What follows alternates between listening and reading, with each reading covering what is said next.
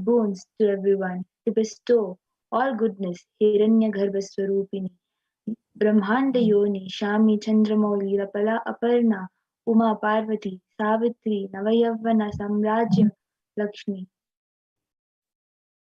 Shodasi, Meenakshi. You can go back to the previous slide, Ma.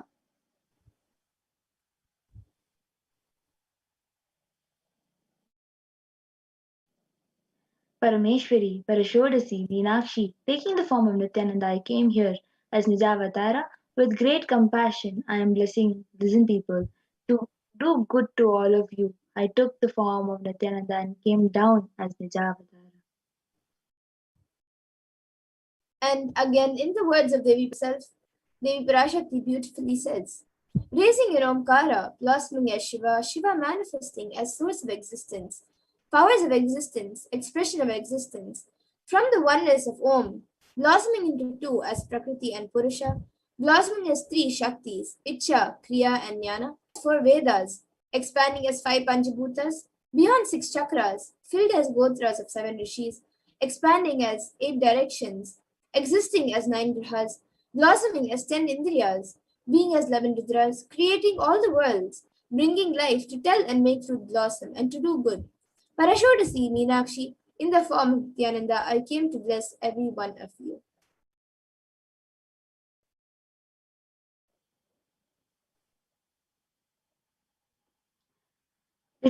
Literally, you are seeing Paramashiva and Parashakti at the moment. She is in the screen, there in the screen which you're watching in. So always receive her very traditional.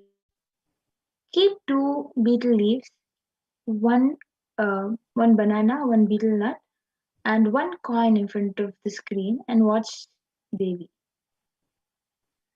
So the coin is considered traditional dakshina. Lowest value. It can even be just 1 paisa. In US, it can just be 1 cent. I'm not trying to monetize. Keep even 1 cent. It is okay. So for 100 days, if you have darshan, it will add up to $1. In India, it is okay to keep even 1 paisa. It's okay.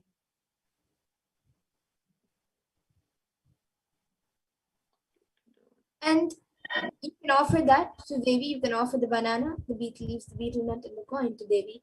And after the darshan is over, you can do namaskar and eat the banana, the betel leaf, and the betel nut, taking it as prasadam immediately. And the coins which you collect, you can send it to the LA temple. And for those of you who might be wondering how this betel leaf and betel nut will benefit you, this betel leaf and betel nut may look too small, but in a few days you will see how much it adds to your sentiment that really she is there. You will not take the Devi Darshan for granted. Rituals will break your monotonous unconscious mentality and lifestyle and remind you to raise you to the powerful cognition. It will break your unconscious behavior.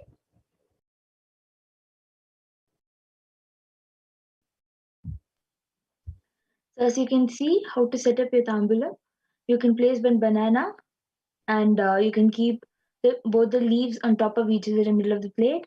You can place on top of the betel leaves and place one coin on top of the along with the betel nuts or just on the plate in the side. You can keep it all on top of a plate and set up your tambulam. Yes, and so these four items are the basic items kept in the tambulam, but if you would like, you can also keep a coconut, the kumkum, red bangles, and also a few flowers if you would like. But the four basic items is the coin, the betel leaf, the betel nut, and the banana. So you can keep whatever you would like. And with this, we come to the conclusion of this segment where we have learned how we can receive Devi Parashakti, who is Devi Parashakti, and what she is. A little bit of what she has revealed. And now we will be moving on to the further segments where we will be learning more about what Devi Parashakti has revealed for humanity and for the betterment of humanity. So I thank all of you and for joining us for this segment, and please stay tuned for further segments. We will be back after a really short break.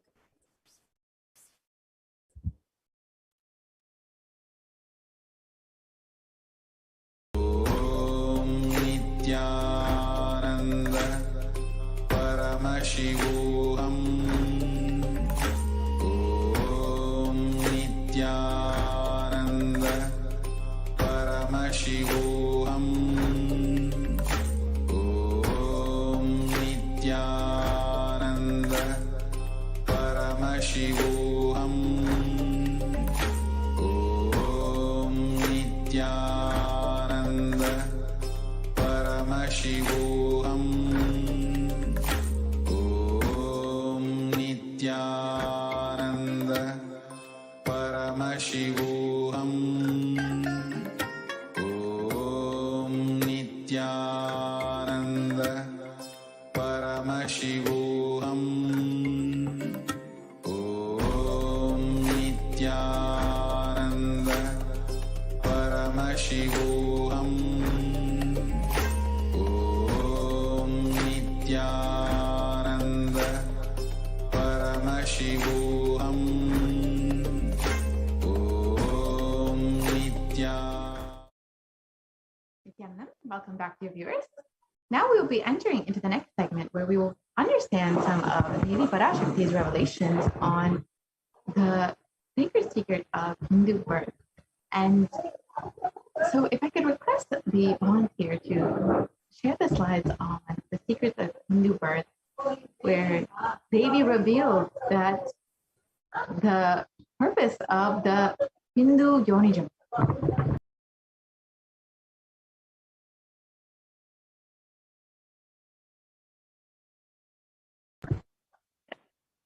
So if I could just request the volunteer to share the slides on the Hindu Yonijam.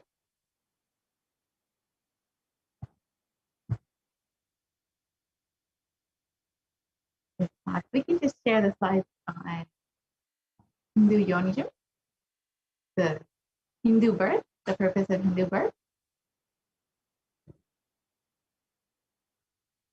So as we enter into this next segment, we will be going through some of revelations made by Parashakti and what she has revealed and explained about this pandemic, this pralaya, and the secrets of why we have received this Hindu birth, Hindu Yonijam, where we have been blessed to be born to Hindu parents and to be living as Hindus.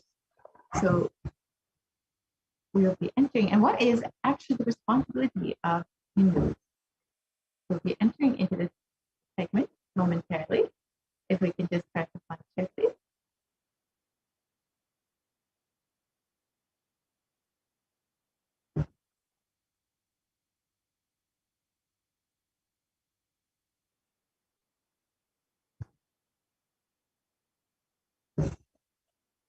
So Devi has revealed that the human birth is Uttamam, the best of all the births that we can take, and that is the Uttamottama, the best of the best. So in this segment, we will be understanding some of the responsibilities we carry as Hindus and what are we blessed with? What are we responsible for with this?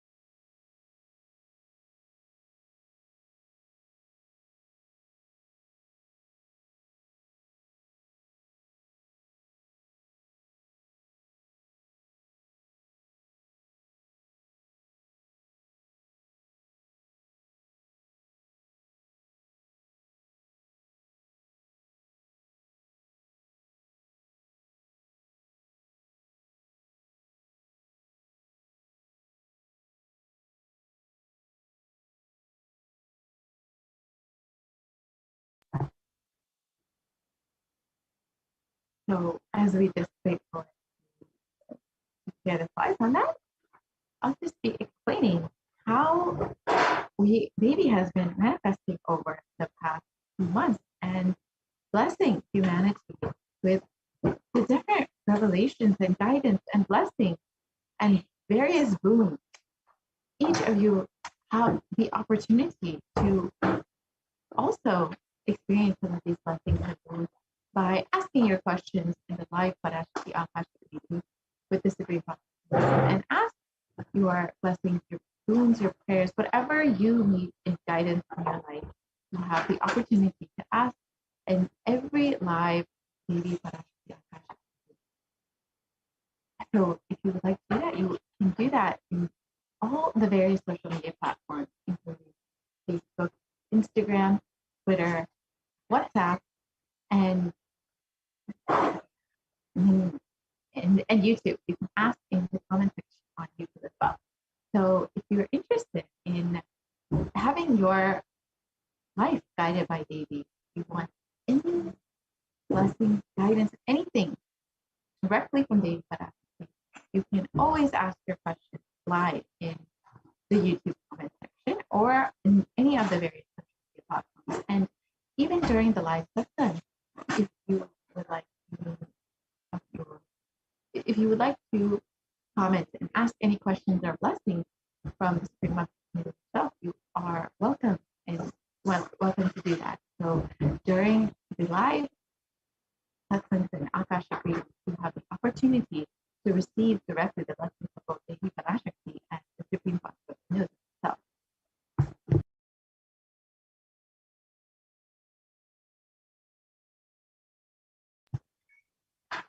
Yeah.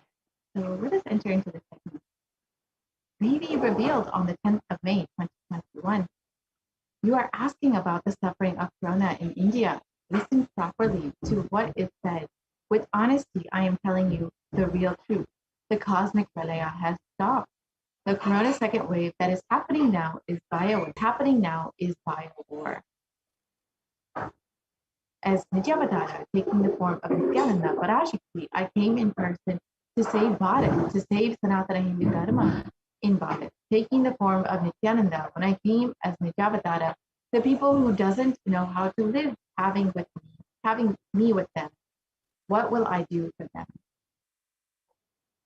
Worlds cannot be sacrificed for the sake of conspiracies done by some ignorant thieves who got stuck in Maya. Srishti should not have loss. Cosmos should not have destruction. To save the cosmos from Pralaya, I made a huge ship. Its name is Adi Kailasa. Adi Kailasa is the ship that will gather all the enlightened powers of this cosmos and save the people from Pralaya. Through the tricks of traitors, rule of the enemies, without any other way out, time came for the sailor itself to leave. That is why the sky is boiling and moving towards this huge destruction. People, even if children do mistakes in ignorance by getting stuck in Maya, as it is Parashakti, Paramashakti, Parashakti, Manonmani. My responsibility is to save the cosmos from destruction. I am telling some of the truth. Listen properly. Within the next few months, not in thousands or lakhs, lives will be lost in crores. Crores of lives will be lost in India. I am telling you the truth. I am telling you the good. Search for protection for your life. So let us understand some of these revelations and how we should each take heed to what Devi has revealed. Devi revealed that within the next few months, not in thousands or lakhs, but lives will be lost in crores. Crores of lives will be lost in India. And as COVID-19 devastates India, deaths go completely unaccounted for. We can explore this article and understand how Devi's revelations come into manifestation. So on Saturday, officials reported that nearly 350,000 new infections and the deaths continue to rise. At one hospital in New Delhi, the capital doctor said that 20 patients in a critical care unit had died after oxygen pressure dropped. And the doctors blamed the deaths on the city's acute oxygen shortage. So this happened, sorry to correct myself, this happened on several months ago. So already that we are seeing how Devi's revelations are coming true. And more now, we are seeing that more and more people are dying. And India posts the highest death toll so far in this pandemic. And the death toll continues to rise well into this month in July. And you'll probably likely be seeing the same in August.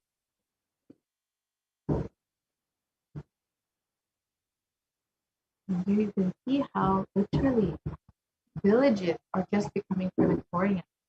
The streets are just lined with people who are burned, whose loved ones are not able to find a proper crematorium for people, for their loved ones to have all the rituals performed. And unfortunately, they're just being burned in masses like this.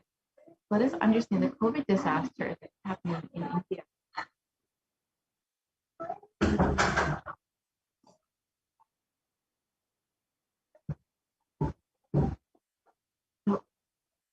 The Supreme Council of Hinduism revealed, all devotees and disciples, whoever listens to me, whom I don't need to convince, this is a personal message I am giving to you all. Devi has very clearly revealed, Buddhadasi, August, September, there's going to be a worse third wave of corona. I saw in the vision dead bodies thickly floating on Ganga.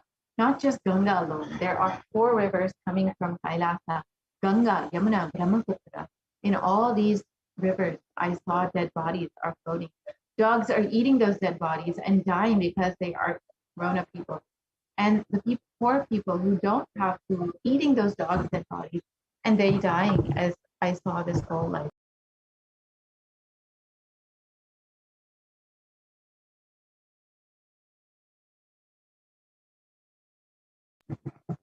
I am not a constipated conspiracy theorist or a positive thinking buffalo. I see reality as it is and revealing it to you all as it is. So let us understand how the Supreme Council of Hinduism's revelations are manifesting today. So behind the bodies found on the riverbank, a COVID shadow. There have been several bodies found on the riverbank of Ganga and various rivers. And the bodies are coming up in fours and unclaimed, uncounted, and unidentified. And unfortunately, they are likely due to COVID-19 deaths.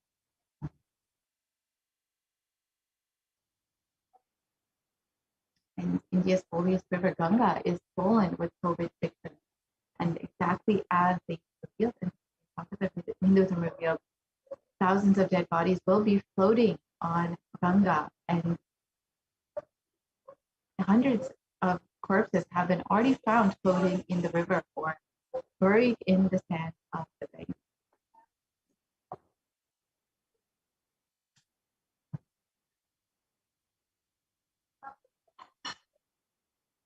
And the Supreme Council of Hinduism revealed that the next wave is attacking kids. That is what is terrorizing, frightening. I can't reveal more.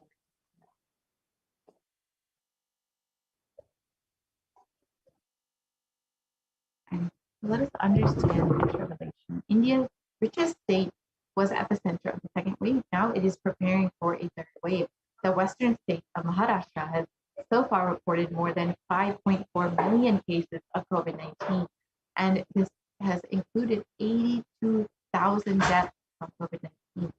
Some predict a third wave could hit India potentially between September and October, and this is just in line with Devi Parashakti's revelation.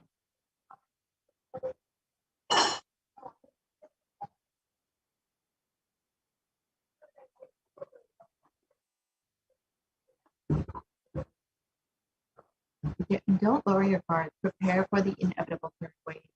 Reports have suggested that the third wave of COVID-19 is inevitable. And even though it is being anticipated that the coronavirus cases would peak by mid-June in the city, experts have been warning against lowering the guard, as they said that a third wave of COVID-19 looks inevitable by the end of October. Not only that, but the experts have further said that the third wave could be deadlier than the first two waves.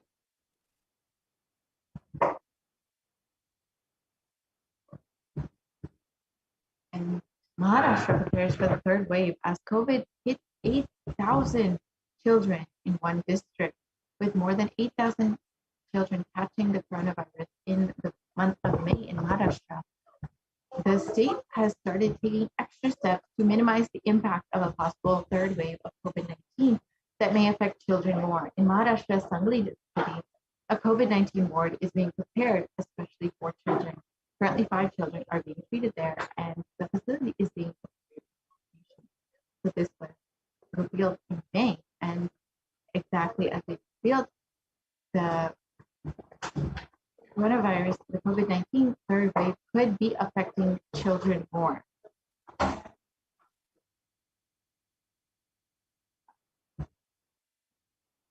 The third wave of COVID-19 is to impact children. Over 9,000 children tested positive in Maharashtra, and with the fears of the second wave of COVID-19 still lingering, the experts have suggested that the third wave will severely impact children. If the virus changes its course of nature, the children will largely be infected. And reports suggest that the virus has already impacted children.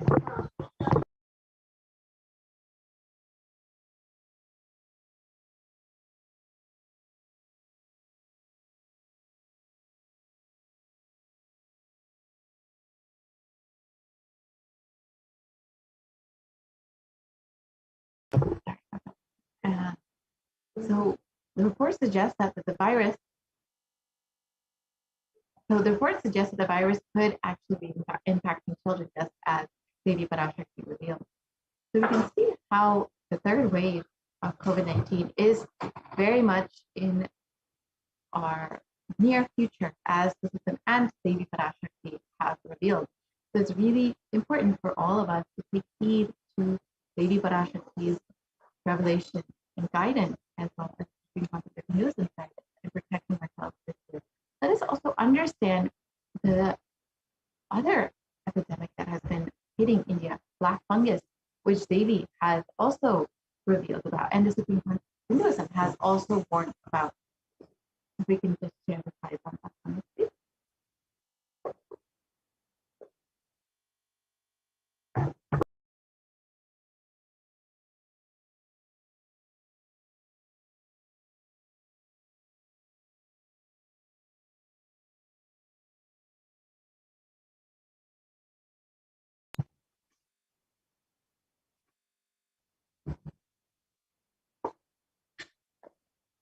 So if we can start this slide.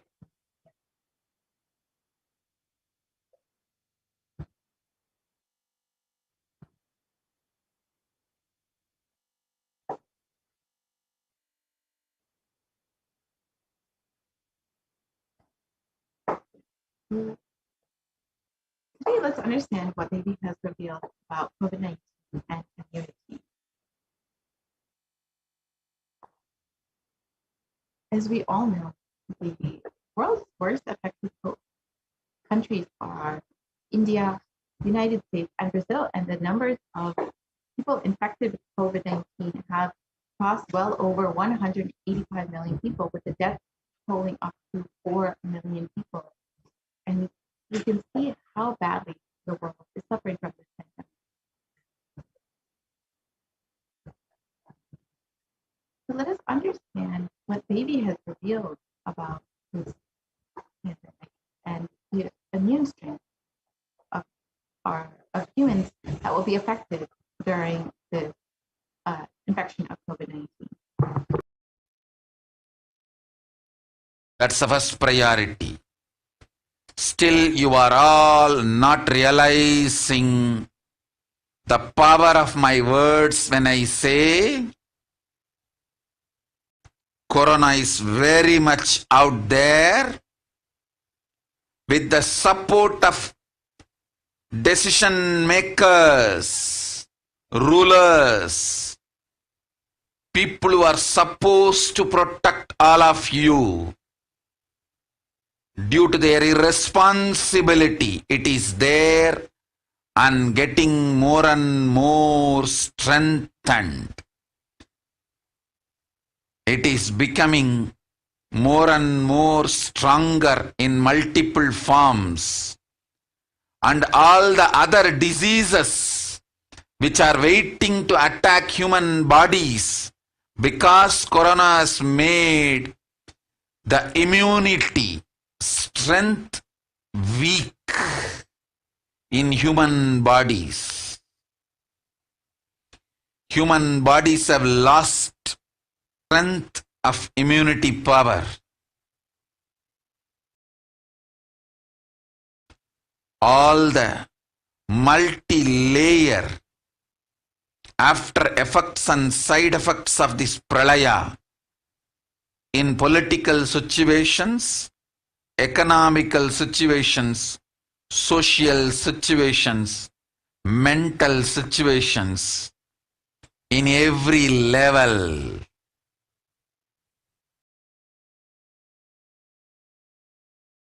Cannot be described. Wait. This year, focus on keeping yourself alive.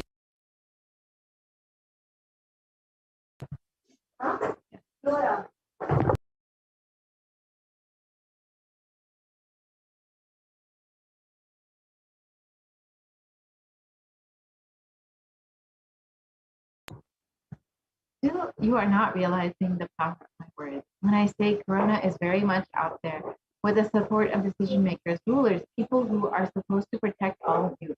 Due to their irresponsibility, it is there and getting more and more strengthened. It is becoming more and more stronger in multiple forms and all other diseases which are waiting to attack human bodies. Because Corona has made the immunity strength weak in human bodies. Human bodies have lost the strength of immunity power. For all the multi-layer after effects and side effects of this pralaya in political situations, economic situations, social situations, mental situations, in every level cannot be described. Wait this year, focus on keeping yourself alive.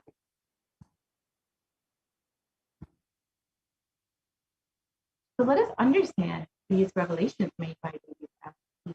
The first revelation was that Corona has made the immunity strength weak in human bodies.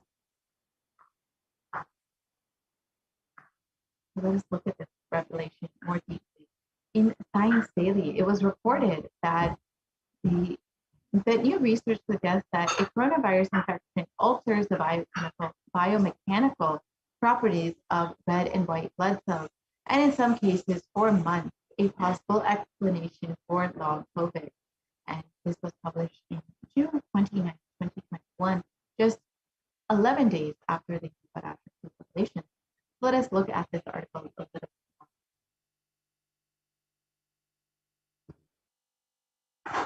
It states that COVID-19 significantly changes the size and stiffness of red and white blood cells, sometimes over months.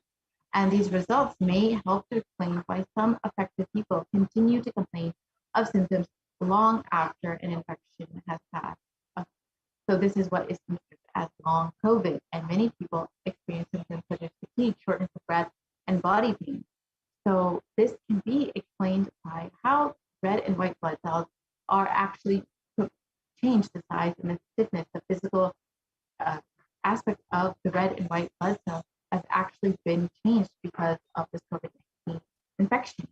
So this is exactly what they revealed, that COVID-19 actually affects your immunity power and the strength of immunity in human bodies.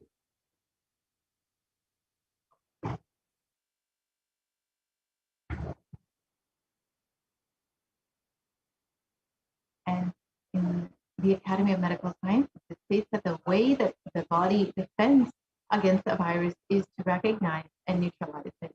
However, in Forbes, it was recently published that Corona suppresses the immune system by disrupting the actions of the body's immune cells, and this immunosuppression allows for the 2-week incubation period, which gives COVID enough time to attack the body.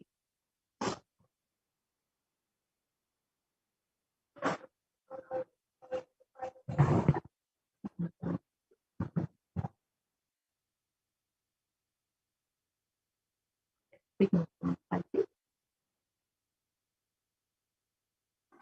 So if we look at the graph below, we can understand the typical timeline for how, for someone who has been infected with COVID-19, the initial period of incubation is between 0 to 5 days, and between 5 to 10 days, the prodromal period happens, and between 10 to 15 days is the acute infection, where usually the infection severes and many people end up in the ICU. And after this period, after this 2-week period, many times people are able to recover, but other times this infection can go much longer.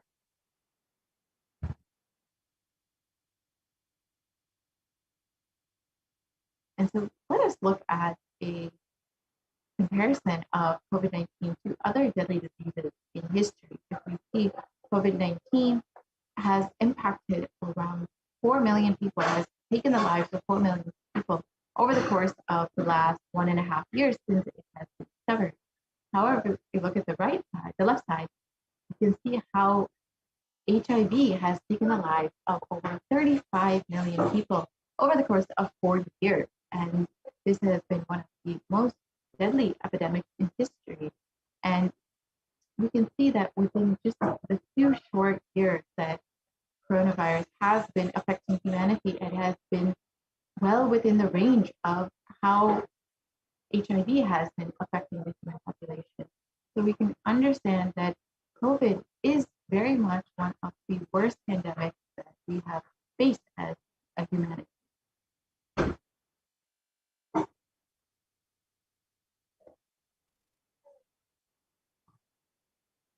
And further studies done by the University of Oxford have found that cells are profoundly impaired after recovering from COVID. We can see that coronavirus actually does impact immunity long term, just as the Parashakti revealed. And in the British Society for Immunology, they have claimed that the effects of COVID are far beyond respiratory health. It also affects our cardiovascular and renal systems.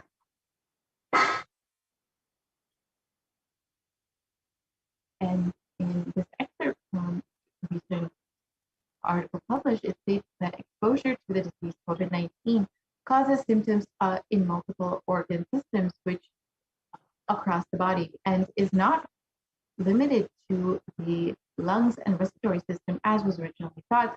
In addition, patients are reporting chronic symptoms such as fatigue and shortness of breath, and for the last several months, and that lasts for several months, well past their original infection. And this is considered to be long COVID, when people are experiencing symptoms long after their initial infection.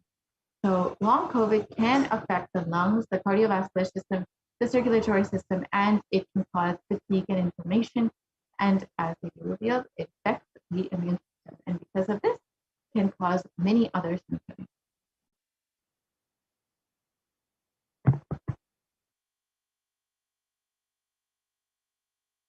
And here we can see the example of how the lungs are affected in someone who has suffered from COVID-19. You can see on the left side the healthy lungs, and on the right side the lungs that have been affected by COVID-19, and how much more scarring there is in the lungs affected by COVID-19.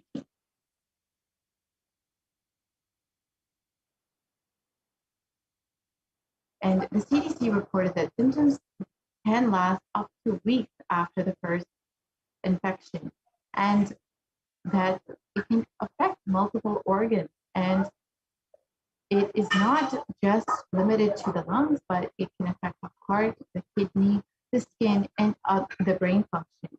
So just as it revealed, it is the coronavirus does weaken immunity and make you more susceptible to other diseases. Let us look at the second revelation, that all other diseases are waiting to attack the human body because the strength of immunity has been weakened in human bodies.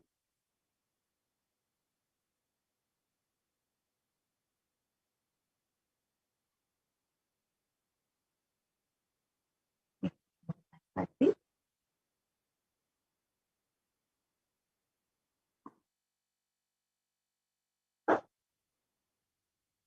Yes, we can move to the next slide, please.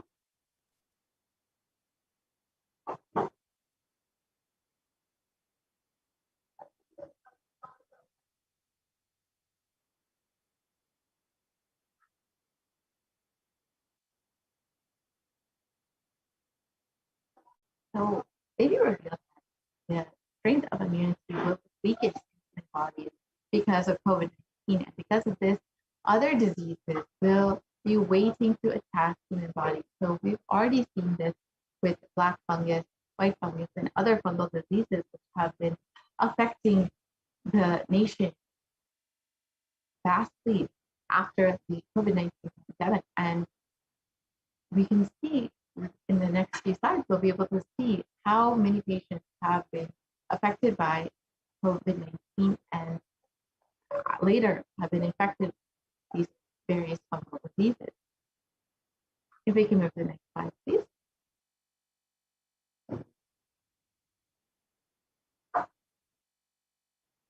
there have been over 9,000 rare cases of this fungal infection that has been sweeping the nation. And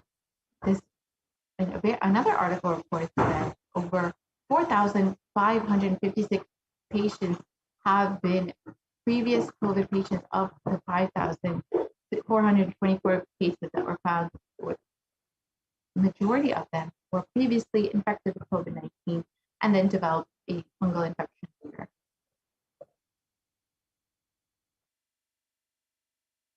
So the photos of people who have been infected with these various fungal diseases and COVID-19.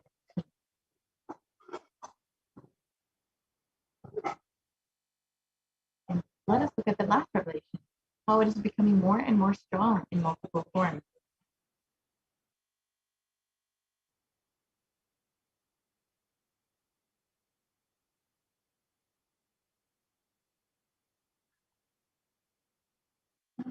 So we've already seen that there have been several variants coming out of different countries, including UK, South Africa, India, and Brazil, and they have been serious causes for concern and the cause for the multiple waves of COVID-19 that many places have been experiencing.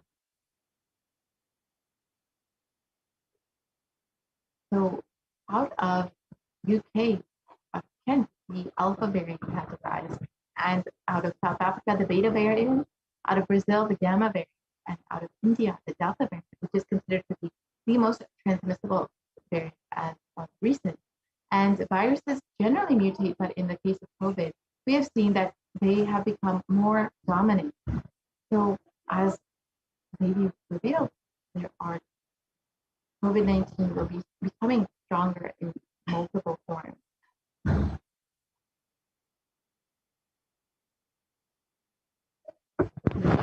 This article also indicates that the Delta variant was the primary cause for India's second wave, and the dangers of these variants has been further highlighted when the WHO has categorized the Delta variant as the most highly transmissible variant of COVID-19. And this is the variant, again, coming out of India.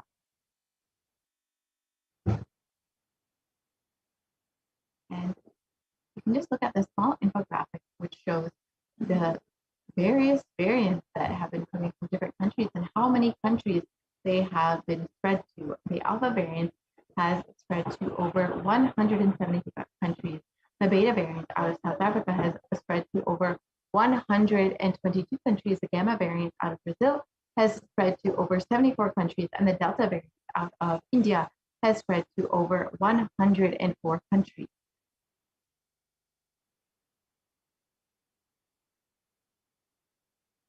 And the variants of COVID-19 that have been recently discovered,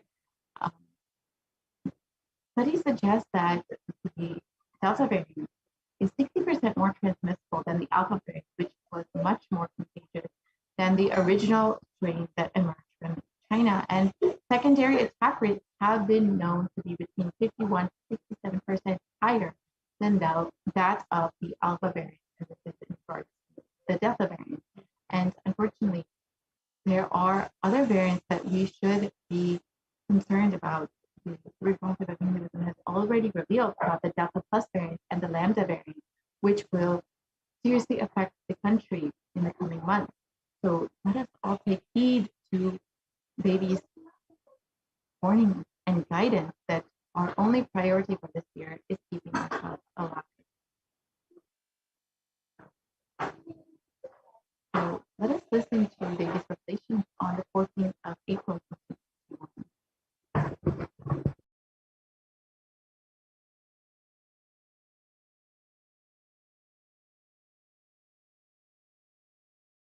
Sharmila, corona ஒழிந்தது. கொரோனாவை வைத்து அரசியலும் அழிவாட்டமும் செய்ய நினைக்கும் மனிதர்களின் சதிராட்டம் முடிய இன்னும் 4 ஆண்டுகளாகும். என் பக்தர்களையும் சீடர்களையும் கைலாய வாசிகளையும் நானே காத்துக் கொள்கின்றேன், நானே காக்கின்றேன் என் பக்தர்களுக்கு ஒரு துயரும் ஒரு துக்கமும் வாராது. ஆனால் உலகின் இந்த கொரோனாவின் சதியாட்டம் முடிய 4 ஆண்டுகள் ஆகும்.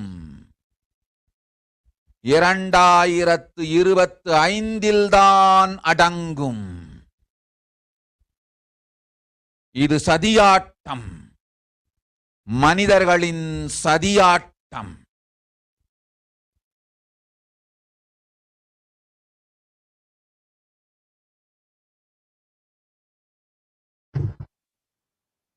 So let us understand the translation of Devi's revelation. Corona is destroyed, but it will take 4 years for the political conspiracies done by humans to end. I will protect my devotees, disciples, and Kailasavasis. No suffering will come for my devotees, but it will take 4 years for the conspiracy of Corona to end. It will come to an end only in 2025. It is a conspiracy, a human conspiracy. Let us understand how these revelations are manifesting in reality today.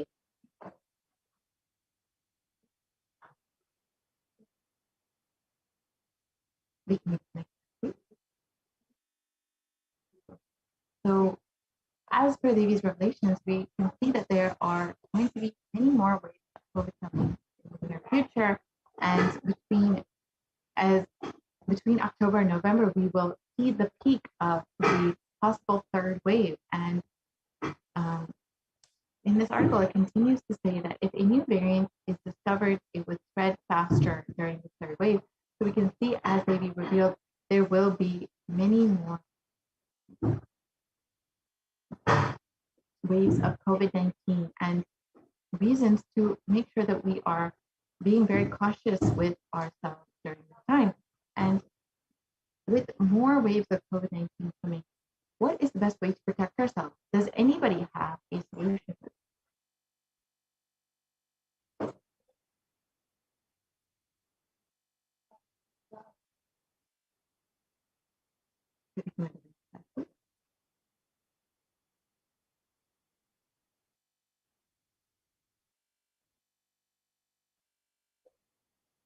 Kailasa is the only place that is safe, and Supreme concept of Hinduism is the only hope for humanity. During this time, it is vital that we take heed to Devi Parashakti's revelations and guidance for us, and the Supreme concept of Hinduism's warning. It is vital that we protect ourselves during this time and ensure that we are keeping ourselves alive, as the Supreme concept of Hinduism has again and again stated. The only priority for this year is keeping ourselves alive. If you are interested in protecting yourself and your family, and you are living in India, you have the opportunity to have multi-layer quarantine. The Supreme concept of Hinduism has opened up all of the Kailasas within India for the sake of multi-layer quarantine. So if you would like to avail this opportunity, you can sign up at kailasa.org/kailasacare.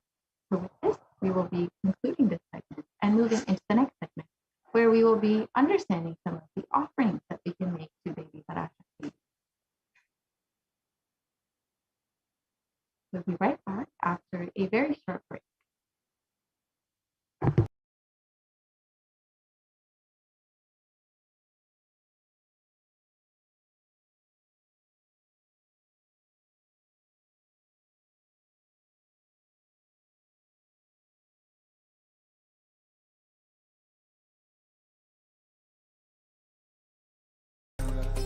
Paramashivoham.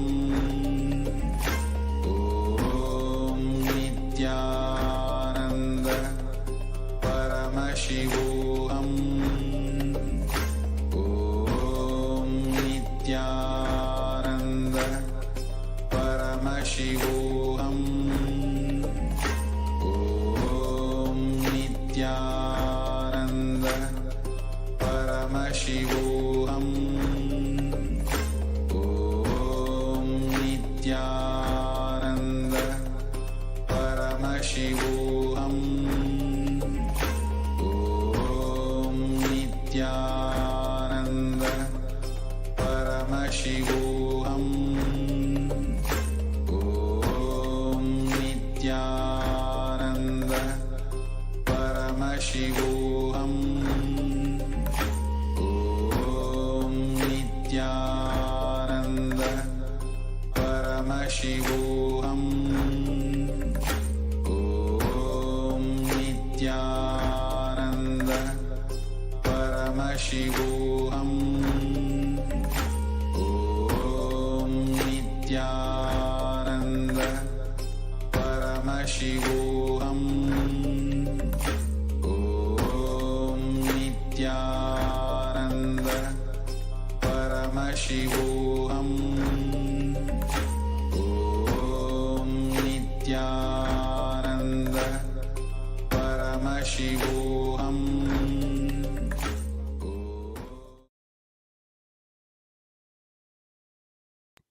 Nithyanandam, welcome back to all the viewers who are joining with us after that very quick break.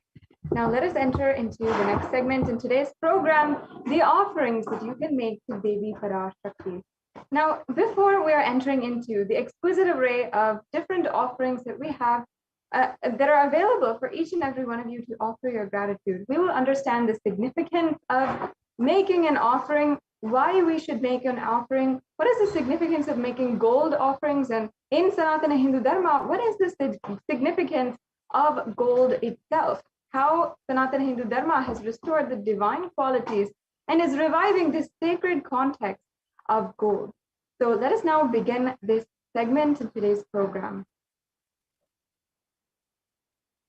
In the Hindu tradition, it is a custom, a tradition. Each and every one of us Hindus know, at least, that for every occasion, whether it is our birthdays or anniversaries or marriage anniversaries, or if there's a new car even, or if there's a new home, or even if we have starting school for the first time, or if we are starting a new business endeavor, a new business ambition, whatever it is, we always offer our gratitude at the feet of the divine, and we offer our gratitude as well as we ask and we pray to the gods, goddesses, to our Ishta Devata, to manifest further in our lives, and request their guidance, their protection throughout every single different different beautiful offering. And whether it is any occasion and every step of the way that we are taking, we always look to the divine for guidance. We offer our gratitude, and we make this a custom in our lifestyle. And this is how Hindus live. And in just that way, we love to offer different things in order to express our gratitude, our love. And that is exactly what all of these offerings are representing today. And each offering is consisting of two parts. One is giving and the other is accepting. Only when the divine accepts what one offers, the offering becomes complete. An offering is not made out of fear or out of greed. When the avatar lands, the offerings are purely a part of the grand Leela played out for the only purpose of enlightenment. So now, before we enter into the significances, and we're going to chant some of the pramanas, we're going to really understand the different, every offering in a very unique way with its original context. So in this way, we are going to ensure that we will understand fully each and every offering. And before we do that, let us first chant the Dhyana Shlokam for Manonmani, the embodiment of Devi Parashakti, who is seated on the lap of Paramashiva. So I'll now chant. Induniva Veda Karavahni Nayanam Syat Pankajavara Japaksha Sarayuktam Angahima Bhushana Vichitra Vasanam Syat Tunga Mukatojvala Manonmani Swarupam. And I'll now chant the English translation for any of you who might miss the Sanskrit meaning.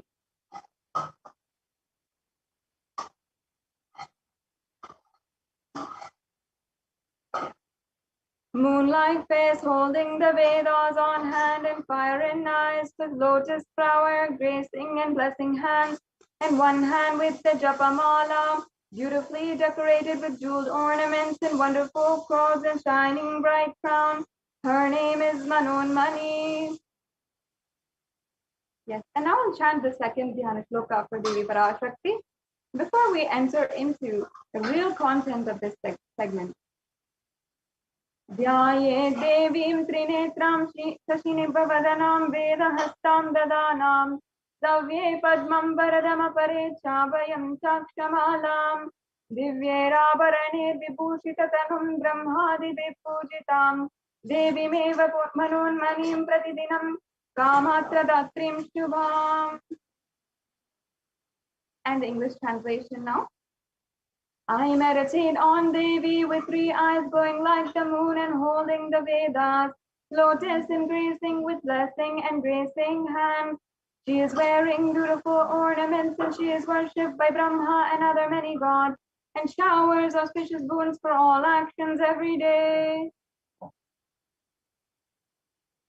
Now, having invoked the divine presence of Devi Meenakshi, Devi Manonmani, and Devi Parashakti, let us now understand the significance of the element gold. For many of us, of course, we will relate to gold and see gold for its precious qualities. And we understand in our society the economic value for gold. We know that it's valued at a lot. We know that it's one of the precious metals in the whole world, and it has a lot of value economically, wealth-wise. It has so much of value that whenever we are gifting our loved ones any gift, for example, if we are gifting our mother for Mother's Day, or even our loved ones, our spouses, or significant others, we always offer gifts in gold, as that is a sentiment, it's a high value. But even though our society, modern day society, recognizes the significance of element gold, it recognizes its value as one of the most valuable things on planet Earth right now, it still does not understand the divine qualities of gold. In fact, gold is actually a divine element. It purifies anything it touches, and it has an element of spiritual significance and great spiritual power of healing and enlightening. It has the power to infuse the sattva energy and positive thought currents in anyone who sees or operates in its vicinity. The next slide, please. And therefore, so having seen its extreme value for its enlightening properties, for making others divine, gold was thus present in all the different scriptures. It was displayed in all of the different places in society, and so much. Gold is present in all the scriptures, the Agamas, Vedas, Shrutis, Smritis, the Itihasas, and Puranas. And in all the Hindu scriptures, it is abundantly displayed that gold is the most precious and purest metal which purifies our very being.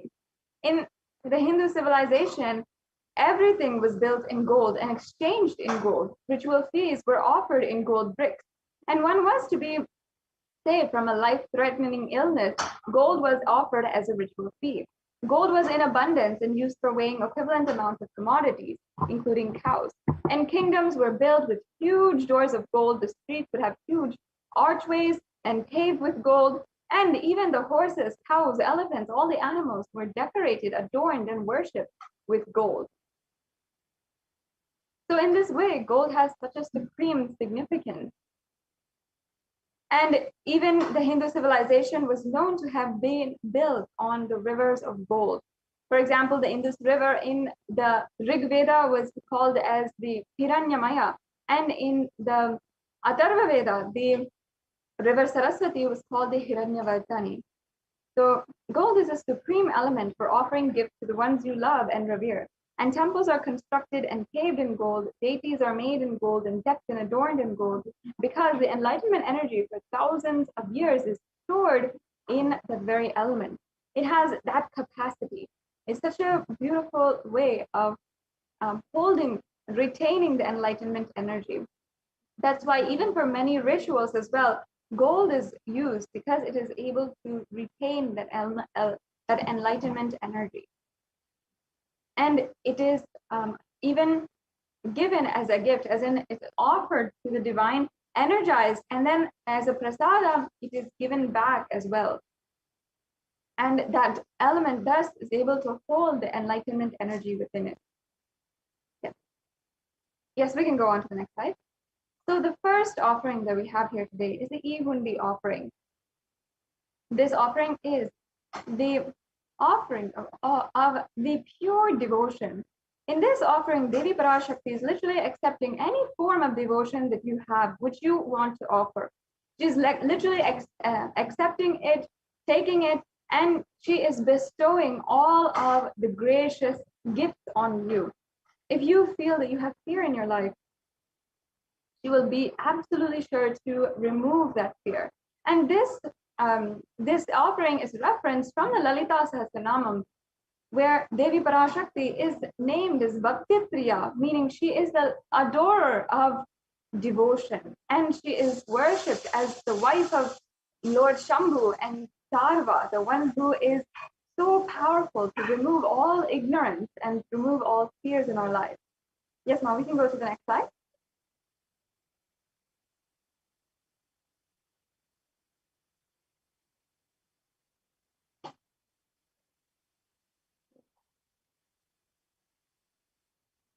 The next slide, please.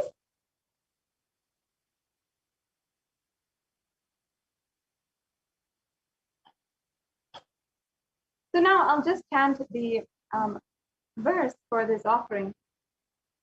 Bhakti Priya, Bhakti Gamya, Bhakti Vashya, Bhayapaha, Shambhavi Sharada Radhya Sharvani Sharmadayini. And the translation is that Devi is fond of true devotion, and she gives herself to anyone who gives that true devotion, and she removes all fears. Yes, can we go to the next slide?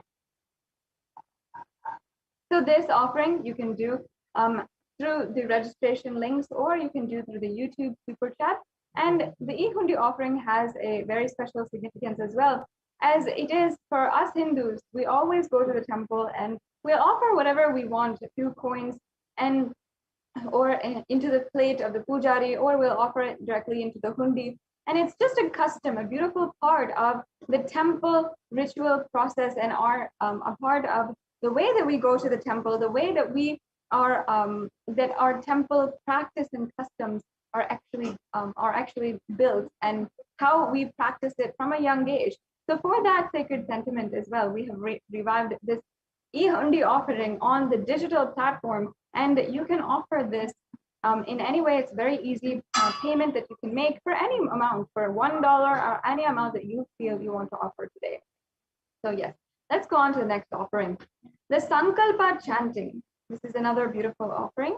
The Sankalpa is the conscious resolution. It is actually a mantra, very elaborate mantra or chant that is in Sanskrit, and embedded within the lines of the Sankalpa are prayers for the all different types of auspiciousness, including eternal celebration, eternal auspiciousness, the Nitya Nityotava, Nitya Kalyana, all that is eternal celebration, which is chanted during the Sankalpa. And not only that, we are praying for different good qualities to be bestowed on us, and to remove all of the bad qualities, and to go beyond fear, lust, or greed, and to manifest in our life the ultimate knowledge, the different siddhis, the different shaktis. All of that is what we are requesting or praying for. And that is what is the ultimate meaning of the Sankalpa. And it is a very powerful chant.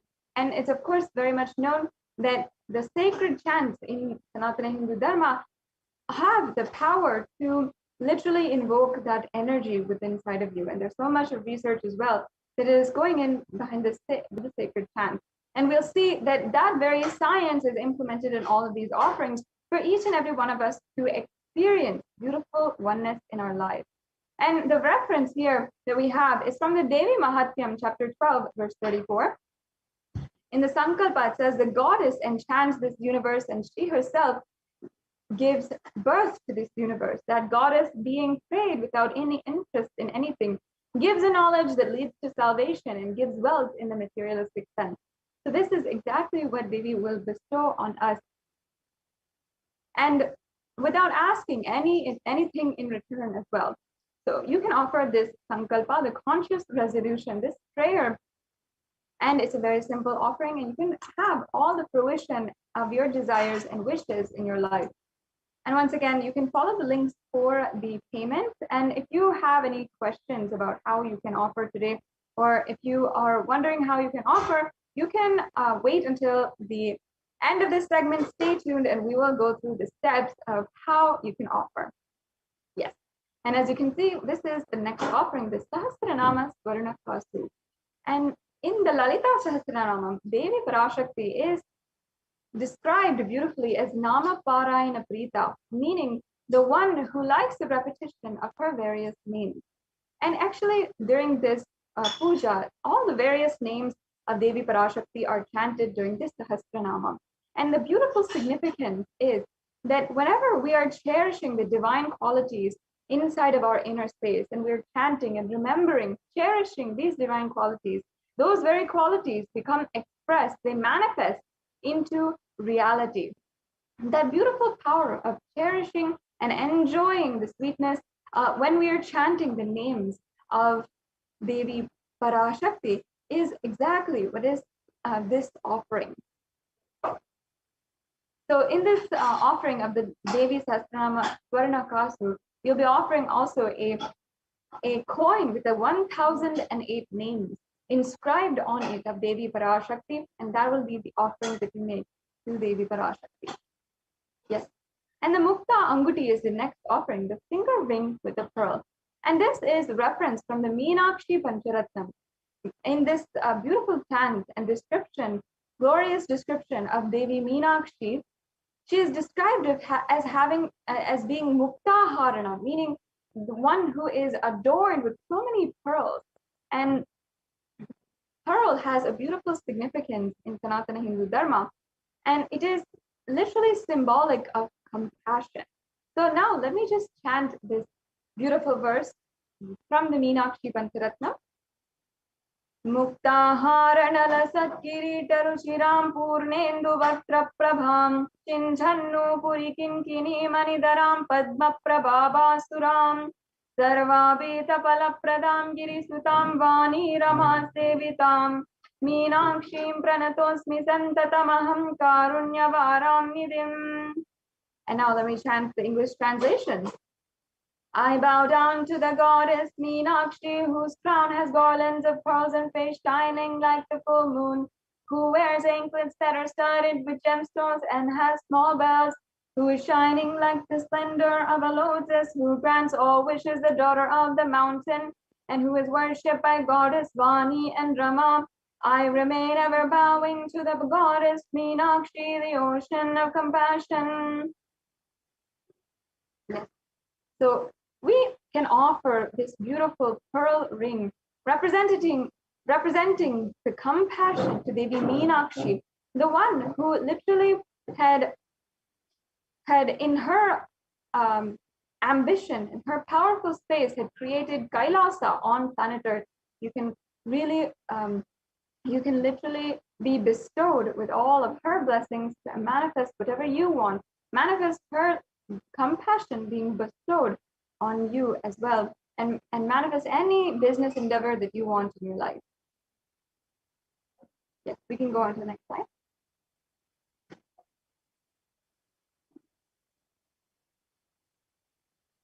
Yes, now we can go on to the next slide now. The next offering is the Swarna Padma Pushpa, the golden lotus. And the lotus actually has such a beautiful significance in Sanatana Hindu Dharma. In fact, in the Kamikagama, it says that all the kalasas should be wound around with suitable thread and covered with new cloth. They should be adorned with lotus flower made of gold. Yes, we can go on to the next slide. And in Sanatana Hindu Dharma, there are hundreds of scriptural references for the lotus. Lotus is considered as a divine flower because of its divine qualities. Because in any waters, in polluted waters, in pond waters, in any kind of waters, the lotus can bloom. It'll be in its same divine fragrance, divine resilience and radiance. And that is the significance of the lotus flower. That's why Because it is seen as a divine flower, it is used in all the different kinds of worship to Paramashiva. It is in the mudras and asanas, in the worship, and also in the Hindu culture. It is literally used in all the different kinds of art, architecture, the different yoga. Everything has references to the lotus. So you can offer this lotus offering, the Swarna Padma Pushpa, the golden lotus, to the Devi Parashakti, and literally attain the state, powers, and being of Devi Parashakti, and be able to face any adverse situation in your life. Let's go on to the next slide. Yes, we can go on.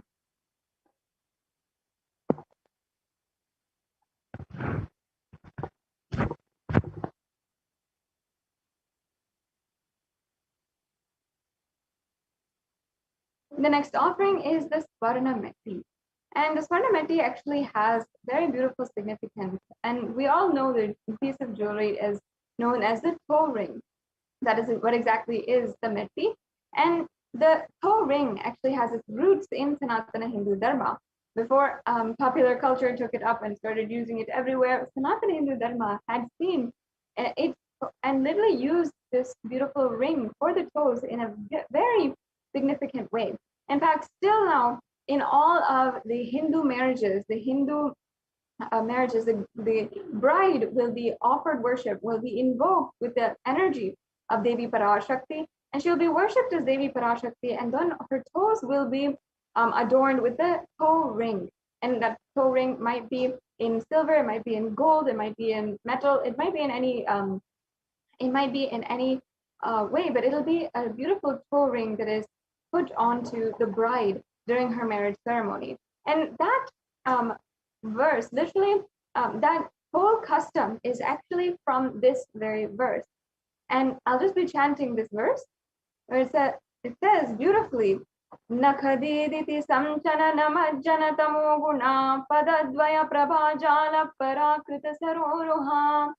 And that means, you whose brightness from toenails destroys the darkness of ignorance from the minds of your devotees, who prostrate at your feet, you whose brightness from your 2 feet overpowers that of the lotus flower.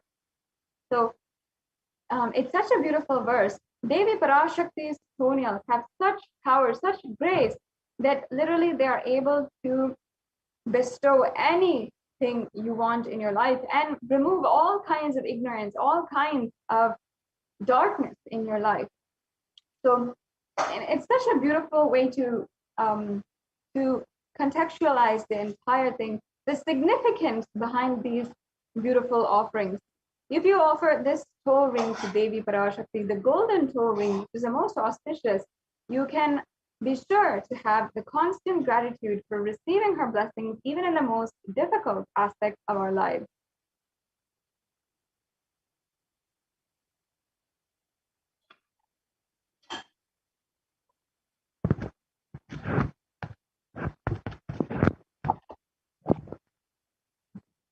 Yes, and the next offering is the Swarna Mangtika, the golden hairline jewelry.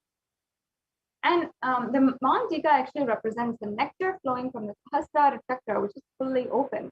And this also has reference back to Devi Parashakti herself in descriptions of Devi Parashakti, where she is described as Shuddha Saravi Varshani, meaning she who makes the nectar flow in all of our nerves from Sahasrara, and she who gives a very pleasant experience of the ultimate. And in this very way, she opens the Sahasrara chakra and opens the 1,000-petaled lotus at the crown of our head. And the nectar which is flowing from that is represented by the Mangtika. So you can receive Devi Parashakti's blessings to be in the blissful state of overflowing gratitude and the space of complete completion. Yes, we can go on. The next offering is the Pratyaksha Pada Puja. Once again, we have learned the significance of the very feet of Devi Parashakti. I'll just be repeating that pramana here once again for all of us to understand and deeply cognize this significance. Nakhadiditi samchana namajjana tamo guna padadvaya prabhajala parakrita saroruham. And the English translation says, the illumining splendor of Devi's toenails dispel the darkness of ignorance in the devotees of those prostrating at her feet. And her feet defeat even the lotus in beauty. Yes, and as you can see,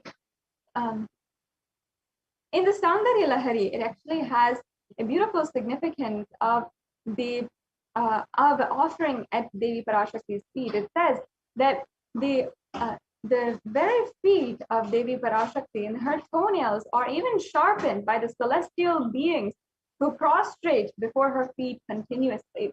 And in this verse, the verse that we had just chanted and is here on the screen, you can see that the tamoguna is actually a meaning of darkness. And here it is indicative of ignorance in our lives. And worshipping Devi Parashakti's feet literally removes all of the ignorance in our lives, and we attain the ultimate knowledge. So you can offer the Pratyakshapada Puja. Especially, it's very, very auspicious offering the Pratyakshapada Puja at the Guru Paduka as well. Guru Paduka has so many references, including in the Guru Gita, the Guru Paduka Stotram, in so many different places. Why Guru Padukas is significant, why it is such a beautiful way that you are connecting with Avatar. And in this beautiful Pratyakshapada Puja, you will be offering the Pratyakshapada Puja to Nijavatara, the very Jagat Guru who has manifested as Guru for millions of us across the world, for the whole universe itself. And for the Nijavatara, the Supreme Pontiff of Hinduism, who is manifesting as Sarvadeva Devi Swarupa, the form of all of the different gods and goddesses, and literally manifesting as Devi Parashakti. So this is another beautiful offering. And we also have the Vastra Seva, which is the offering of the sacred adornment, the sacred cloth.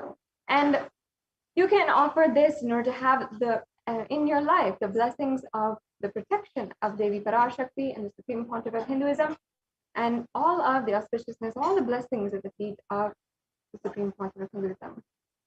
Yes. So as we're coming to an end, a conclusion to this segment, you can see all the different sevas that you can make. There are 9 different sevas. That includes the E-Hundi offering, which you can make for any amount, remember.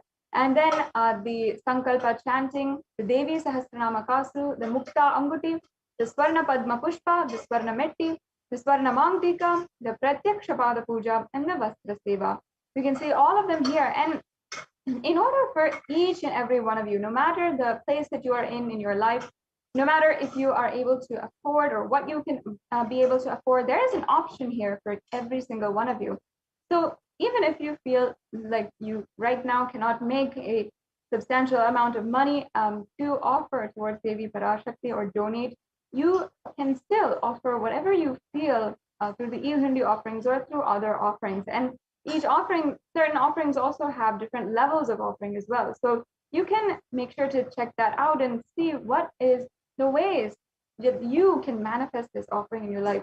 And sincerely, it is a beautiful way that you will feel so deeply connected, manifesting the Shaktini Padha with Devi Parashakti, manifesting so much of energy, super conscious energy in your life, and the ultimate oneness experience, Paramashivoham, in your life.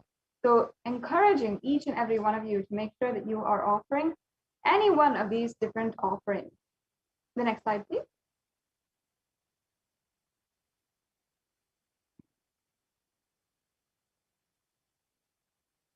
Yes, and the next offering here brings us to a conclusion of all the different offerings that we have. And we're just going to go through now the different steps on how to make a payment. Now, there's a 3-stage process that we'll just briefly go over. One is the prepayment, and before you are ready to pay for these offerings, then we'll go through the payment process, and then after the payment, what you need to do. So first, if before any kinds of payment, even before you are feeling that you are ready to be offering, if you feel that you need help in manifesting these offerings in some way or form, you really want to offer your gratitude, and perhaps even you might be one of the 1,000 people that Devi Parashakti had blessed, and she has literally manifested in your life with so much of health, wealth, long-lasting relationships, whatever you wanted manifested in your life. And you're searching to offer something at the feet of Devi Parashakti, but you feel you may not be able to manifest it in your life yet. Then you can go ahead and fill the intention form, the registration form, to make your intention. So please go ahead to tiny.cc/bhavasamadhi and make your intention. It is important that you start manifesting in some way, because this is a beautiful process of oneness with the divine. It is not some kind of low level. It's not a small ambition that we are talking about here. It is literally manifesting the very relationship with Devi Parashakti herself. And you can, in this way, manifest the ultimate oneness with Devi Parashakti. And you can start manifesting how you want to today, and manifest through the offerings to Devi Parashakti. So start by filling out the registration form. And then also, in just a few minutes, we'll also have projecting on the screen the link for the payment. So this is the second stage, the stage 2 of the process. If you are ready to make the payment, you can skip over. You don't need to make the intention form. You can go ahead and start and make the payment today. And you can go ahead to the link tiny.cc/Devi-offerings and make the payment with a simple, very easy 3-step process. Yes, as you can see here, this is the Bhava Samadhi Darshan form. And here we have the donations link. So if you're ready to make a payment, you'll go to this link and it'll look like this. You'll select in the drop-down menu the offering that you want to make. You'll select whatever you want, perhaps the Pratyaksha Pada Puja, perhaps the Swarna Padam Pushpa. There's a huge different array of options that you have. And after you are doing the very hard decision of what kind of offering that you want to make, then you will add that to your cart and go ahead and proceed to checkout. So you can review your items in your cart and proceed to checkout. And then the last step is the very most important step, filling out your billing details, your payment details, and then proceeding for the payment. And that's it. It's a very basic way that you can offer today. And if you're used to online shopping, you can simply do this, and simply you can do this 3-step process to make a payment. And after you made the payment, there's another step that is very, very important for this offering, and that is filling out this Sankalpa name. And you just have to fill out this form, and this form allows a pujari in order to ensure that they chant your name, and they'll ask also for your nakshatra, your gotra, and different attributes, which if you may or may not know. If you do not know, that's okay. You can just leave those parts of the form empty, and you can just fill out your names. But if you do know, make sure that you are filling out that part of the form, and you can fill out the other necessary parts of the form, and then you'll be done with this step also. So that's it, really. It's a very simple process for you to literally be able to make this donation, make an offering today. And yes. And not only that, we also have an option through the YouTube Super Chat. And the YouTube Super Chat is a very beautiful way that you can offer any amount that you would want to. So as you can see here, as I said, this is the intention form that you can make. It's the registration form and the intention form. If you'd like to make an offering, you need help in manifesting this offering, or you'd like to have more details, you can fill out this form, and there is a quick process as well here. So the last step in the different ways that you can offer is through the YouTube Super Chat. So you should join as a member of the YouTube channel, Kailasa's HDH Nithyananda YouTube channel. And once you are a member, then you will be able to access the Super Chat. And once you access the Super Chat, there'll be a little dollar sign in the right-hand side corner of the chat, the YouTube chat. You click on that, and then you can see the options for Super Chat or Super Sticker. So you can either choose the super chat option. It'll go through the payment options. Either you can pay through credit card, through debit card, or PayPal. And then you can also ensure that you are paying. You can also do a super sticker option. You can send in the chat a sticker of your option, sorry, a sticker of your choice, and you can be able to offer that as well today. So yes, now before we proceed into the next segment of today's program, where we will be literally hearing from the Adi Kailasa Sarvagnya Peetham, the multi-layer quarantine center in India right now, we will just briefly go over how you can ask your questions today. So yes, can we go to the first slide, please?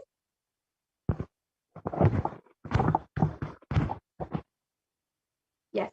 So as you can see here, you can comment your questions on the YouTube live video. And again, you should make sure that you are a member of the YouTube channel. And for membership, you can just click the join button. Once you become a member, then you can ask your questions on the live chat in YouTube. And then you'll also have access to donate through the super chat or the super sticker options as well. The next slide, please. The next option that we have today is the Facebook, the live Facebook video. So I highly recommend for each and every one of you to ensure that you are following and liking the official page of the Supreme Pontiff of Hinduism. And as you can see here, you can go ahead and search in Facebook, Kailasa's HDH Nithyananda Paramashivam. And you can like and follow this page, and you will be able to get all the notifications of any satsangs, of any of the different posts, the announcements, and the satsangs, the live darshans of the Supreme Pontiff of Hinduism. And you'll see literally that even if you miss any of these darshans, maybe you might be at work or commuting, or you're at school, whatever it is, you can still go back and see the darshans, the dikshas, and make sure that you don't miss at all. So, so also again, you can in the Facebook, in the live video, during the live Bhava Samadhi Darshan, or during the satsang as well, you can ask your questions. Ask your questions to Devi Parashakti herself, or during the live satsang, you can ask your questions to the Supreme Pontiff of Hinduism on the subject of the satsang. And you can literally be able to ask directly, and by the grace of the Supreme Pontiff of Hinduism and Devi Parashakti, you will be able to get your answer. So the next option we have here is on Twitter. And once again, make sure that you are you're following on Twitter at Sri Nithyananda, the official handle on Twitter. And if you're following, once again, you'll have all the different notifications as well. And you can ask your questions through Twitter by replying to the tweets. You can reply to the live tweet, the live feed on Twitter, and use the hashtag #AskTheAvatar and tag at Sri Nithyananda. And as well, we have another option here on Instagram. You can ask your questions on the post for the live Bhava Samadhi Darshan or the live satsang as well. And make sure that you are following Sri Nithyananda on Instagram. And the next slide, please. If you are not social media savvy, or even you don't have a social media account, we have an option for you as well. You can go to kailasa.org and you can ask your questions through the WhatsApp chat.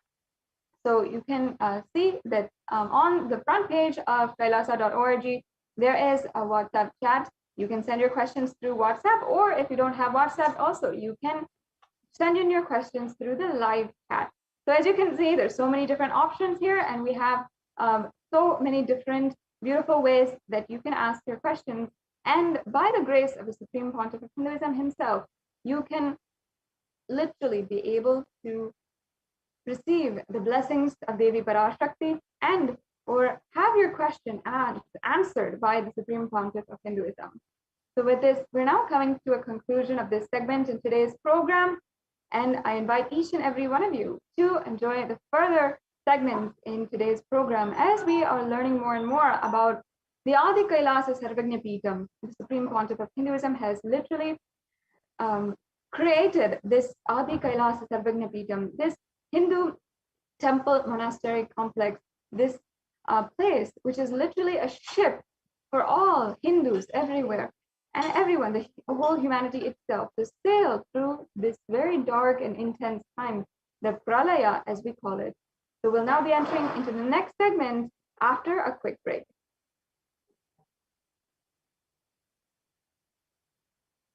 Paramashivoham.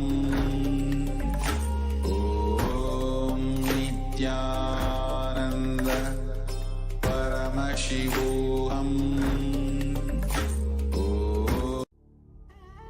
What I mean by the word e-Kailasa, listen intensely.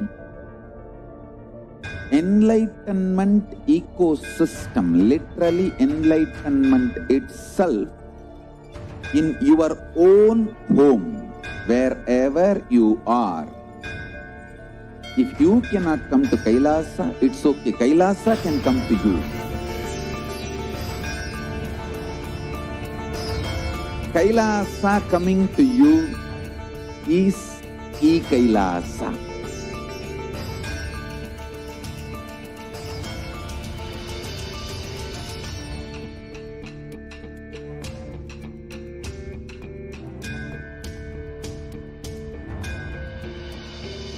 I will revive Hinduism.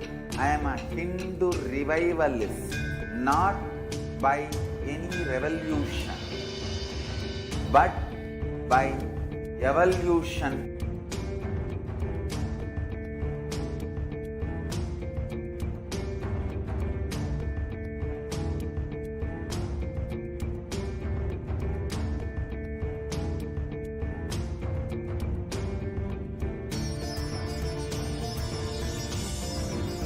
And setting model community.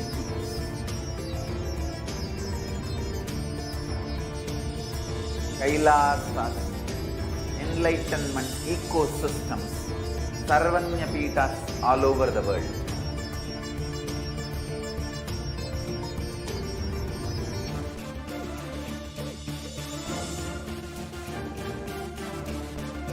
All powerful cognition, knowledge, only when you live, power manifestation and possibilities manifestation happens. It's a fundamental truth.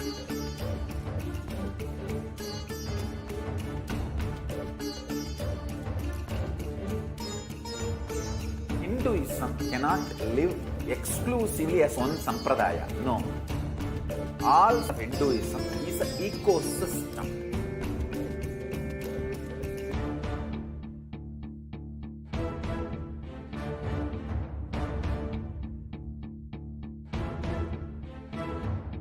So don't keep quiet thinking that if one sampradaya is attacked, only that sampradaya is going to be affected. All of us are ecosystems.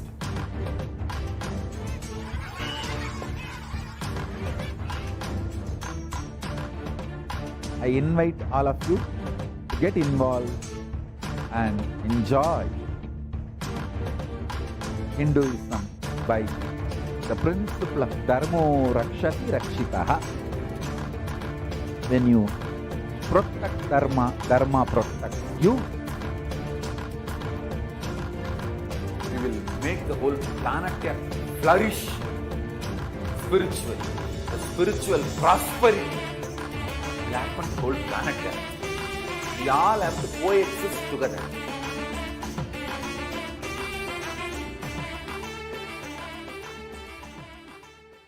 Just be alive for next 3 years. Don't die within next 3 years.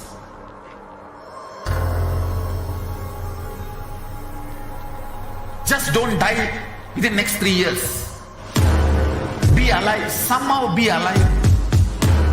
I'm working sincerely. I will reach you somehow. Somehow I will reach you. It's my commitment to humanity.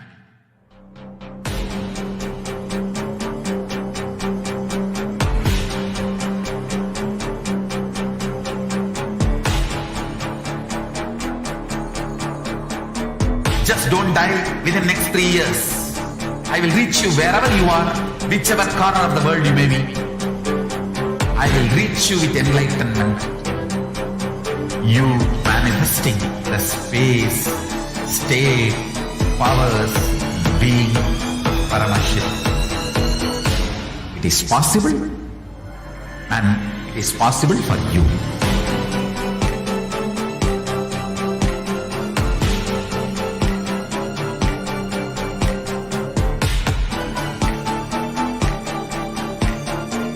Paramashiva will reach you with enlightenment science. I know he is going to do the job. Just be alive for next 3 years. Nothing else.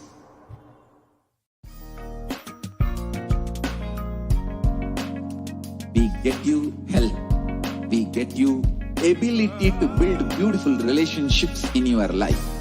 We get you direct spiritual support, and we make sure you become wealthy.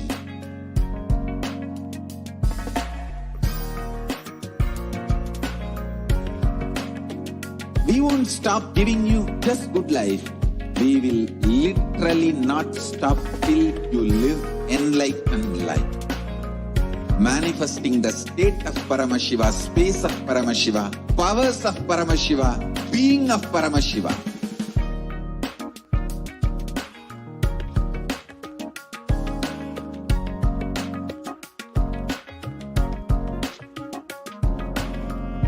Whole world should become Kailashians. I want the whole world to know Hindus have something great to contribute to the world.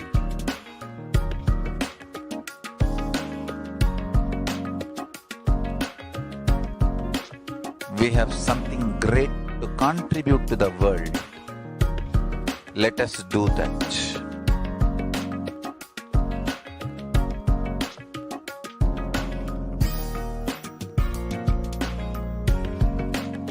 Kailasa is proper customized spiritual service helping you to identify your root patterns of suffering. We have perfected the science of helping every individual from every cultural, religious, nationality background.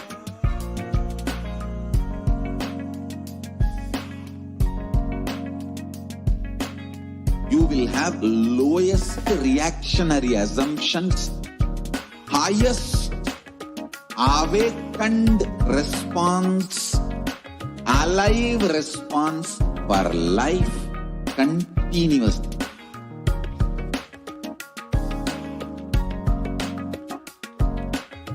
Kailasa is enlightenment ecosystem, literally enlightenment itself in your own home, wherever you are. Proper customized spiritual service helping you to complete with your life negativity. Withdrawal from life, self-hatred, self-denial, self-doubt, so much of tiredness, laziness. We can support you aligning your diet, your attitude, your aptitude, your understanding about life. We can help you with everything.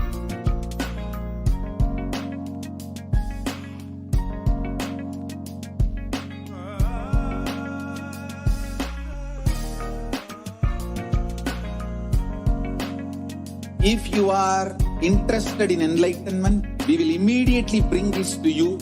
If you are not interested, we will explain the whole science, inspire you, and make you interested in enlightenment time.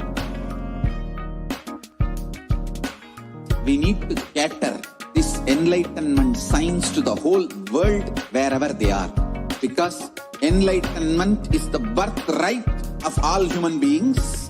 Kailasa is responsible to provide that to all human beings.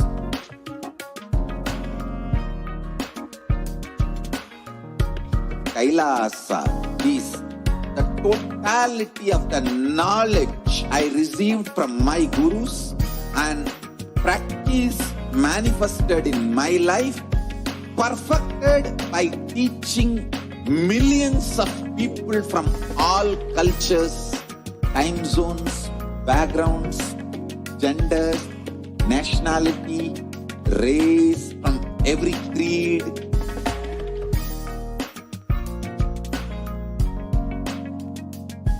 So this absolutely perfected knowledge available to you, served to you in your home without even you moving out of your couch, free of cost.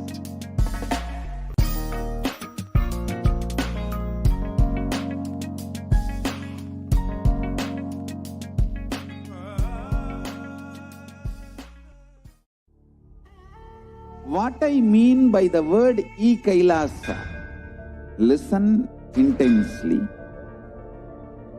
Enlightenment ecosystem, literally enlightenment itself, in your own home, wherever you are. If you cannot come to Kailasa, it's okay. Kailasa can come to you. Kailasa coming to you is e-Kailasa.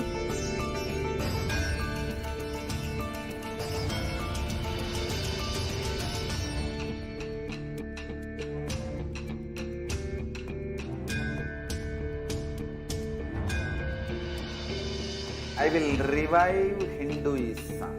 I am a Hindu revivalist, not by any revolution, but by evolution.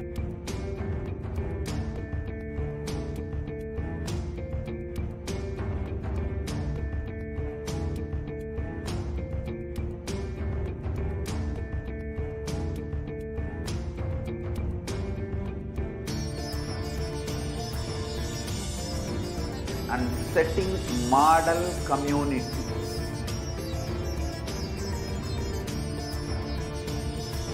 Kailasas, enlightenment ecosystems, Sarvanya Pitas all over the world.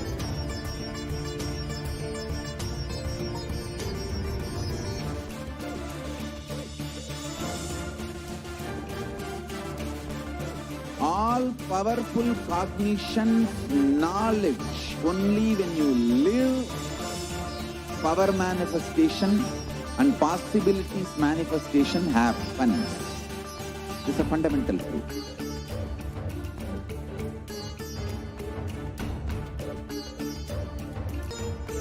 Hinduism cannot live exclusively as one sampradaya. No. All sampradayas of Hinduism is an ecosystem.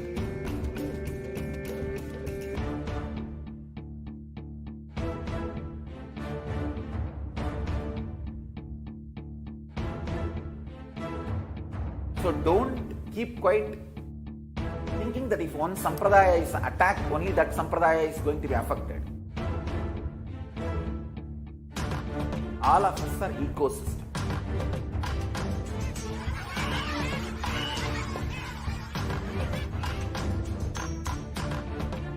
I invite all of you to get involved and enjoy Hinduism by the principle of Dharmo Rakshati Rakshitaha. When you protect Dharma, Dharma protects you. You will make the whole planet flourish spiritually. The spiritual prosperity will happen to the whole planet. We all have to coexist together.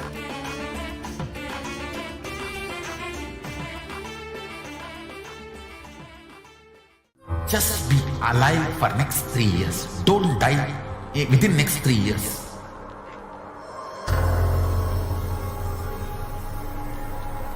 Just don't die within next 3 years. Be alive. Somehow be alive. I'm working sincerely.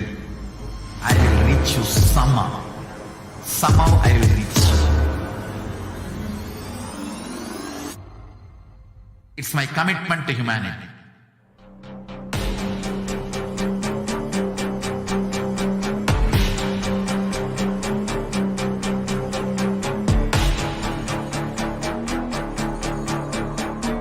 Just don't die within next 3 years. I will reach you wherever you are, whichever corner of the world you may be. I will reach you with enlightenment. You manifesting the space, state, powers, being Paramashivoham. It is possible, and it is possible for you.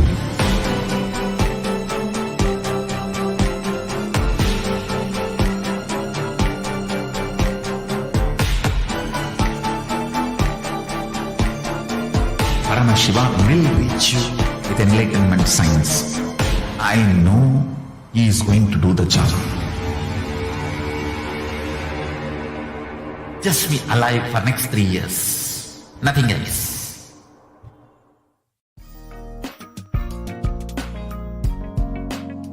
We get you health. We get you ability to build beautiful relationships in your life. We get you direct spiritual support, and we make sure you become wealthy.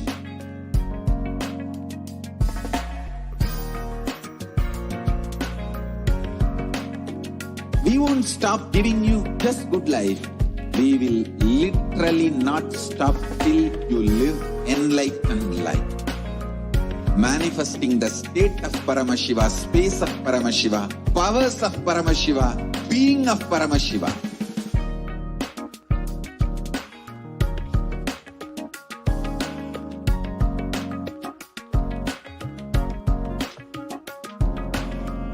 Whole world should become e-Kailashian. I want the whole world to know Hindus have something great to contribute to the world.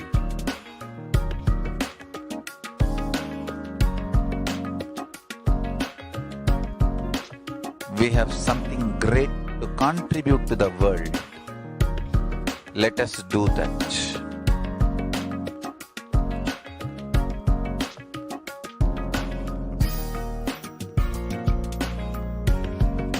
E-Kailasa is proper customized.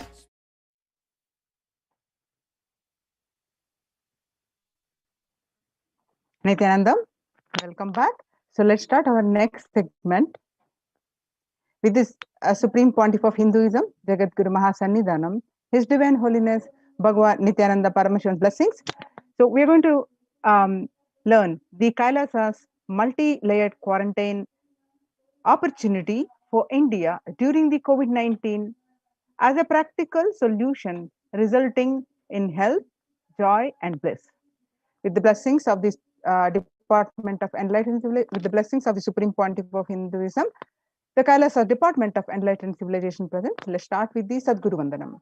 Nityam Paramasugadam Kevalam Jnanamurtim Dvandvatitam Gagana Sadrisham Tattvamasya Dilaksham Ekam Nityam Vimalamachalam Sarvadi Sakshibhutam Bhavatitam Trigunarahitam Sadgurum Tam Namami.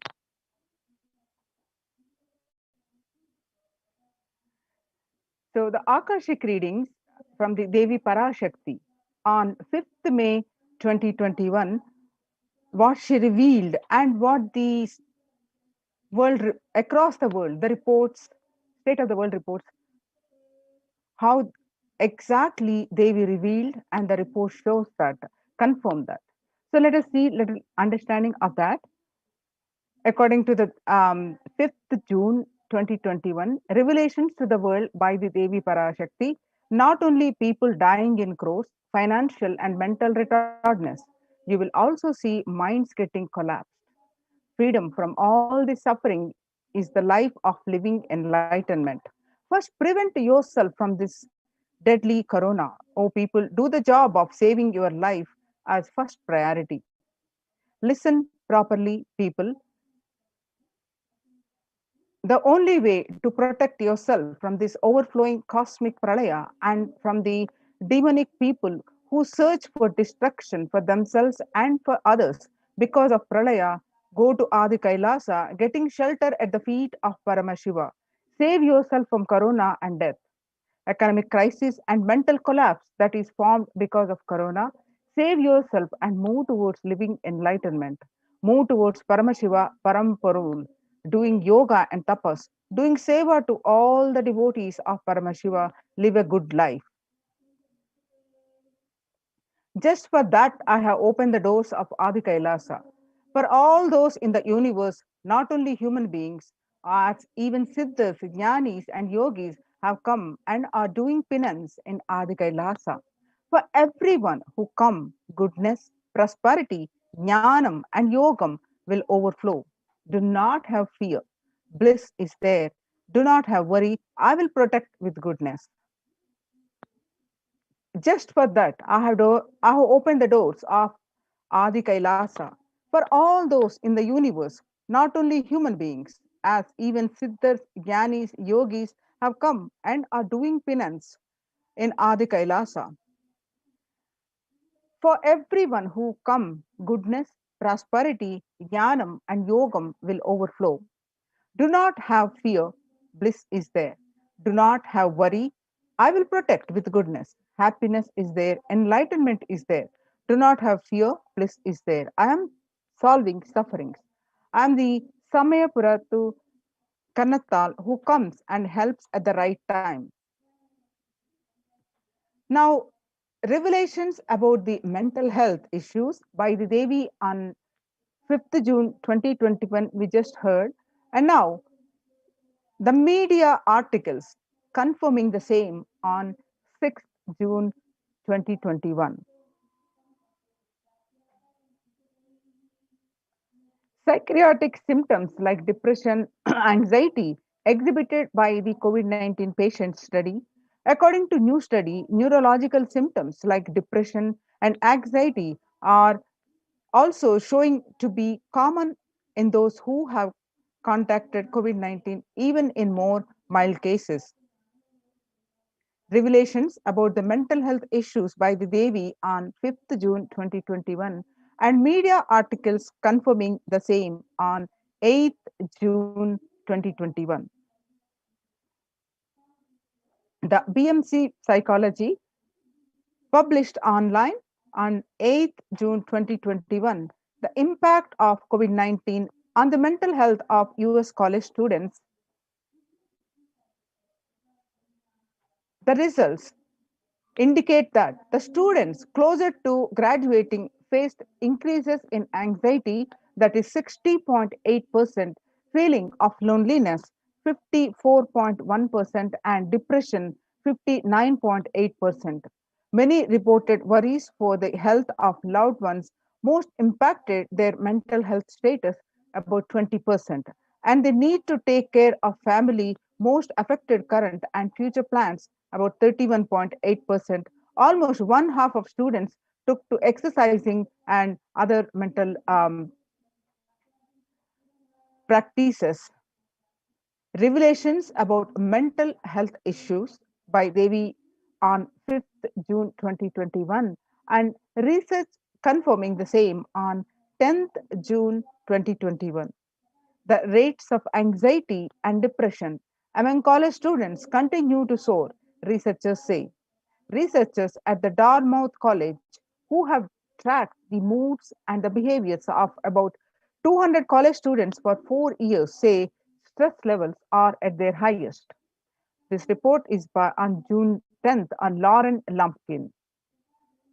Revelations about the mental health issues by the Devi on 5th June 2021 and research confirming the same on 10th June 2021. The Dartmouth College researchers began tracking 217 students when they entered the school as freshmen in 2017 in the hopes of understanding how they behave. They have seen students' stress levels rise and fall, usually in tandem with midterm and final exams. But since the onset of the coronavirus pandemic, The rates of depression and anxiety have soared and have showed no signs of coming down, said the Andrew Campbell, a researcher and computer science professor. The psychology today, the coronavirus, the psychological trauma and PTSD event. According to this report, much has been said about the mental health crisis that is occurring related to the coronavirus. Much of this information has focused on this all consuming anxiety, panic, and fear that many are experiencing. While this is important and needs to be at the forefront of discussions, something that has not been discussed is the psychologically, psychologically traumatic nature of what our nation and our world is experiencing. Revelations to the world by the Devi Parashakti, the increased and the articles confirming that the increased prevalence of post traumatic stress disorder is expected to emerge as a primary factor driving the growth of the global post traumatic stress disorder therapeutics market over the period of assessment. The global post traumatic stress disorder PTSD therapeutic market, say from 2020 to 2027, the growth of 11.1%.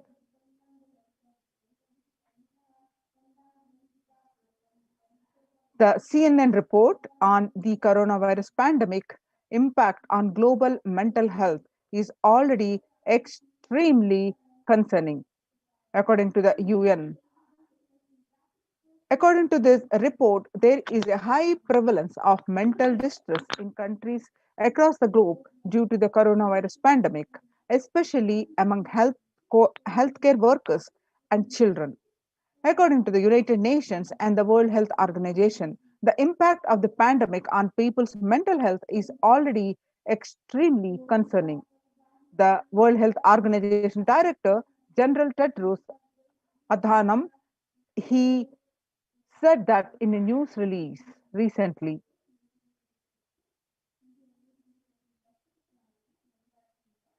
CNN Health reports that the coronavirus pandemic's impact on global mental health is already extremely concerning.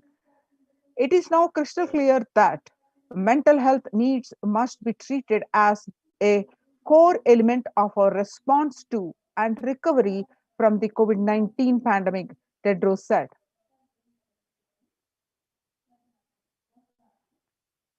And one of the most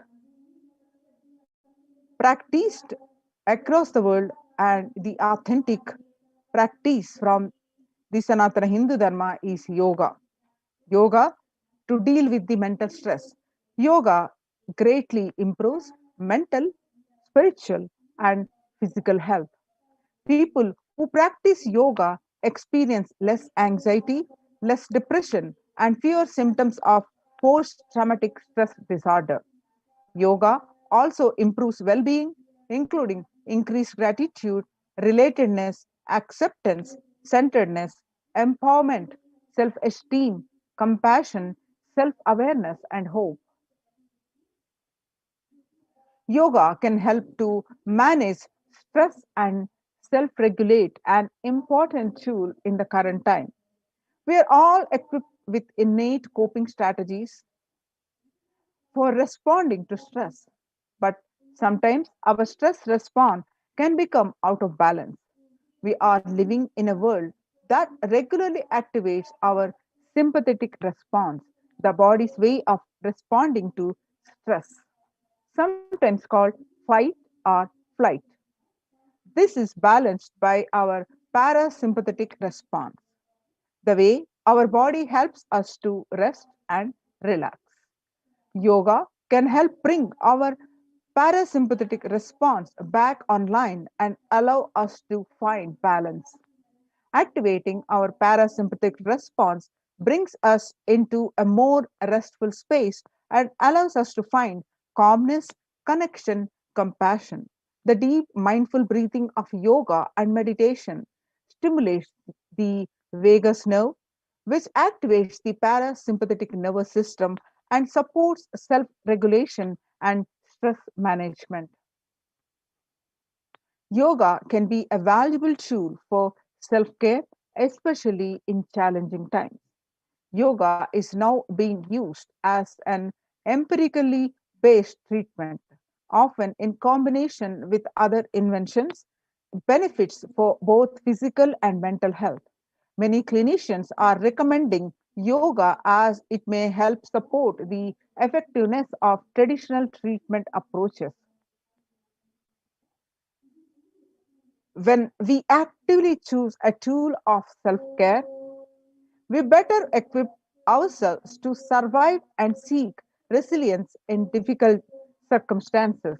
While it is but one tool, yoga offers the potential for connection and well being, even in these challenging times.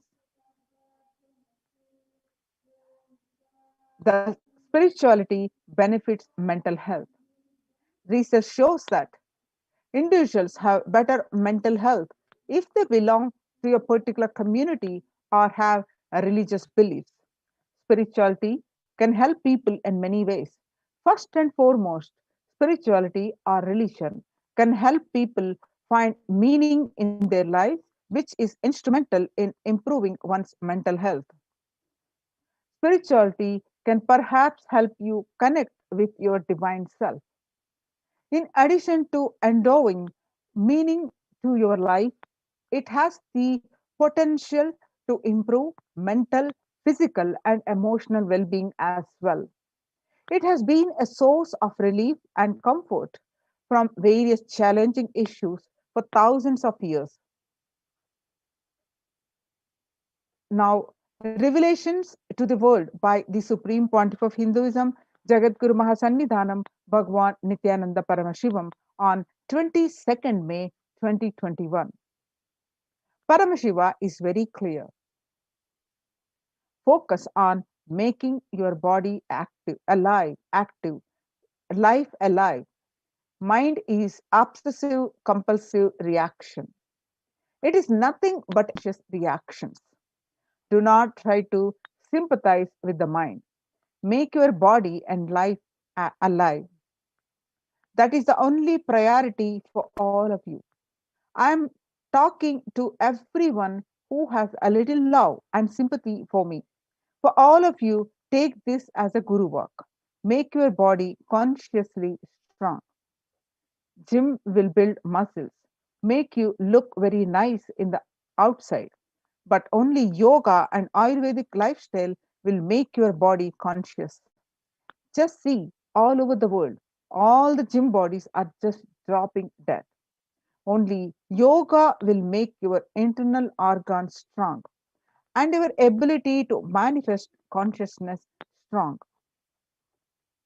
Let me give you the solution from Paramashiva to protect yourself from this whole pralaya, not just from corona.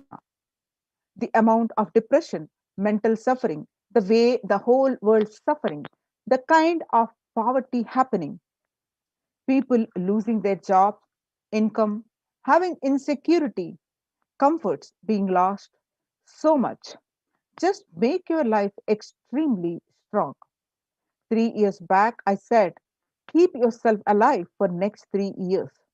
I have enough evidence that 3 years back, I trained the whole Kailasa, the devotees in their own homes. The Kailasa was inside the Sangha, physically, mentally, psychologically, or consciously for um, quarantine lifestyle. For being active without getting mentally broken by being in one place, doing intense yoga, making the body and internal organs strong, taking bilva leaf, neem juice, tulsi, haritaki, triphala churna, Ayurvedic lifestyle, the lifestyle of less food and more energy, more activism. I only told it is for an important reason. Please wake up, quarantine yourself, build your body. Don't bother about your business or any other profit and anything else. This year, if you are alive, that is the greatest profit. Kailasa Department of Enlightened Civilization present the revival of the temple sciences and ecosystems. As we have just seen, the revelations by the Devi Parashakti and how the world across the reports exactly confirming the same, and the Supreme Pontiff of Hinduism revealed to importance of building the body and spirituality, how it helps. See how the revival of the temple sciences and the ecosystems help you to deal the stress levels and related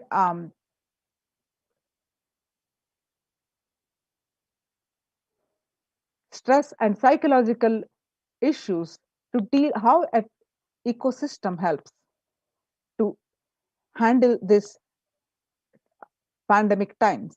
With the blessings of the Supreme Pontiff of Hinduism, as let us see across the world the temples which have been continuously serving, alive, active, functioning now for thousands and thousands of years.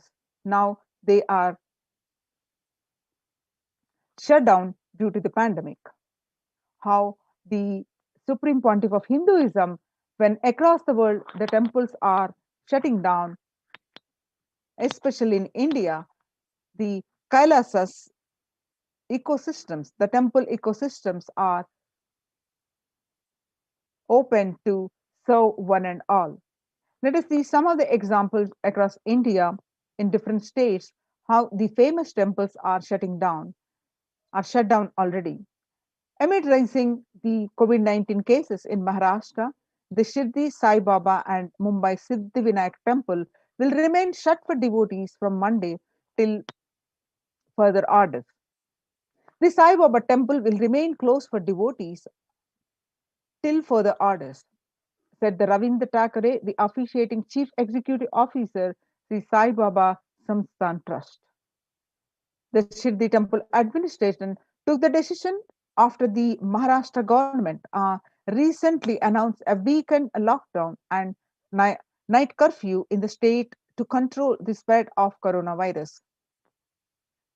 The famous Puri Jagannath temple to remain closed for public, keeping in view the surge of COVID-19 cases in Odisha and also in Puri, the authorities of the temple of Lord Jagannath temple in Pilgrim town on Sunday.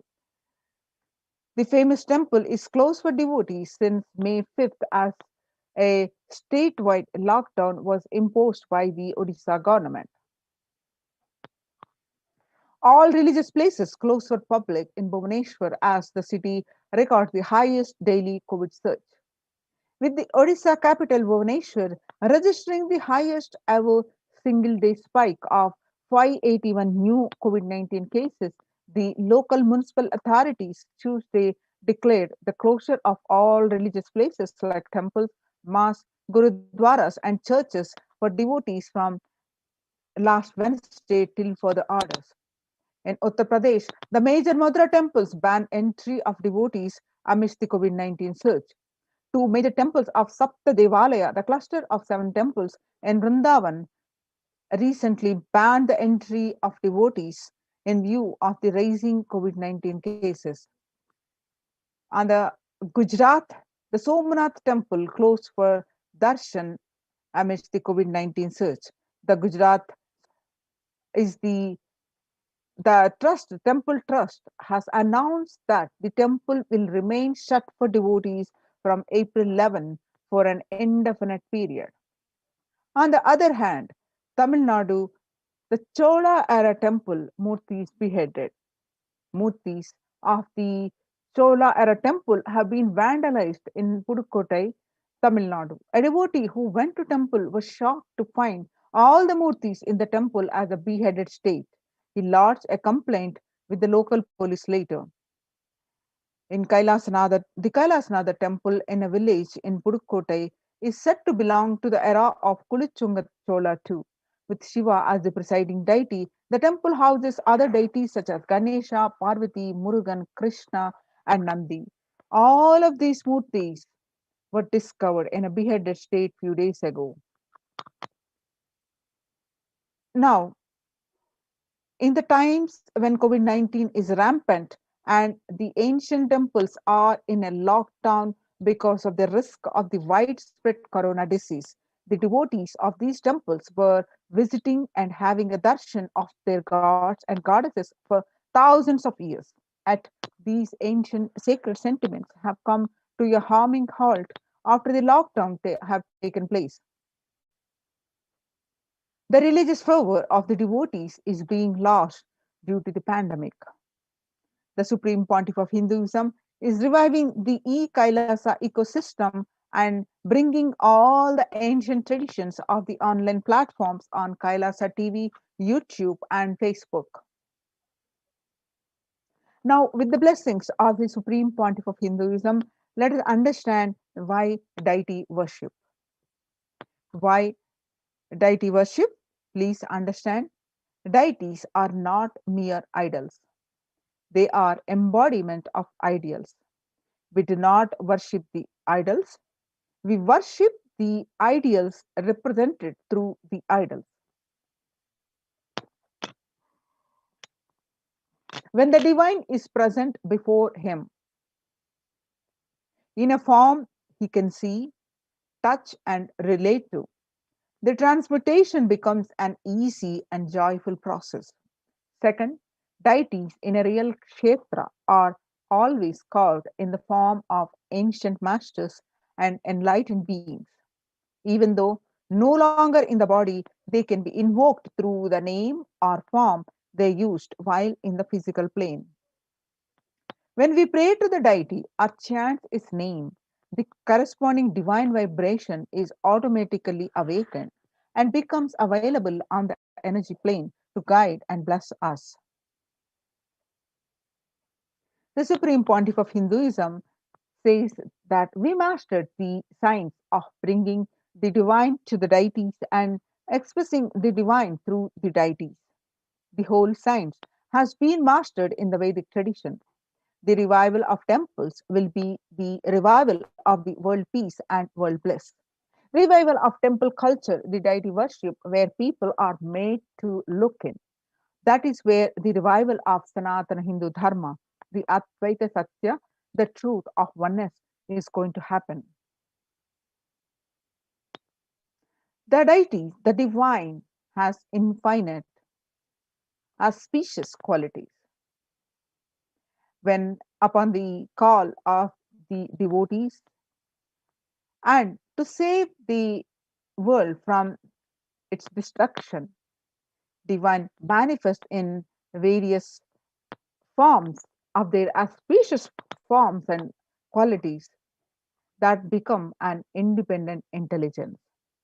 For example, Shiva saved Markandeya from death.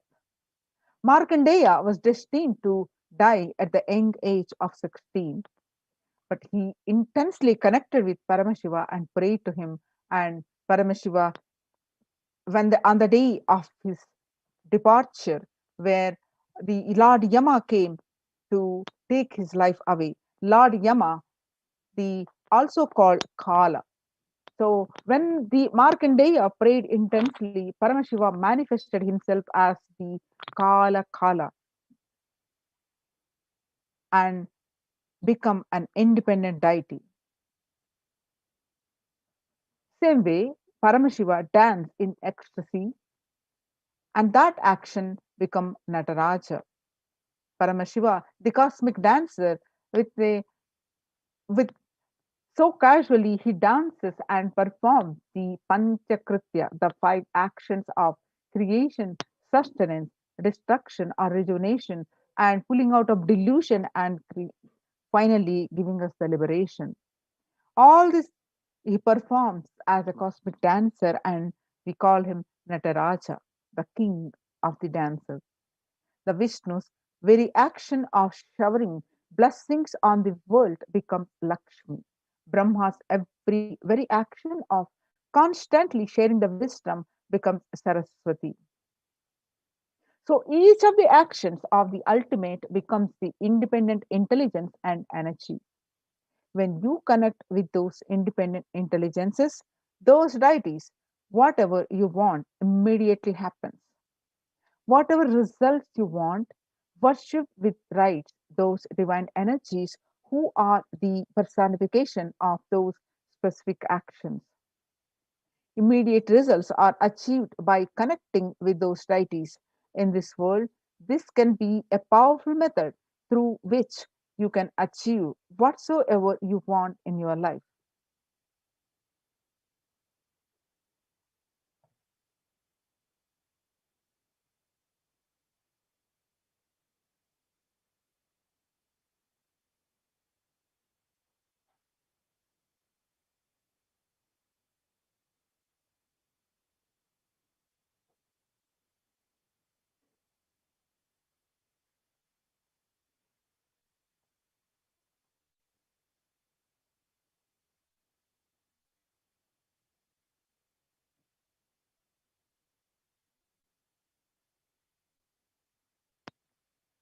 Now, the Kailasa's de facto spiritual embassies and the COVID care protection centers. We have seen the how the supreme pontiff of Hinduism reviving the temple ecosystems and how these ecosystems, the temple ecosystems, as the Kailasa de facto spiritual embassies and protecting the one and all for this from this corona pandemic. With the blessings of the Supreme Pontiff of Hinduism, Jagat Guru Mahasannidhanam, His Divine Holiness Bhagavan Nithyananda Paramashivan's blessings. Let's understand some more statistics across the world. Younger adults are more likely to report symptoms of anxiety and depression disorder during the COVID-19 pandemic. From ages 18 to 24, it is 56.2, and ages 25 to 49, it is 48.9, and ages 50 to 64, it is 39.1, and ages 65 plus, it is 29.3. The average share of adults reporting symptoms of anxiety disorder and or depressive disorder January to June 2019, with that 6 months, it was 11%. In January 2021 alone, it raised to 41.1%. The share of adults reporting symptoms of anxiety or a depressive disorder during the COVID-19 pandemic is young adults, it's 18 to 24, it's 56.2, and adults ages 25 to 49, it's 48.9, and adults ages 50 to 64, it's 39.1, and adults ages 65 plus are 29.3. So, how are you feeling? What employees say they feel more than half the time at work? 34% say tired, and 34% say stressed, burnt out, 21% say burnt out, and 22% say discouraged, and 19% say distracted, and 17% say depressed. The COVID-19 is a significant stressor for most Americans. Nearly 8 in 10, that is almost 78%, say the coronavirus pandemic is a significant source of stress in their life. Nearly 7 in 10, that is 67%, say they have experienced increased stress over the course of pandemic. 1 in 4 essential workers, That is 25% diagnosed with a mental health disorder since the start of pandemic. The COVID-19 could exacerbate the doctors' existing mental health burden. More than 60,000 US healthcare workers have contracted the COVID-19 and 300 have died. Of the health workers who treated patients during the China's COVID-19 outbreak, 50% showed signs of depression and 45% showed signs of anxiety. An estimated 300 to 400 physicians die by suicide every year. Self-reported mental health among pregnant women, new mothers before the COVID-19 pandemic, depression is 15%, and during the COVID-19 pandemic, it increased to 40.7%.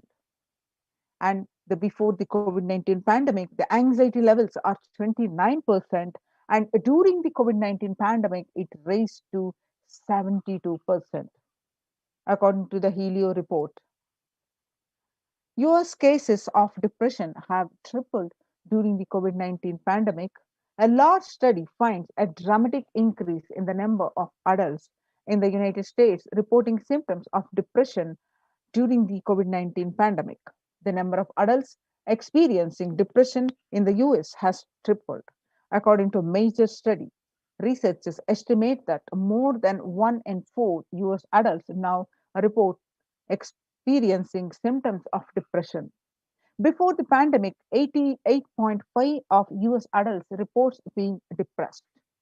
That number has risen to 27.8 as the country struggles with the COVID-19. The burnt out, the young workers hit hard. Ages 20 to 25 is 89%, ages 26 to 37% is 83%, and ages 38 to 54 is 73%, and ages 55 to 74 is 62%.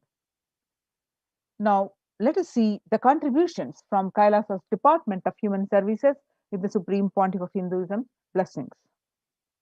Kailasa's Department of Religion and Worship, the Department of Human Services, and each of Kailasa's temple ecosystems consider the right of happiness to be the highest fundamental right of all human beings. In fact, all beings. The ultimate goal for Hinduism and Kailasa, led by the Supreme Pontiff of Hinduism, Jagadguru Mahasannidhanam, His Divine Holiness Bhagavan Nithyananda Paramashivam, is the material and spiritual well-being and prosperity of humanity. Kailasa is a place where everything related to super consciousness is revived. All the sampradayas, all the spiritual ecosystems created for enlightenment will be revived and established in such a way it never gets lost again. They're forever serving the humanity. Now let us see the pictures from how the Supreme Pontiff of Hinduism tirelessly worked to revive, establish, and revive the Kailasa's ecosystems across the globe. These pictures, the glimpses are you're seeing from the Kailasa's ecosystems, the Adi Kailasa Sarvajna Peetham, taken on 21st October 2006, following a meditation under the sacred banyan tree in Adi Kailasa. The peacekeepers of Kailasa, along with the children of Nithyananda Gurukul, celebrate the auspicious occasion of Deepavali. Peacekeepers of Kailasa and practitioners of the Paramashivoham meditation workshop take part in the celebrations of a traditional flag hoisting ceremony. The picture is taken on 22nd December 2018 at Adi Kailasa Sarvajna Peetham, Bidadi, Bangalore. The pictures that you are seeing, where you find the Supreme Pontiff of Hinduism conducting the Nithyananda Purana convention which is also called a Life Bliss Program Level 2, a meditation workshop in Chennai, India on 14th December 2006. The Supreme Pontiff of Hinduism conducting the Nithyananda Spurana Convention, the Life Bliss Program Level 2 at St. Peter's Engineering College, Chennai, India, on which is on 17th December 2006. The peacekeepers of Kailasa and the Supreme Pontiff of Hinduism embark on the Himalayan Yatra. The pictures that you're seeing are taken on 26th May 2006. The traditional sacred pilgrimage to the Himalayan mountains and up the river Ganga. The temple ecosystem of Tiruvannamalai serves as the driving factor in manifesting the lifestyle of health, wealth, and well being for the citizens of Tiruvannamalai, one of the remaining living temple ecosystems in Tiruvannamalai. This picture that you're seeing, where you find the Supreme Pontiff of Hinduism waving the flag to the thousands and thousands, in fact, lakhs who are on the procession, which are in Tiruvannamalai as part of the temple rituals on 20th December 2011. The peacekeepers of Kailasa and participants of the Nithyananda Paramashivoham program take part in the morning meditation and the traditional puja or ritualistic worship. The picture is taken on 31st December 2018 at Adi Kailasa, Bidadi, India. The peacekeepers of Kailasa, led by the Supreme Pontiff of Hinduism, take part in Karaseva. The pictures that you're seeing, where the Supreme Pontiff of Hinduism himself demonstrating the Karaseva. Karaseva is a voluntary contribution of physical service towards the cleaning or construction of the sacred Hindu temple at Adi Kailasha, Bidadi, Bangalore, which the picture is taken on 11th September 2006. Kailasa's ecosystems around the world. The picture that you're seeing, you find that the ecosystems are spread across the globe, across the continent. Starting from the first ecosystem in 1994, Kailasa in Tiruvannamalai is traditionally passed on to the hands of the Supreme Pontiff of Hinduism, Jagadguru Mahasannidhanam, His Divine Holiness Bhagwan Nithyananda Paramashivam.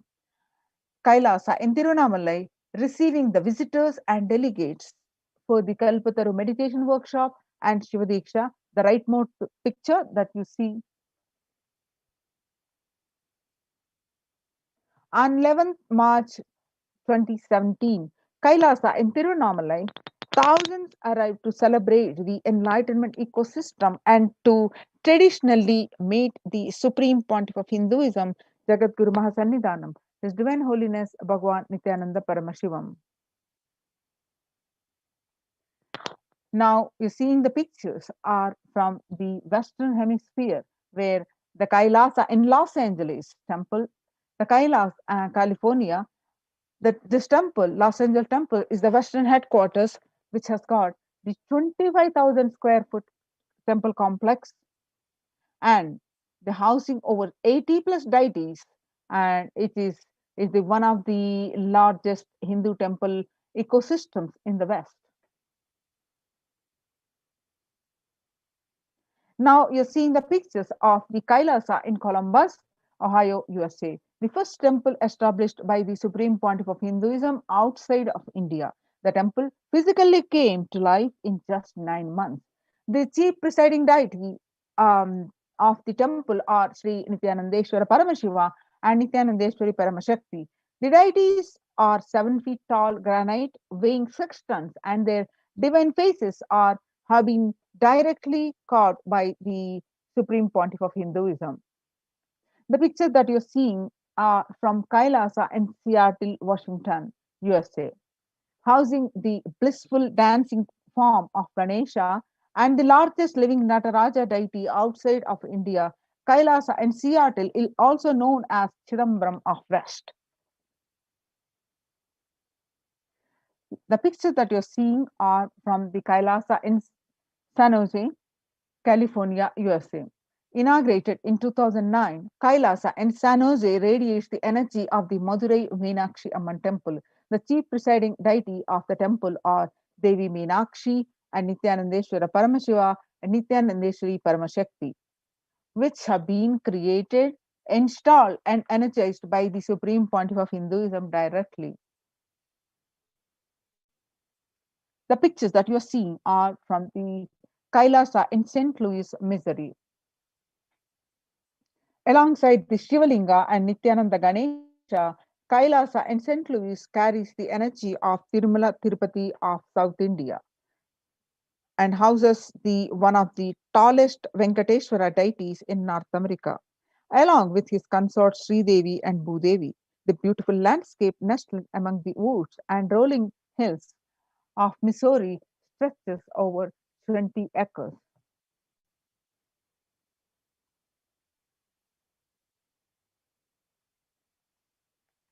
The pictures that you're seeing are from Kailasa in Phoenix, Arizona, the home to over 21 deities, and with the temple structure of 2,500 square foot, Kailasa in Phoenix has been directly established by the Supreme Pontiff of Hinduism, Jagadguru Mahasannidhanam, His Divine Holiness Bhagwan Nithyananda Paramashivam, serving as an energy field of worship, meditation, and celebration for over 7 years.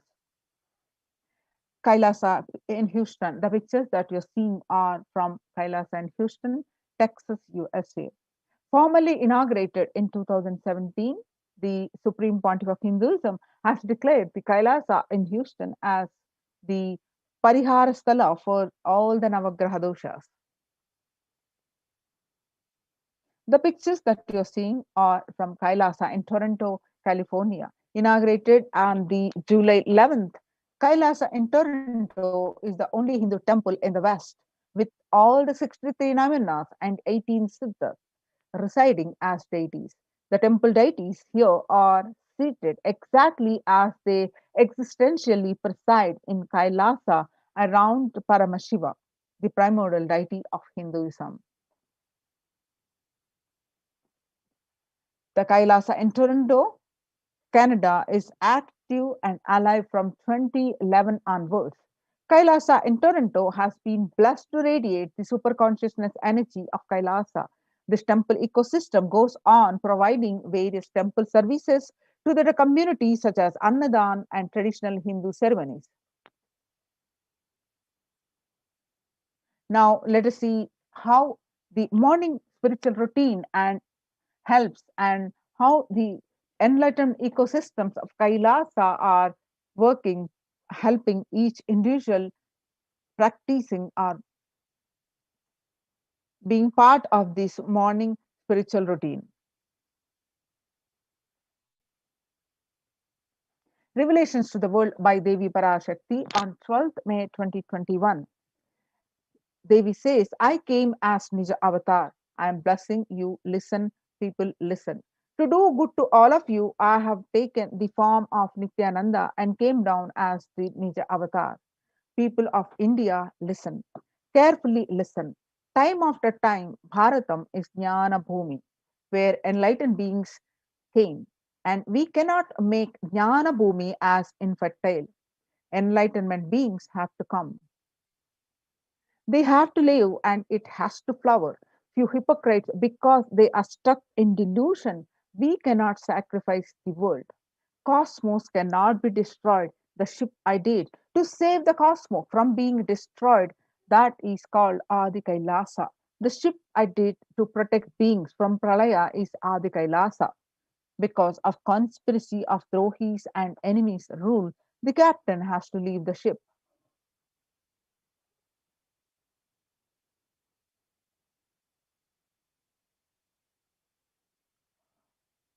Before 12 years, knowing the great deluge that is going to happen, the all Aushadas, by this Guru Purnima, the Jnana Rasavadam, Navapashana is going to flower. Allow people to come and take a dip in Navapashana flower. People, whoever comes and dip in Vaida Sarovar, they will not have death. They will not have corona. Crores and crores of people will come in line every day they will take a dip in the Vaidya Sarovar in the Ananda Lingam. On 13th May 2021, Devi will continue to reveal that listen well to my words. For India, I made ship as protection. The Nithyananda Navapashana Lingam in Vaidya Sarovar. Go to Adi Kailasa, O Indians, listen. All those regretting losing the Nityananda Nija Avatara without confusion and without taking just as a lip service, go to Adi Kailasa. When the first world countries closed their borders during a massive global emergency, Kailasa has opened its doors to all without exception. The morning spiritual routine is the fuel to reach Kailasa. Morning routine and the chemical changes it brings in you and the healing it does to in your system and the biological rhythm it sets in your system, all of them are very important. It is an important fuel for you to experience the multiple dimensions of the universe. The special spiritual routine and integrity to that spiritual routine initiations are completely private, personal between you and me, says the Supreme Pontiff of Hinduism. The members of Kailasa's protective, preventive, multi layered quarantine initiative take part every day in the morning spiritual routine here in Adi Kailasa Sarvagna Peetam. The morning spiritual routine consists of the Nityananda Yoga, Panchakriya, Nitya Pratyaksha Paduka Puja, Kashayam, that is herbal drinks, and the Nitya Satsang by the Supreme Pontiff of Hinduism. When you tune your biological clock to the spiritual practices, because the chemistry you enjoy inside matters that decide the kind of plane of the universe, dimension of the universe you are going to experience. Kailasa or Patala. Patala is the underworld, the demons live, and Kailasa is where Paramashiva lives, is the at the highest abode, or Swarga or Naraka, heaven or hell. Morning spiritual routine is the direct path to Kailasa.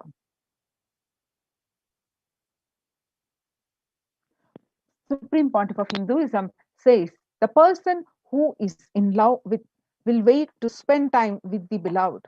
If you are a seeker, you will be waiting for this 5 hours every day because that is the time you get near what you are seeking closely.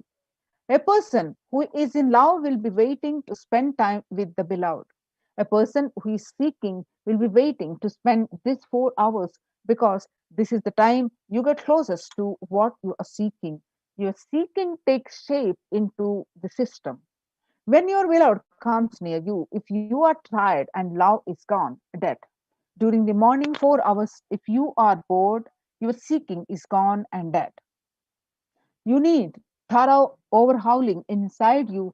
You need to ask yourself. You need to question many of your answers. You need to bring the pure questioning back into your life. Soon after you get up, you do the Panchakriya. That is, Panchakriya involves the five powerful processes to remove toxins and impurities from the system. Just like how we take a shower every day to clean the external part of our body, Panchakriya is a powerful cleansing process which cleanses the internal organs of our body, keeping it cool. These techniques not only cleanse our body but bring peace and balance in our mind and lightness and bliss to our being. In puja, you experience space of bhakti, the devotion, the space of surrender that occurs to you from this devotion moves you from I, which is so heavy, to God. This surrender allows us to drop all the unnecessary baggage from the head. One of the beautiful pujas in the Hinduism is Rudrabhishekam. In Rudrabhishekam, we offer sacred bath to Shivalinga while chanting the powerful mantras. The Shivalinga is a deity which beautifully represents the divine. Its form indicates how God is beyond form and formless. In puja, we sit down and connect with God by performing Rudrabhishekam. O Sadashiva, O God, I know you are the source of everything. You are everything, and you are in this Shivalinga, and you are in this body. Let me connect with you. Let you reveal yourself to me. When we sit in that bhava, we sit with that context and do the action of Rudrabhishekam. We experience bhava samadhi. Only in bhava samadhi can give us the higher taste and higher joy in life. Rudrabhishekam is a beautiful ritual which allows us to experience the bhava samadhi of Shivoham, that I am divine. If you just follow this morning 5 hours enough, you will have Vak Shakti, all Shaktis manifesting in you, because all the obstacles for manifesting Shaktis, the tiredness, boredom, pitta, fatigue, everything will be churned out in that morning 5 hours. The morning puja is the most powerful mandala process, Shakti Pata. Melting your being, and then sitting and listening to the sacred truths, constantly inspiring, engaging, alive, awakening. Just this morning 5 hours, if you can bring integrity and authenticity, all the obstacles stopping you from power manifestation will disappear.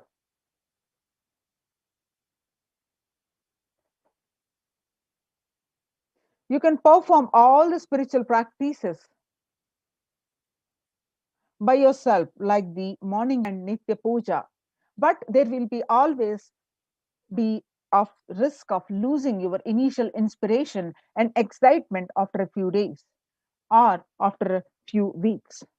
Living in the enlightenment ecosystem, even if your boredom or tiredness try to pull you down, the Sangha will support you, help your help you by giving the wake up call and supporting you to complete your incompletions. In Sanatana Hindu Dharma, we had at least 10,000 sampradayas, religions, spiritual traditions keeping this enlightenment science alive.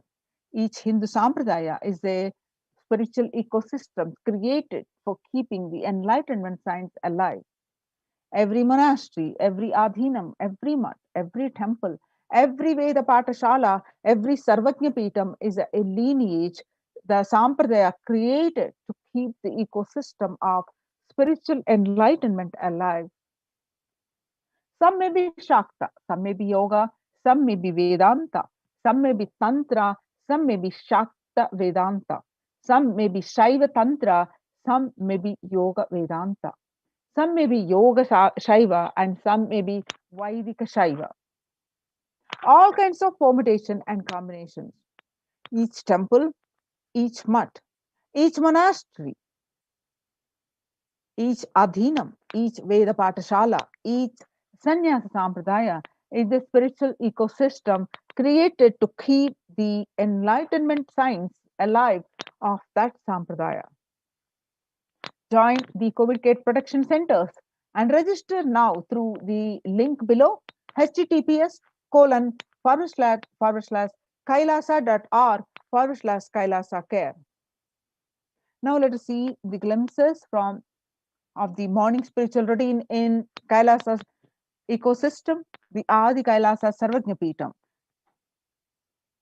As we just understood, the morning spiritual routine makes up the first 5 hours of anyone's day, and one of the most fundamental um, and vital part and practice to for seeker anyone to the path to achieve enlightenment, to achieve the ultimate super consciousness and the space of Paramashivoham.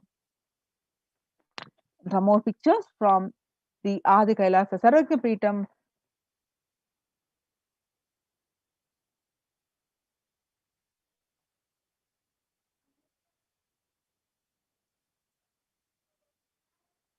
Some more pictures that people, participants are doing the puja and morning spiritual routine.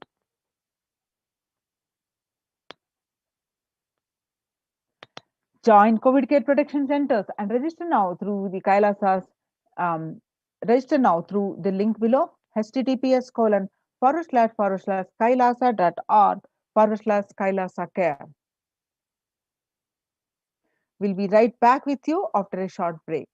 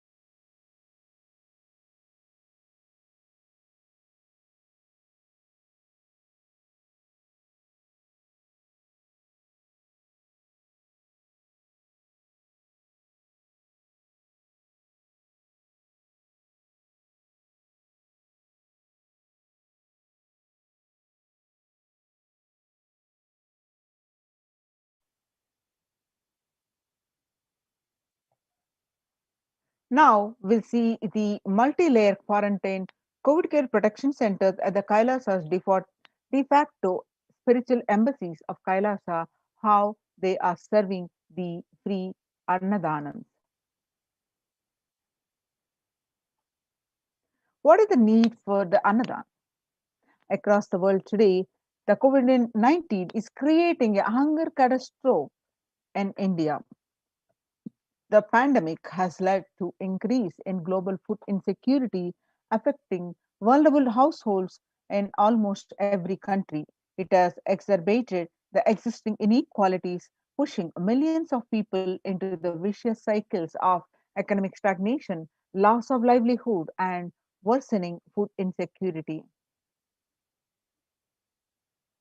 The World Bank estimates that 71 million people will be pushed into extreme poverty across the globe as a result of the pandemic. The World Food Programme estimates that an additional 130 million people could fall into the category of food insecure over and above the 820 billion who were classified as such by the 2019 State of the Food Insecurity in the World report. Hunger in plain sight. COVID 19 worsens the plight of food insecurity. More than 50 million people have experienced the food insecurity during the pandemic, up from 35 million in 2019, according to the Feeding America nonprofit, the nation's largest uh, demos- domestic hunger relief organization. Child malnutrition and hunger skyrocket in Haiti as the COVID 19 infections spike. At least 86% children are at risk of developing a severe acute child malnutrition this year in Haiti, according to the sources connected to the United Nations Children's Fund. Number of children projected to suffer from starvation this year has doubled as the impoverished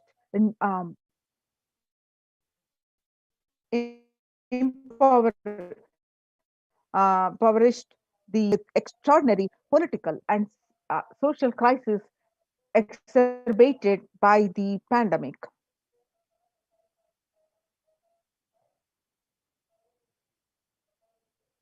Refugees are paying the highest price in the COVID 19 pandemic. Vulnerable groups such as refugees are paying the highest price in COVID-19 pandemic. We are seeing the alarming trends that show many refugees around the world are unable to pay for food or rent and are struggling to access healthcare and education. The price hikes in local markets and further displacement caused by the campfires and have pushed many families further into food insecurity. During April and May, around 30,000 refugees in the Cox's Bazar camps raised questions and concerns, with 63% seeking services, including urgent food relief and shelter. Just over one third, that is 37%, requested health or medical care. The number of people sitting on the blink on the brink of famine has risen from 34% projected at the beginning of the year to 41 million projected as of June. He said without immediate emergency food assistance, they too face starvation, as the slightest shock will push them over the cliff into famine conditions.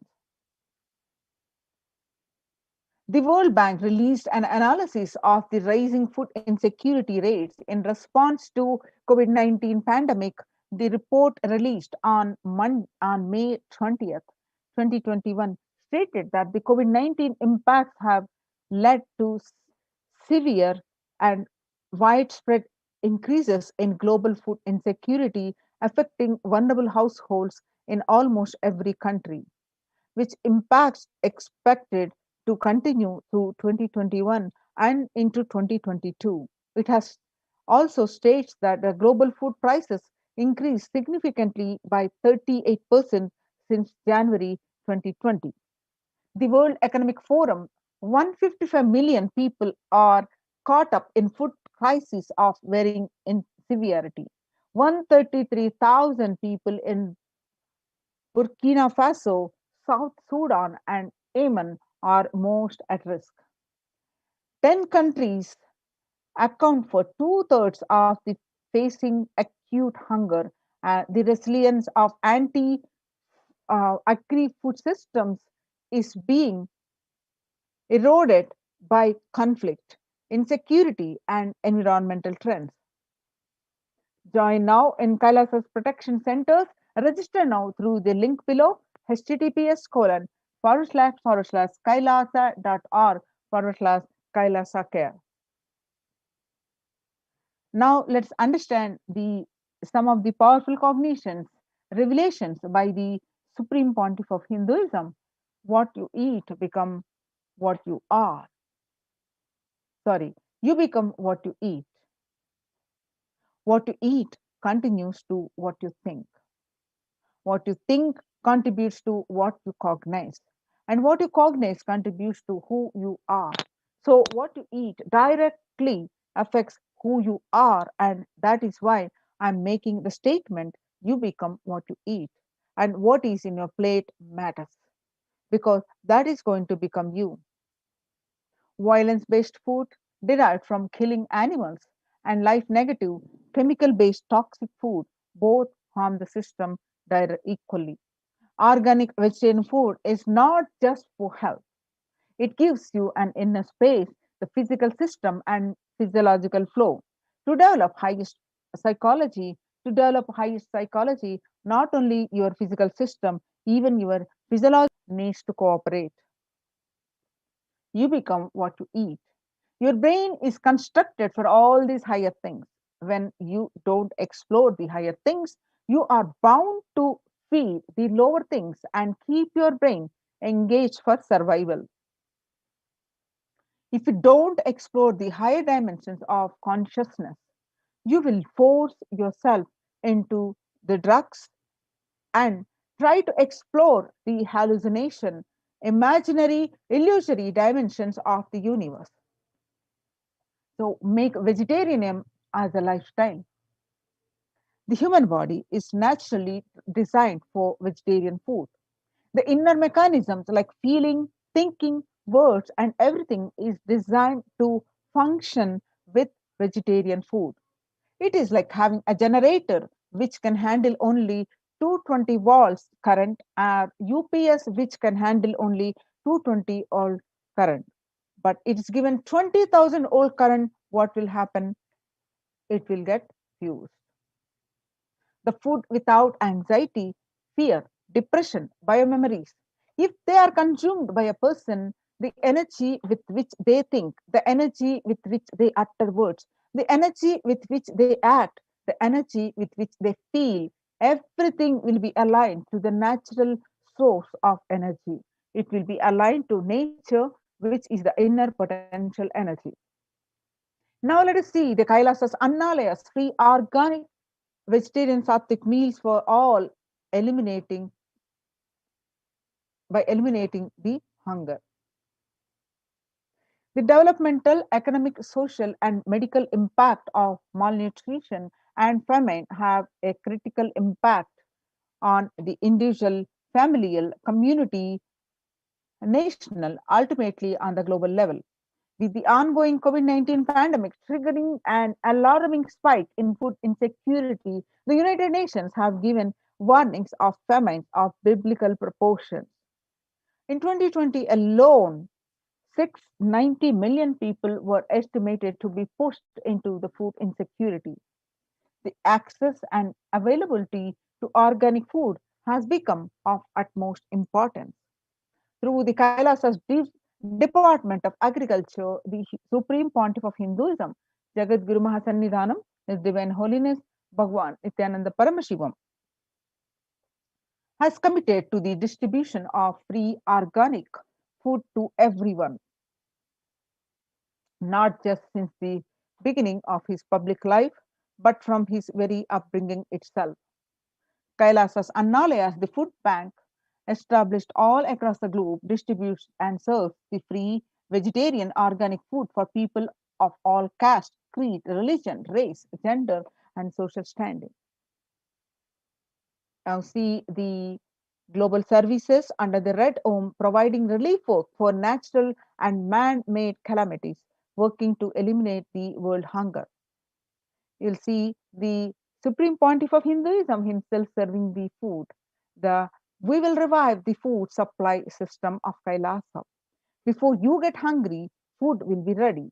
Continuous Anadan. I'm not giving you any fantasy. It's already becoming a reality, says the Supreme Pontiff of Hinduism. Now, the pictures that you're seeing are from way back in 22nd November 2002. The pictures show the early days of Kailasa spiritual mission, where the Supreme Pontiff of Hinduism is offering the Annadan, providing the free organic vegetarian meal on Kartike Deepam, Tirunamalai, India.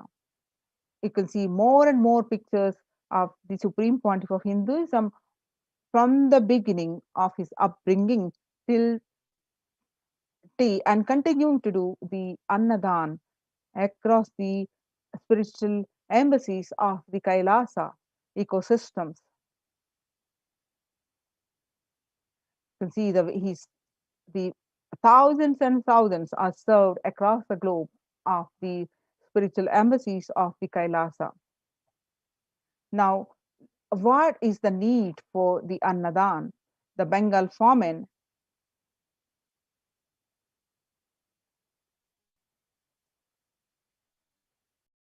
What I found in researching the Bengal famine was that Churchill did several things that greatly aggravated the death toll. India was being used for war effort. Indian resources, Indian soldiers, and Churchill repeatedly refused to acknowledge the fact that the extent to which India was used could lead to famine. Viceroy to India, Archibald Wavell, called the Bengal famine one of the greatest disasters to have befallen people under British rule, and said the reputational damage was incalculable.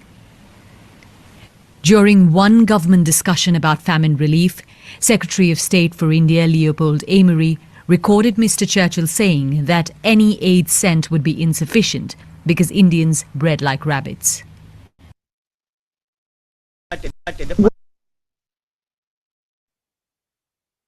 In 1943 and 1944, in the man-made famine of Bengal, as per existing records, of 3+ million were murdered. The Prime Minister of the world's biggest empire, controlling 1/3 of mankind, claimed they could not do anything about the people dying of hunger because Hindus bred like rabbits and the famine was their fault. In 2016, Ujjain, on the other hand, In the Ujjain Kumbh Mela, the peacekeepers of Kailasa served organic food to over 3+ millions in one event. The peacekeepers of Kailasa, under the leadership of the Supreme Pontiff of Hinduism, have served more than 1 billion free meals. Not only that, in past 26 years and are determined to end hunger and poverty in all its forms. Kailasa, with 200 peacekeepers at any given time, can deliver what even one of the biggest countries could not deliver. Kailasa is not driven by fear or greed. It is an enlightenment-based nation driven by selfless service.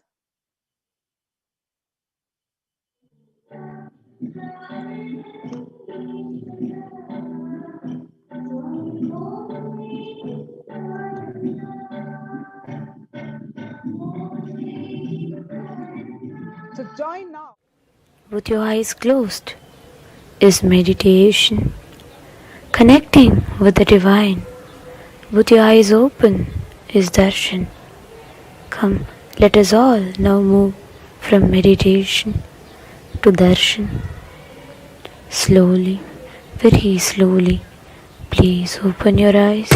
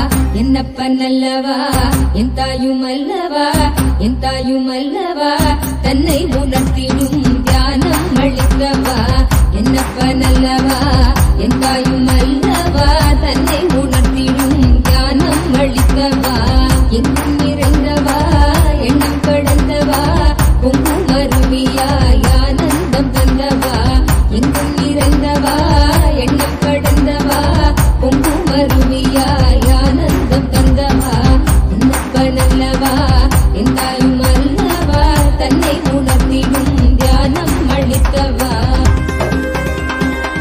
ஏழாம் உடல்கள் தாண்டி நித்திய வாழ்வும் கண்டிட கேடான காலில் தன்னை வென்று நீலை நின்றிட ஏழாம் உடல்கள் தாண்டி நித்திய வாழ்வும் கண்டிட கேடான காலம் தன்னை வென்று நீலை நின்றிட சீரான பாவம் கழி நீங்கி பெரும் வாழ்வினை கொண்டாட நித்யானந்த ஸ்புரணம் தன்னை செய்தவா சீரான பாவம் கழி நீங்கி பெரும் வாழ்வினை கொண்டாட நித்யானந்த ஸ்புரணம் தன்னை செய்தவா என்னப்பன் என்னப்பன் என்னப்பன் அல்லவா என் தாயும் அல்லவா தன்னை உணர்த்திடும் தியானம் அளித்தவா என்னப்பன் அல்லவா என் தாயும் அல்லவா தன்னை உணர்த்திடும் தியானம் அளித்தவா ஏழாம் உடல்கள் தாண்டி நித்திய வாழ்வும் கண்டிட கேடான காலில் தன்னை வென்று நீலை நின்றிட ஏழாம் உடல்கள் தாண்டி நித்திய வாழ்வும் கண்டிட கேடான காலம் தன்னை வென்று நீலை நின்றிட சீரான பாவம் கழி நீங்கி பெரும் வாழ்வினை கொண்டாட நித்யானந்த ஸ்புரணம் தன்னை செய்தவா சீரான பாவம் கழி நீங்கி பெரும் வாழ்வினை கொண்டாட நித்யானந்த ஸ்புரணம் தன்னை செய்தவா என்னப்பன் என்னப்பன் என்னப்பன் அல்லவா என் தாயும் அல்லவா தன்னை உணர்த்திடும் தியானம் அளித்தவா என்ன என்னப்பனல்லவா என் தாயும் அல்லவா தன்னை உணர்த்திடும் தியானம் அளிக்கவா ஏழாம் உடல்கள் தாண்டி நித்திய வாழ்வும் கண்டிட கேடான காலில் தன்னை வென்று நீலை நின்றிட ஏழாம் உடல்கள் தாண்டி நித்திய வாழ்வும் கண்டிட கேடான காலம் தன்னை வென்று நீலை நின்றிட சீரான பாவம் பழி நீங்கி பெரும் வாழ்வினை கொண்டாட நித்யானந்த ஸ்புரணம் தன்னை செய்தவா சீரான பாவம் பழி நீங்கி பெரும் வாழ்வினை கொண்டாட நித்யானந்த ஸ்புரணம் தன்னை செய்தவா என்னப்பன் என்னப்பன் என்னப்பன் அல்லவா என் தாயும் அல்லவா தன்னை உணர்த்திடும் தியானம் அளிக்கவா என்னப்பன் அல்லவா என் தாயும் அல்லவா தன்னை உணர்த்திடும் தியானம் அளிக்கவா ஏழாம் உடல்கள் தாண்டி நித்திய வாழ்வும் கண்டிட கேடான காலில் தன்னை வென்று நீலை நின்றிட ஏழாம் உடல்கள் தாண்டி நித்திய வாழ்வும் கண்டிட கேடான காலம் தன்னை வென்று நீலை நின்றிட சீரான பாவம் பழி நீங்கி பெரும் வாழ்வினை கொண்டாட நித்யானந்த ஸ்புரணம் தன்னை செய்தவா சீரான பாவம் பழி நீங்கி பெரும் வாழ்வினை கொண்டாட நித்யானந்த ஸ்புரணம் தன்னை செய்தவா என்னப்பன் என்னப்பன் என்னப்பன் அல்லவா என் தாயும் அல்லவா தன்னை உணர்த்திடும் தியானம் அளிக்கவா என்னப்பன் அல்லவா என் தாயும் அல்லவா தன்னை உணர்த்திடும் தியானம் அளிக்கவா என்னப்பன் அல்லவா என் தாயும் அல்லவா தன்னை உணர்த்திடும் தியானம் அளிக்கவா என்னப்பன் அல்லவா என் தாயும் அல்லவா தன்னை உணர்த்திடும் தியானம் அளிக்கவா எங்கும் நிறைந்தவா எண்ணம் கடந்தவா பொங்கும் அருவியாய் ஆனந்தம் தந்தவா எங்கும் நிறைந்தவா எண்ணம் கடந்தவா பொங்கும் அருவியாய் ஆனந்தம் தந்தவா என்னப்பனல்லவா என் தாயும் அல்லவா தன்னை உணர்த்திடும் தியானம் அளிக்கவா என்னப்பனல்லவா என் தாயும் அல்லவா தன்னை உணர்த்திடும் தியானம் அளிக்கவா எங்கும் நிறைந்தவா எண்ணம் கடந்தவா பொங்கும் அருவியாய் ஆனந்தம் தந்தவா எங்கும் நிறைந்தவா எண்ணம் கடந்தவா பொங்கும் அருவியாய் ஆனந்தம் தந்தவா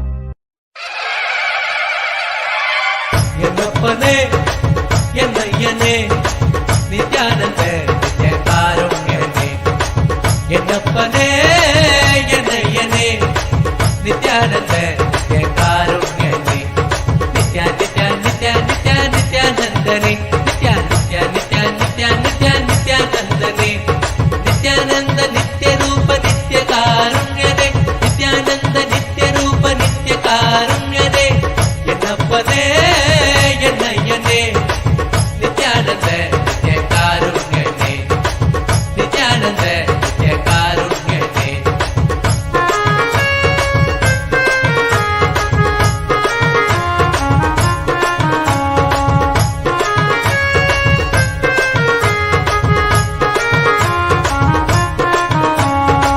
பன்னீர் கை நித்ய குருநாதனே பன்னீர் கை குருநாதனே பன்னீர் கை நித்ய குருநாதனே பன்னீர் கை குருநாதனே பக்தர்கள் கனுகூலனே பக்தர்கள் கனுகூலனே நித்யா நித்யா நித்யா நித்யா நித்யானந்தனே நித்யா நித்யா நித்யா நித்யா நித்யா நித்யானந்தனே நித்யானந்த நித்ய ரூப நித்ய காருண்யனே நித்யானந்த நித்ய ரூப நித்ய காருண்யனே என்னப்பனே என்னையனே நித்யானந்த நித்ய காருண்யனே என்னப்பனே என்னையனே நித்யானந்த நித்ய காருண்யனே நித்யா நித்யா நித்யா நித்யானந்தனே நித்யா நித்யா நித்யா நித்யா நித்யா நித்யானந்தனே நித்யானந்த நித்ய ரூப நித்ய காருண்யனே நித்யானந்த நித்ய ரூப நித்ய காருண்யனே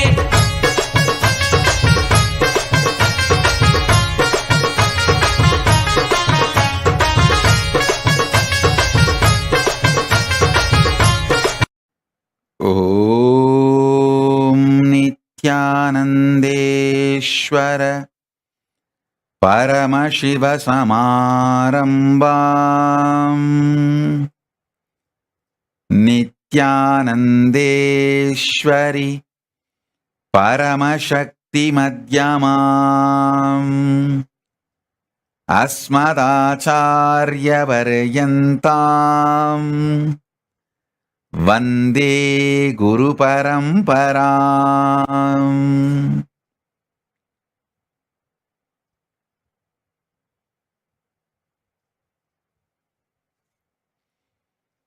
I welcome you all with my love and respect. I welcome all the devotees, disciples, Samajis, Satsangis, Shri Mahants, Mahants, Mantreshwara, Vidyeshwaras, Ganeshwaras, Lokeshwaras, Astreshwaras, ambassadors, diplomats, e-diplomats, citizens, consulate generals. I welcome all of you with my love and respect. Paramashiva's message, directly from Kailasa. Listen. Listen intensely.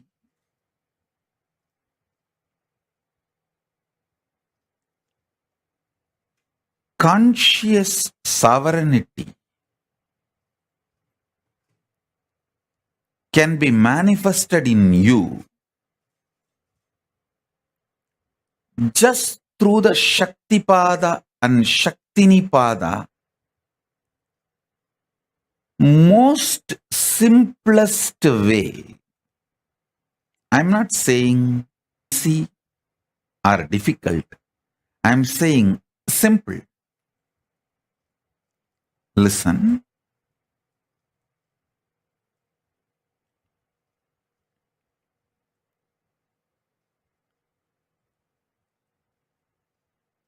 Mind always works in the language of quality and quantity. If your mind, which can relax from this constant engaging with qualities and quantities, and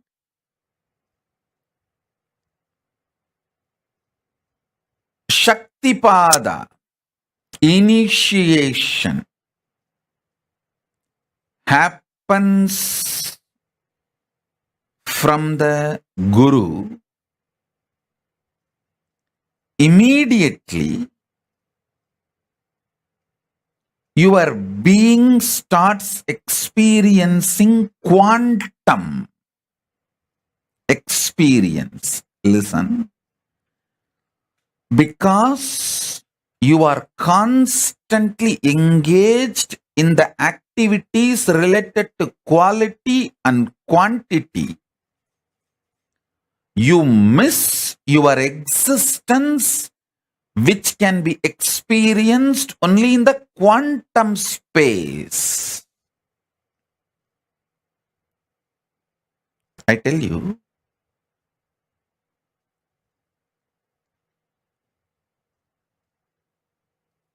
you can achieve conscious sovereignty in multiple ways.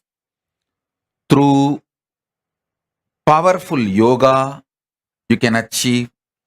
Through kriyas, you can achieve. Through bhakti, you can achieve. Through yoga Vedanta, yoga and Vedanta together. By practicing, you can achieve. You can achieve with Veda and Agama. Making Veda and Agama as your lifestyle, Charyapada, you can achieve. There are multiple paths. You can achieve conscious sovereignty. I'll explain the most simplest way I achieved and transmit that same to all of you, because I committed to all of you by this Guru Purnima. I want to give this great gift of conscious sovereignty to all of you.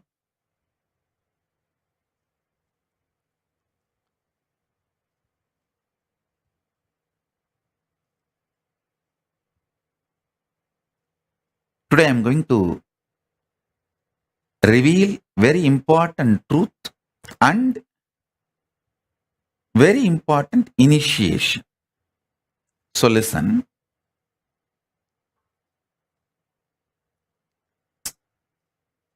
This quantum experience of initiation, Shaktipada and Shaktinipada, happens in a very sweet, simple, relaxed sitting with the Guru.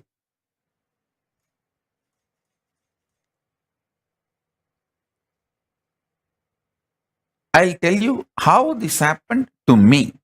Then you can understand.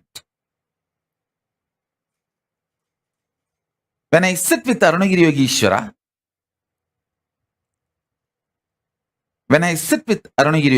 my Guru,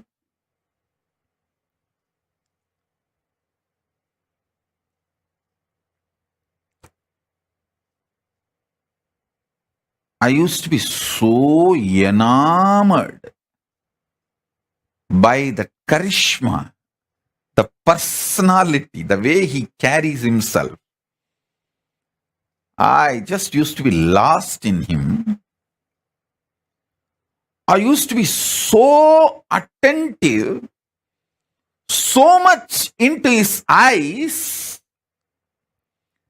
When I ask a question, the way his eyes react or respond, I know I asked the right question, or I asked the useless question, or I asked the wrong question, or I was just trying to poke him. More or less like an attention need, not the real question. I know everything just by the way his eyes react. The way he turns his head, I know whether he likes the question I put or is neutral about the question I put, or he doesn't like the question I put, or he likes the question but not the way I put. I will know everything, the way his eyes react before even he starts answering. It is such space. I know he knows every thought current getting created or I am entertaining, engaging with. Some thoughts will appear, I will not engage with it. Some thought currents will appear, I will just try to drop it. All this he just knows, and I know that he knows. It is like I am absolutely in a nirvana space with him. This body cloth does not stop him looking into my inner space. That is what I call nirvana space.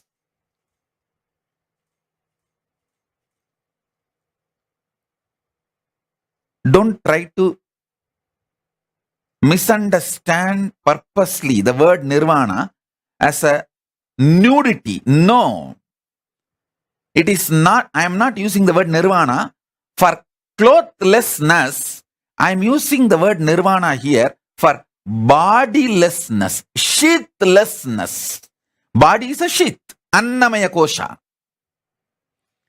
This sheath does not stop the way I engage me with him or the way he engages with me.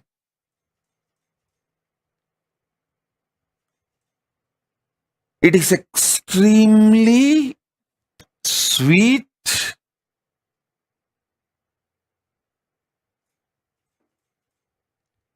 absolutely feeling secured, protected,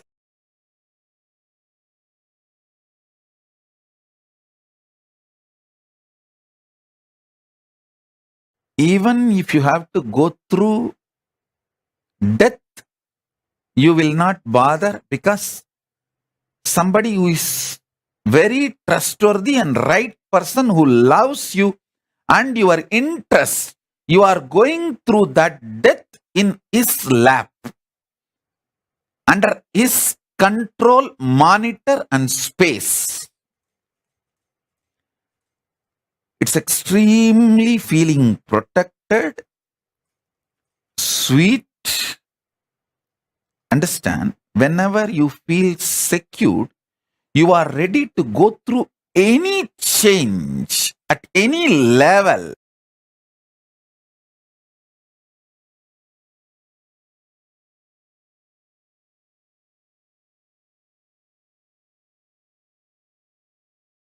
It's an absolute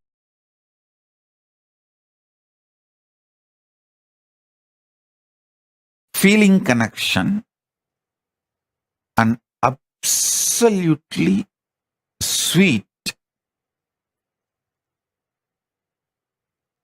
boundarylessness.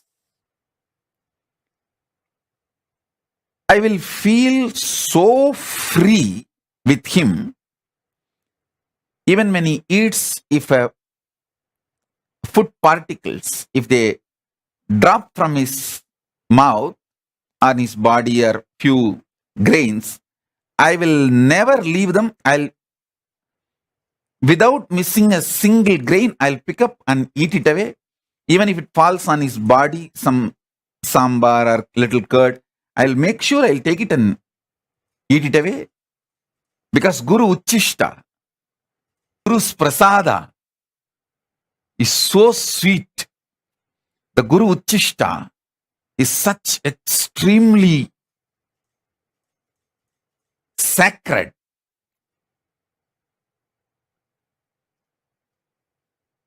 Listen,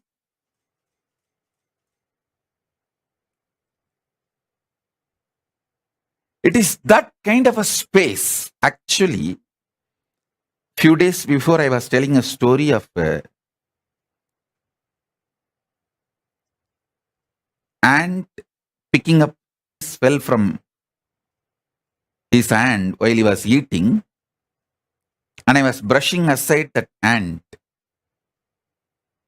I did not tell you precisely more details. I want to tell you now. Actually, I was irritated about that ants. First, I felt is, how did I miss that few grains? Because anything falls from his mouth, I'll first pick it up and eat.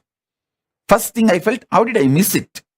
And second, before I can find and pick it up, the ants came and picked it. It was more like that irritation. Guru Uchishta is sacred, sweet. That is the space in which this initiation happened to me, where this constant engagement with quantity and quality dropped, where I relaxed from the engaging myself with the quantity and quality centric thought currents. Vacation means your ability to relax from quality, quantity centric thought currents. In the Guru's lap, in the Guru's space, that real, pure unification happens. Where?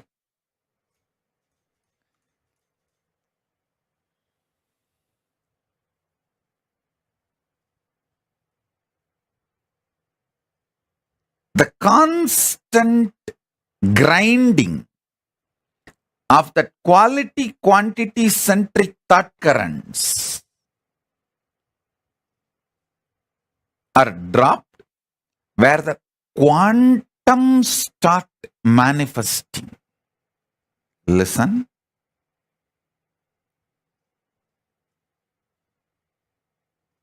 Now, I will describe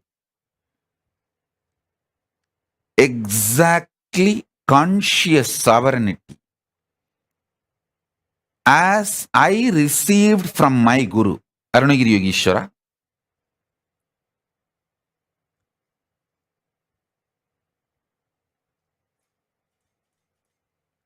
Listen intensely.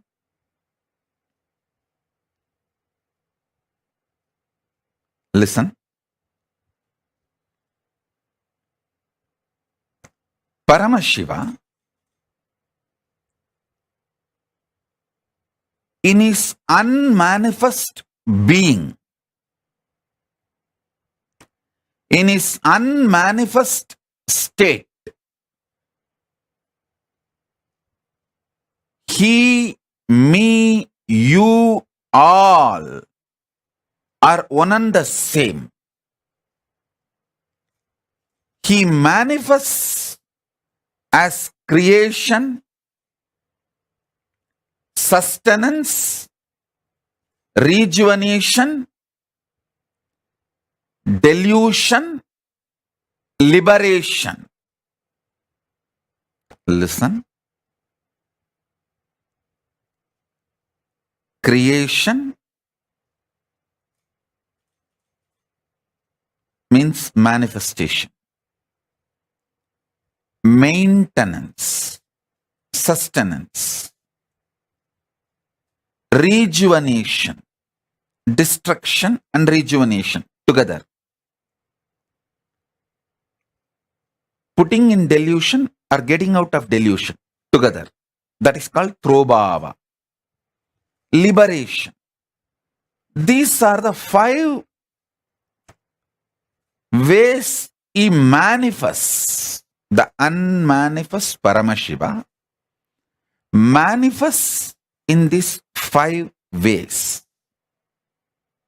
And still he continues to remain as unmanifest also. Listen. This every truth I am revealing now, internalizing, will make what I am experiencing as Paramashiva as a quantum experience in you and me, where the Shakti Pada will happen in you. What I am going through, you will go through. So what I received from my Guru, you will receive it now. My Guru, Arunagiri Yogeshwara, Paramashiva himself, me, you, all 3 of us will vibrate in that same oneness frequency now through this quantum initiation. Listen carefully.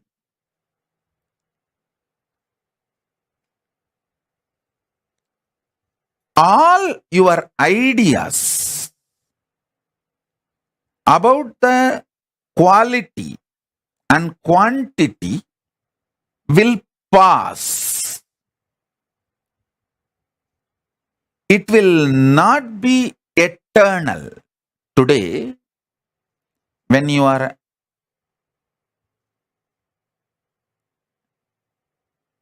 young,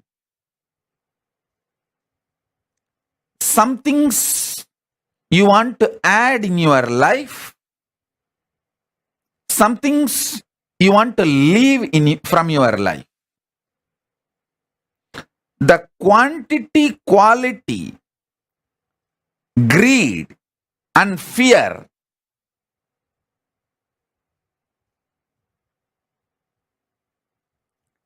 The same quantity, quality, fear and greed will change as you grow, matured or older.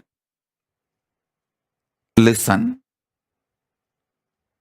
So I'm giving you one example. All things related to quantity and quality changes. They are not eternal. They are ephemeral.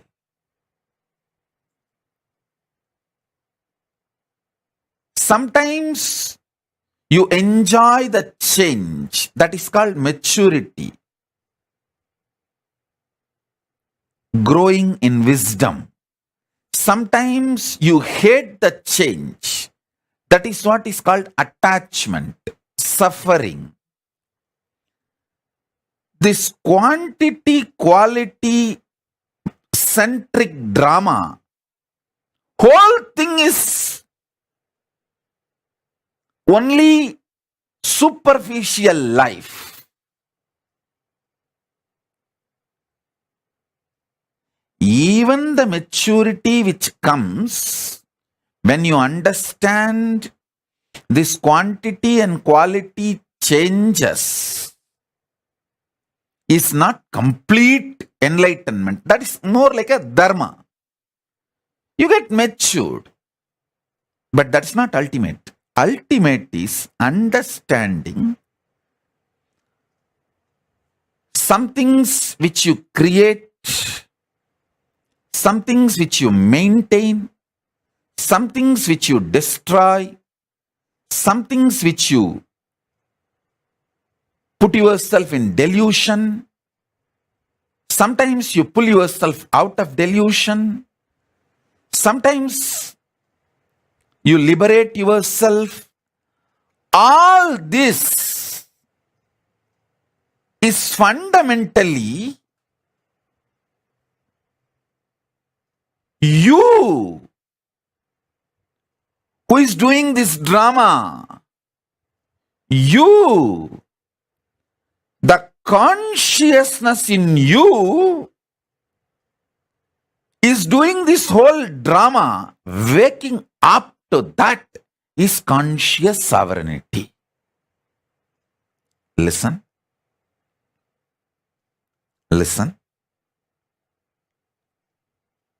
Later on, today again, when you have time, sit with cup of coffee, hot chocolate or tea, relaxed way, listen to this satsang again, sipping cup of coffee. Remember, you are sitting with me on the foothills of Arunachala alone. Only you and me and Arunachala. Nobody else is there. Cup of coffee for you. Keep a cup of coffee for me. We both sit and sip cup of coffee. And I am giving you this quantum initiation. Listen with this relaxed mood. You will understand. I want you to understand 3 layers. 1, the quantity, quality based thinking, acting, whole productivity centric lifestyle. Quantity means trying to increase the quantity of things in your life, or even trying to improve the quality of your body, your mind, anything. Trying to increase the quality of you. Both are stupid. Both are useless. That's the first thing. Second, the quantity, quality centric greed you have. You want to sometime accumulate more money.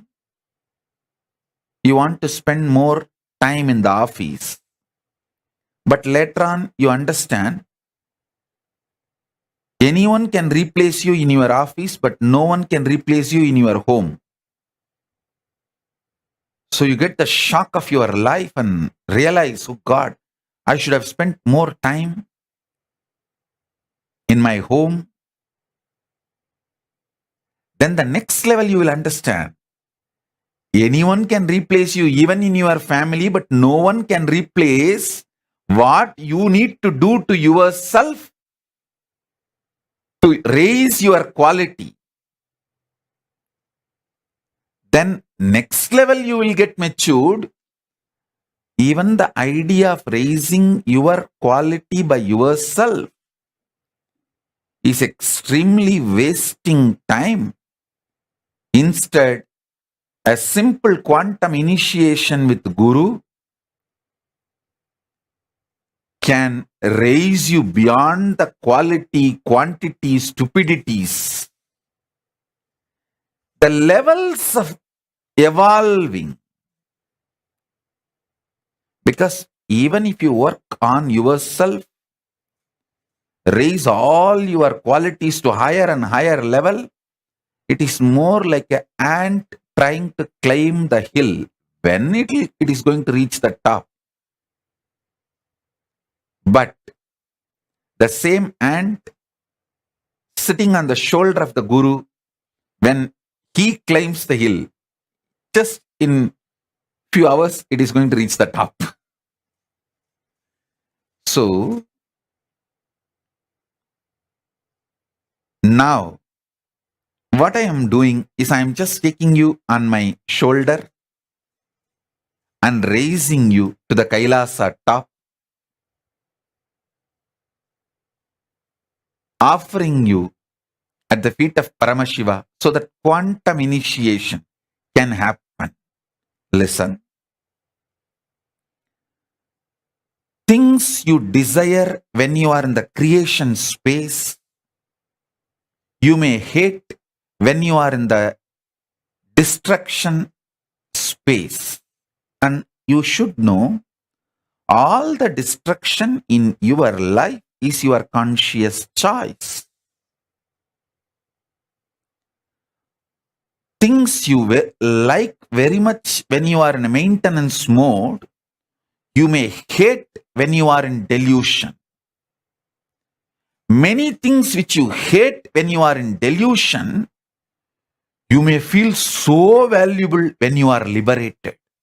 Listen, when you are in delusion, you will feel suffocated by Guru. You just want to escape from him. You don't even want to see him. You don't even want to remember. Even if you see his photographs in some shop, you will feel irritated and leave that shop when you are in delusion. But when you are moving towards liberation, you just wait for him to appear here and there. Even in the car sticker, if you see him, your face becomes white with a smile.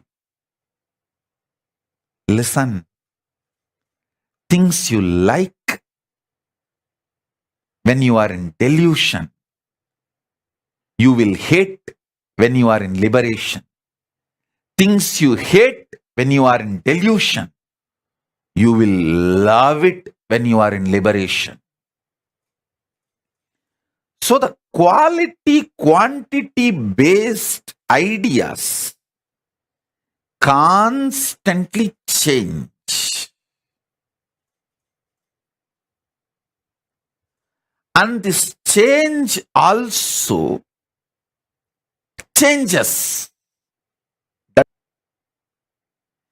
change also changes.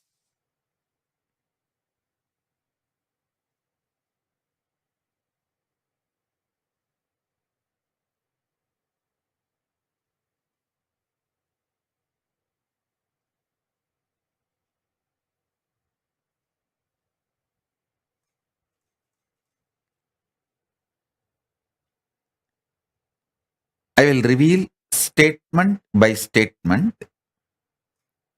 You just listen. That is more than enough, because now all of you, I can see, have got into that space of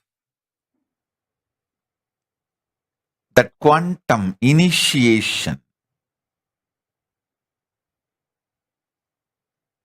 When I see only hearts, smiles, and no questions in the social media, YouTube, Facebook, everywhere, I know everyone who is listening has dropped from this quantity, quality centric thought current and ready for quantum initiation. So I'll just make statements. Asudosha, call and tell your mother to get your dad also for initiation. Always your dad comes for initiation. Today I am not seeing him. I don't know whether he is there or if he is not there. Call him for initiation. And Ma Bhaktivashyananda, Hari, get your pet.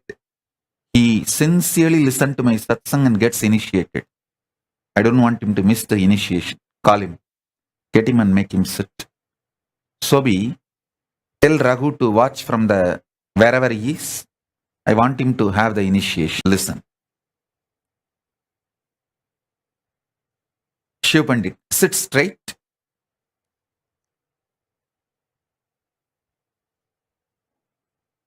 And listen intensely. I'm only going to make simple statements. Just listen intensely.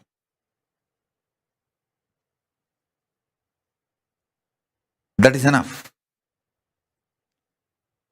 Shiv Pandit, if you are able to see me, hear me, wave your hands.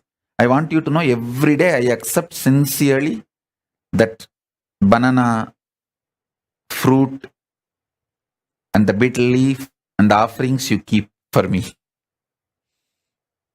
So sit straight. Listen to this initiation.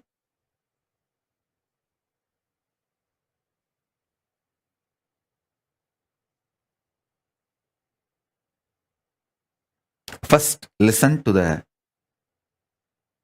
statements I am making. The quality and quantity centric thought currents constantly keeps you in friction, agitation. Because of that friction, agitation, stress, you never get a space to reclaim your conscious sovereignty. So listen.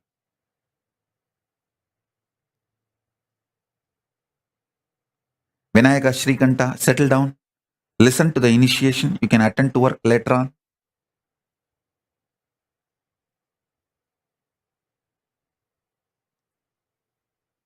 Asudosha, call and tell your mother to get your dad and settle down for the initiation. Maitreyi, get all the kids and make them sit. Listen to the initiation. Listen.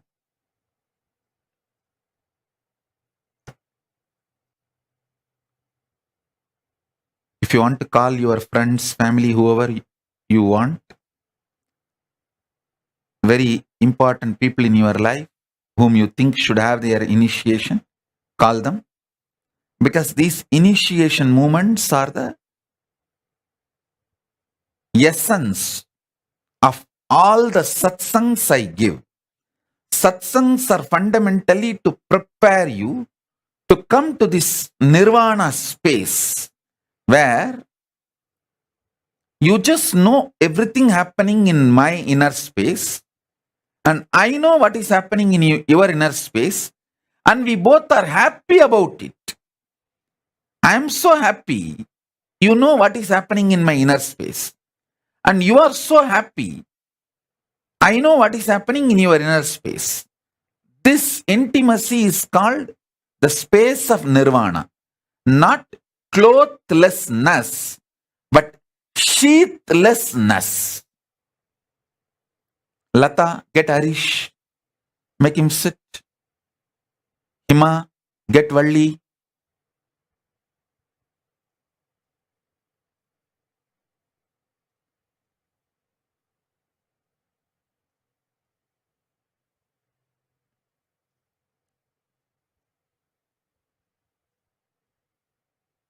listen. I think many times people get shocked because they don't think I know all their names and who is sitting in the satsang and who is not sitting in the satsang. When I call and tell them, they get shocked. Oh God, Swamiji is watching so closely.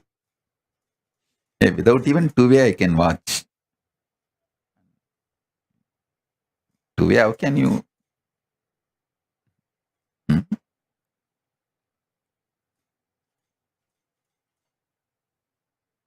Sadantra Priya, I think Asudosha is not able to reach your mom. You call and tell your mom, still your dad has not come for initiation.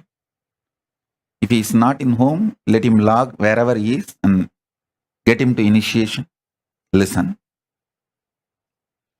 Now I'll make the next statement.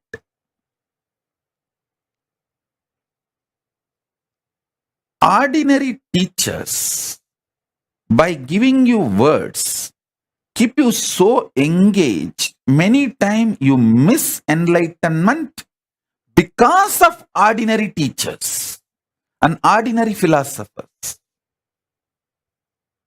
Like how your quantity quality centric thought currents irritate, keeps you in friction, engages you in stupidity, and makes you miss the conscious sovereignty. You are engaging with ordinary teachers and philosophers, makes you miss stupidly the real Guru's initiation. So now, sit.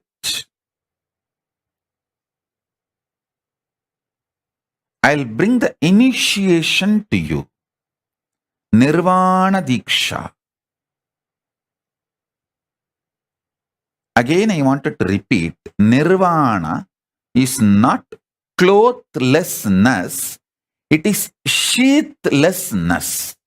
You sitting with me without your body, such deep engagement where you know whatever is going on in you is known to me, and I know whatever is going on in me is known to you, and both of us are happy to know each other's inner space. I have nothing to hide from you. Everything is happening here. I want you to know. Not only I don't want to hide, I want you positively for you to know. Same way, if you feel everything happening in you, you have nothing to hide, you want me to know and you are happy that I know it. You are very positively interested in me knowing it. This space is called Nirvana. And in this space only that quantum initiation happens. The conscious sovereignty is experienced by you. In this space of Nirvana Diksha, the Shakti Pada and Shakti Nipada for the conscious sovereignty happens. So listen.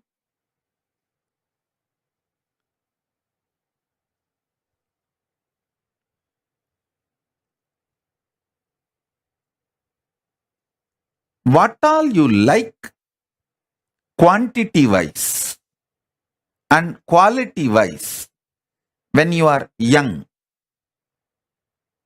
in the creation zone of your life, you may not like them, you may not want them when you move to a different phase of your life. Sometimes you may even hate them. I have seen many people feeling that they spent too much time on money making instead of living the life they always wanted. I always feel more stamps on my passport makes me rich than the zeros in the bank account. Of course, by the grace of Paramashiva, I don't have a bank account. Throughout my life, I living without any bank account, the idea of bank account.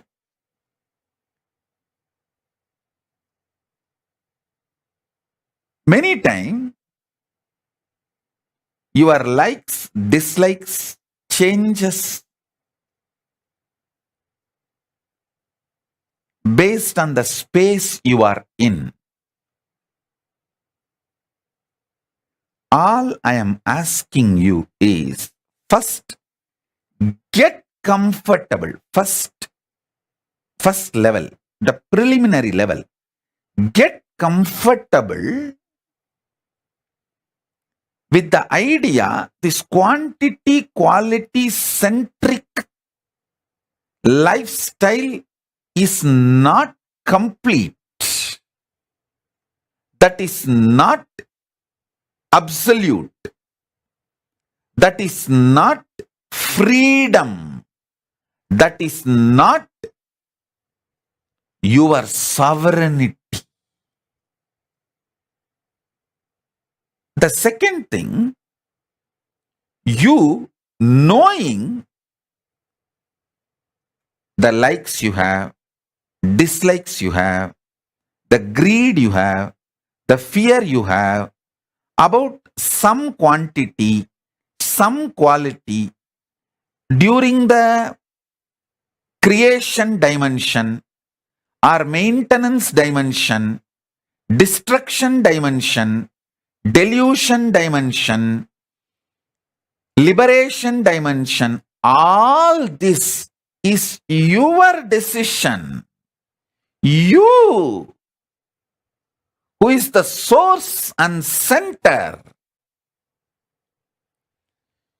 you are the powerful existence during all this. Listen to this statement very deeply. You will have conscious sovereignty now. Before this satsang is over, you will experience conscious sovereignty, because it's not difficult and it's not easy, it is simple.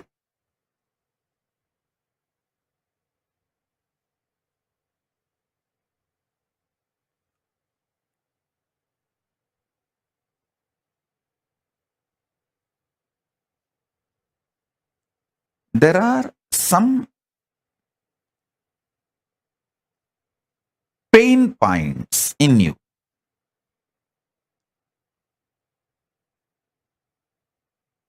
Like you feel, yes, I know change is inevitable, so I have to accept change.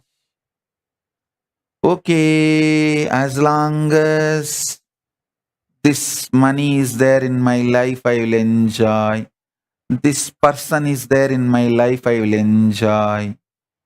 When I am not able to handle the pain I have to go through to keep this money or keep this person, when it becomes high maintenance, I will drop. All this kind of a very vague strategies, thought currents.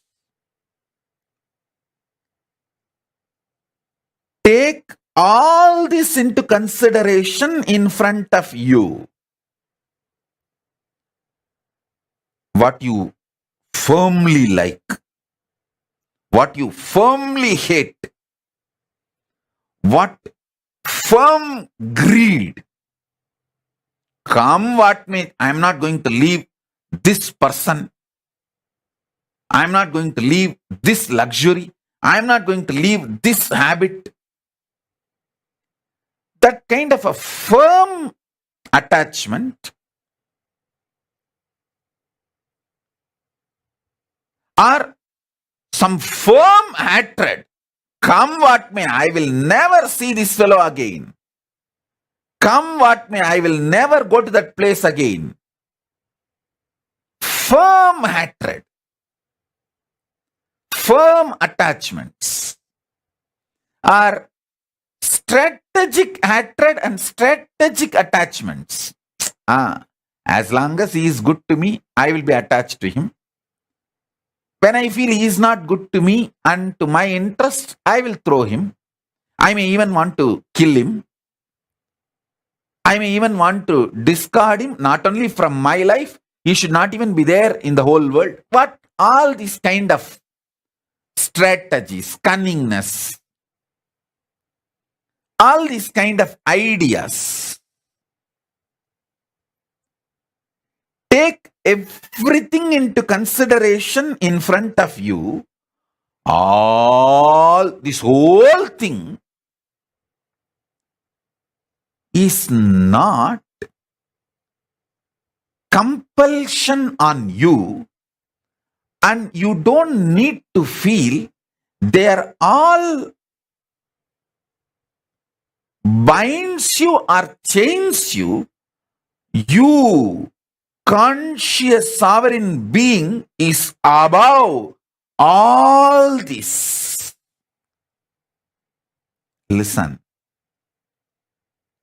You, conscious sovereign being, is above all this.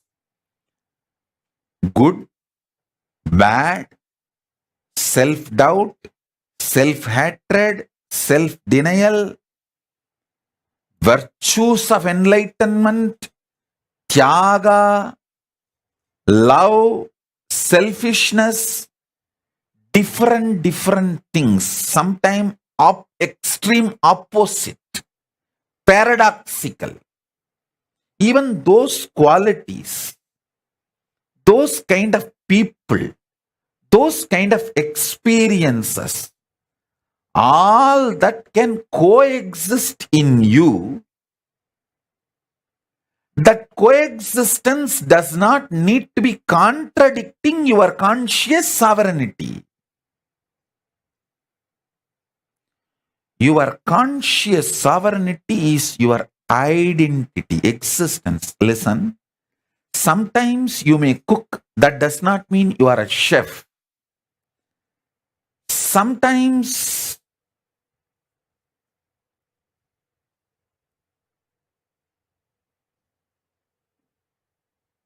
you may speak, that does not mean you are a speaker. Sometimes you may administer, that does not mean you are an administrator. Sometimes you may manage, that does not mean you are a manager. All this is periphery existence of you. The quantum existence, the actual existence of you is conscious sovereign being who plays with creation, maintenance, destruction, delusion, liberation. It is you who is playing all this. It's like a lotus having 5 petals. The core lotus is unmanifest Paramashiva, and these 5 petals are the manifest Paramashiva. My Guru has given me the Paramashiva mandala. It has that 5-star symbol. The center one linga and 5 stars, 5 lingas are drawn. That's one of the meaning of that mandala is the unmanifest is the center linga, and the panchalinga on 5 side is the 5 face of Paramashiva. If you are in delusion, don't be afraid. It is actually delusion kicks you to the next level of liberation. See, 3 seconds of nightmare not only gets you out of nightmare, it pushes you to the next level of state of consciousness called waking state. From dream, you are just kicked to the waking state. High. From dream, moving to waking state is like an enlightenment in dream state. So, if you had a very sweet dream, normal dream in your dream state, you would have just gone again back to dream state or deep sleep state. But if you had a nightmare, you can neither go back to dream state or deep sleep state. You have to be kicked to waking state. So, delusion in the delusion in the dream state is nightmare. But ultimately that nightmare does a great good thing, that you are enlightened, pushed out of the dream state to the waking state. From waking state, if you are pushed to the Turiya, that is enlightenment. Same way, from dream, if you are pushed to waking, that is enlightenment in this level. Understand? Enlightenment means getting pushed to the next higher state of consciousness. From deep sleep, if you are pushed to the dream state, that's one level enlightenment. From dream state, if you are pushed to the waking state, that is one level of enlightenment. From waking state, if you are pushed to the Turiya, that is next level of enlightenment. From Turiya, if you are pushed to Turiyatita, that's the next level of enlightenment. So understand, the nightmare in your dream state is not as bad as you always think, because just the 3-second nightmare, and you need to know, no nightmare can be longer than 3 seconds. It's a law of life. In the dream, it may look like a long time, but actually, in chronological waking state time, it is only 3 seconds. So,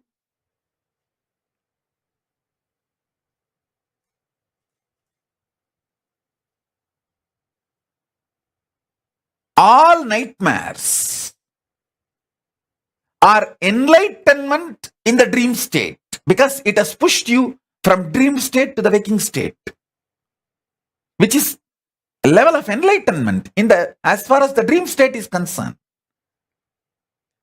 I should call there are 4 levels of enlightenment. From deep sleep, when you are pushed to the dream state, it's called dream enlightenment. From dream state, if you are pushed to the waking state, it's called waking enlightenment. From waking state, if you are pushed to Turiya, it's called awakened enlightenment.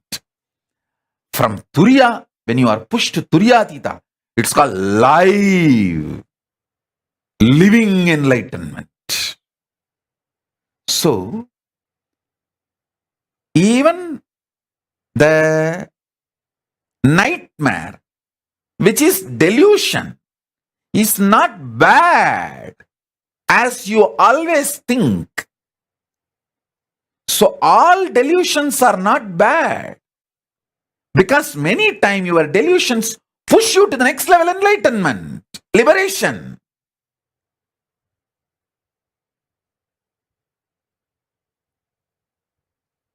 So understand this truth, powerful cognition.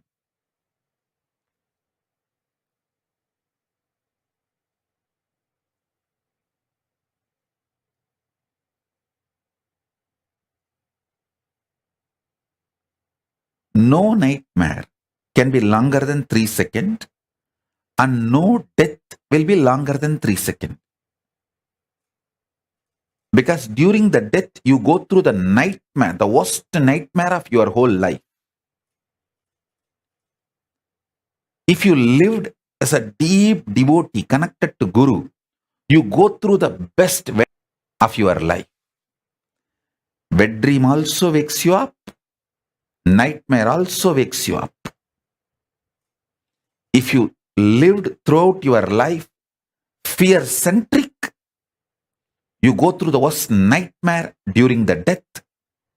If you lived a very deeply, romantically devoted life to your Ishta Devata or your Guru, the higher being, you go through an extremely sweet, ecstatic dream, wet dream, through the 3 seconds, and you wake up liberated. You move to the Turiya state. If you neither go through nightmare nor go through wet dream, like a mediocre, then you again fall back into the same next birth and go through this birth and death, this rut. So listen. Now every statement I made, if you just map it to many questions you have, you will fall from this quantity, quality, nagging, irritating frictions into the quantum enlightenment now.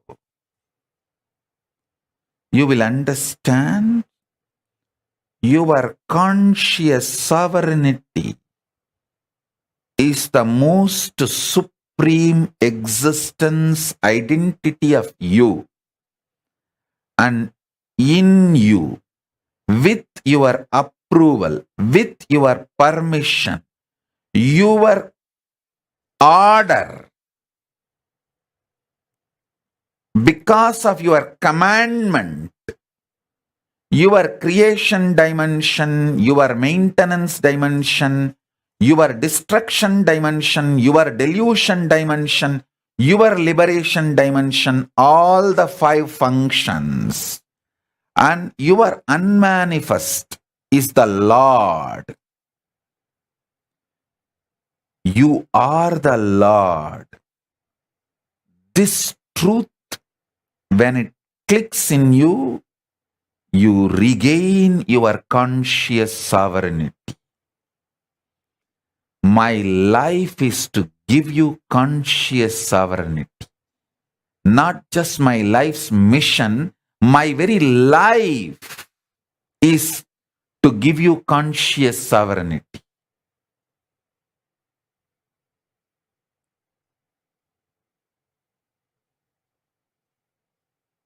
My Guru gave me this.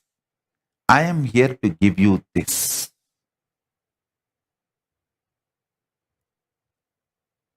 I will repeat the same truth in a different words, from the different angle. Listen.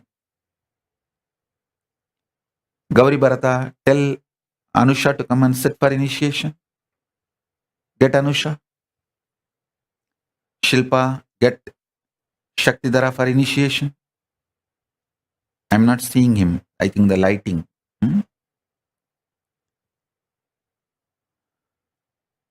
Listen.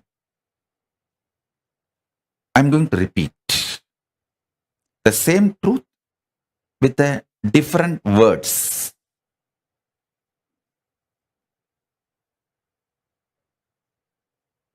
Because from the multiple angles, when I explain, many of your pain points will break, melt down.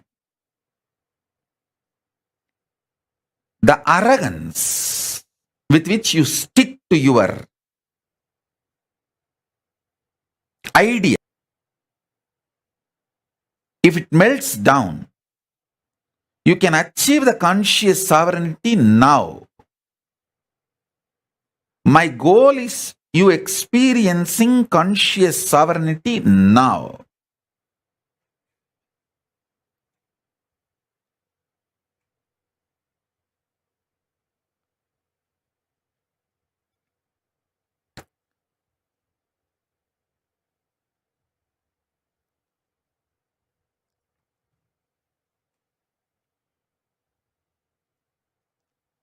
See, the satsang is going to be very long. I'm going to elaborately talk and initiate all of you. So if you guys are a little tired, I think It's already going to be 11 o'clock night. So if you guys want to pick up a cup of coffee or a cup of hot chocolate, tea, you can pick up. Come and sit very comfortably.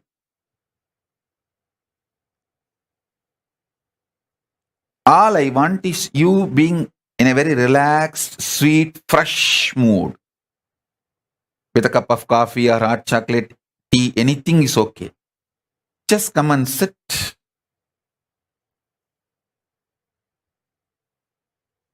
Enjoy. You don't need to be tensed actually. Because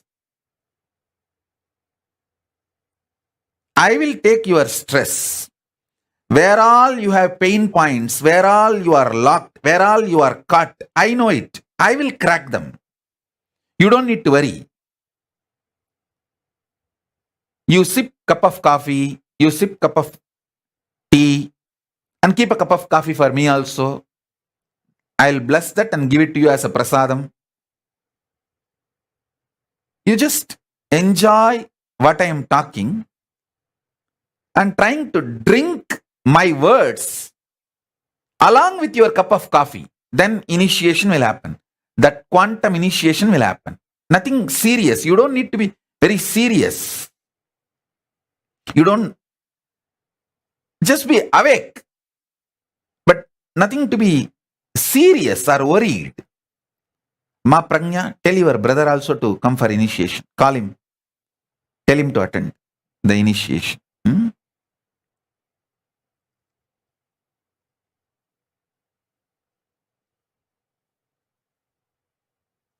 Vinesh, can you get all your pets? Not only kids, pets also. Let them all have initiation.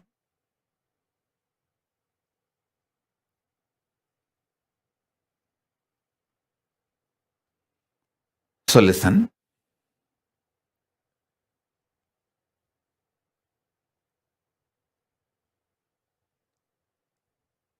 Conscious sovereignty means there is no blind spot about you and your existence.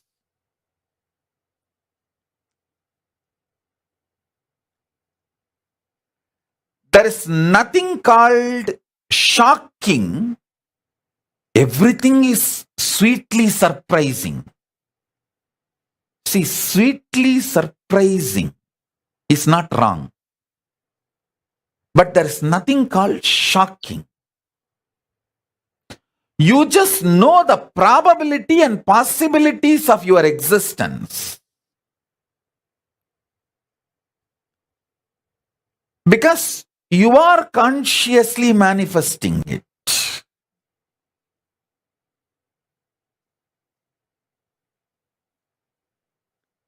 Even your so-called negative patterns, bondages, chains, which binds you, your mind, your self-doubt, self-denial, self-hatred, even all of this is the choices you took, maybe out of delusion, but that does not mean it is bad. When the delusion becomes strong, you will simply wake up to the next level of consciousness.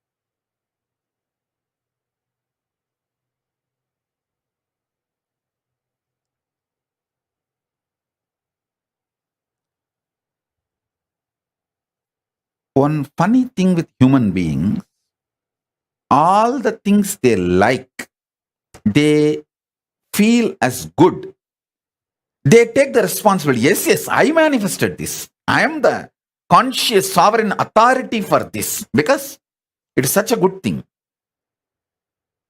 But the most funny thing, things you don't like also you only manifested.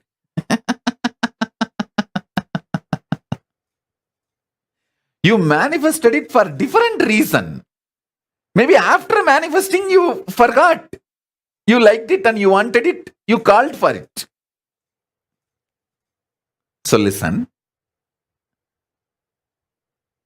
Tripura, call Vedaswarupa to attend. Yes. Vedaswarupa, call Bhagavan Reddy also to come and attend.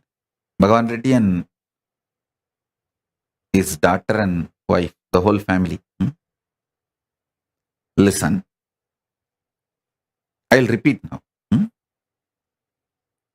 Even if you missed the whole satsang last, I think 1 hour I am speaking. Even if you missed the whole 1 hour, don't worry.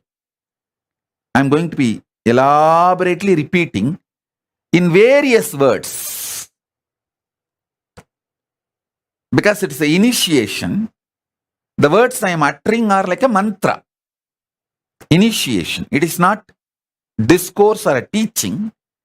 It's a mantra. So, it will just go inside you and it will start working inside you and manifesting the conscious sovereignty. It's like a conscious seed, powerful seed going into your system. So listen. You take responsibility for all the good things in your life. That's great. Nothing wrong with it. Understand, even the bad things you think, you only called for it. And if you don't want to take the responsibility for the bad things, that irresponsibility is also okay. Because that irresponsibility is delusion. Irresponsibility, not wanting to take responsibility for the bad things you invited in your life is delusion. That delusion is also going to wake you up and lead you to liberation. So it is not that delusion is something bad.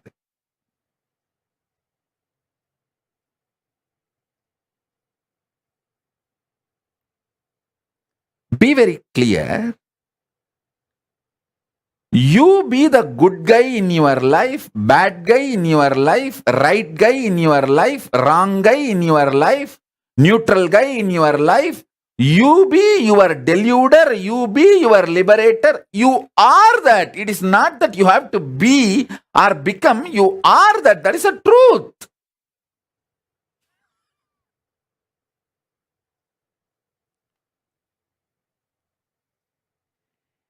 Get comfortable with this. And if you don't want to get comfortable, also is okay. Because you are that. See, even if you don't get comfortable with the truth, you invited your headache by having a head. You deciding to have a head itself. You accept the process of possible headache, the possibility of headache. The moment you decide to drive in the road, you accept the possibility of the accident or a sweet surprise of meeting your friend whom you did not meet for a long time. So the surprise, sweet surprises, shocking accidents, both are possibilities, probabilities of your decision to drive in the road. So ultimately, you are the source is not teaching, it's a reality. And the great news is when you start getting comfortable with this truth, you manifest powers. You manifest powers. You manifest powers of conscious sovereignty. That is what is powers of Paramashiva. Every time when you manifest powers of Paramashiva, I give you one powerful cognition to manifest that power. That powerful cognition is one of this liberating principle. So now I am giving you multiple liberating principles. So you start manifesting multiple powers.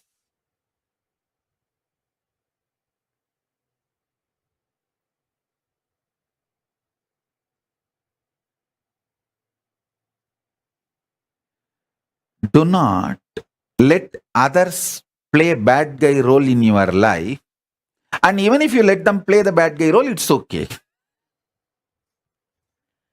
This paradox, the other you choose, you want as a bad guy, is also part of your conscious sovereign decision.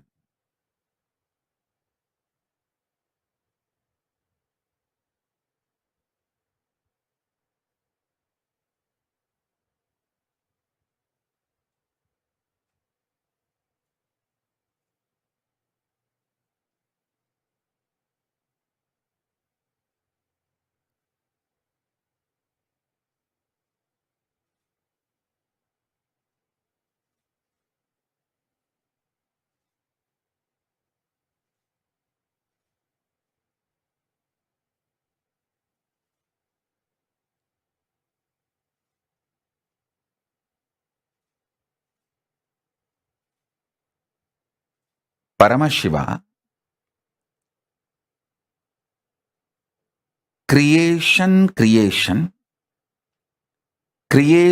of sustenance, creation of destruction, creation of delusion, creation of liberation, maintenance dimension getting maintenance of maintenance, maintenance of destruction dimension, maintenance of delusion dimension, maintenance of liberation dimension, then destructive dimension getting created, the destructive dimension getting maintained, the destructive dimension getting destroyed, the destructive dimension getting deluded, the destructive dimension getting liberated, then the delusion dimension getting created, the delusion dimension getting maintained, the delusion dimension getting destroyed, the delusion dimension getting deluded, and the delusion dimension getting liberated,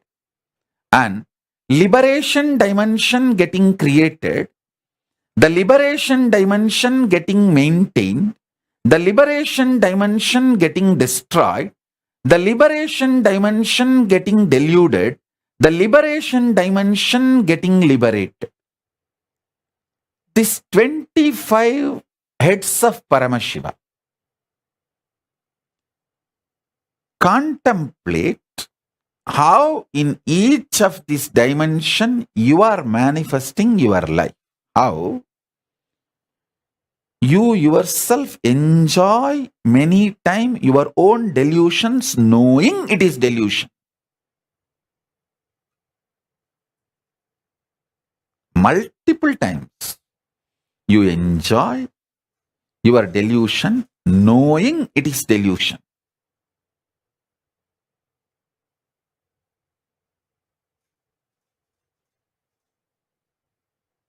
I am not saying don't enjoy your delusion. I am not saying enjoy your delusion. I am only saying know it that it is you so that your conscious sovereignty is not damaged by your actions. Your existence should not be damaged by your actions.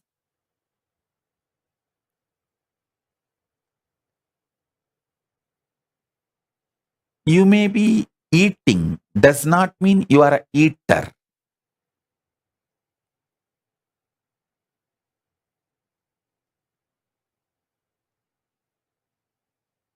You may not be eating, does not mean you are a nirahari.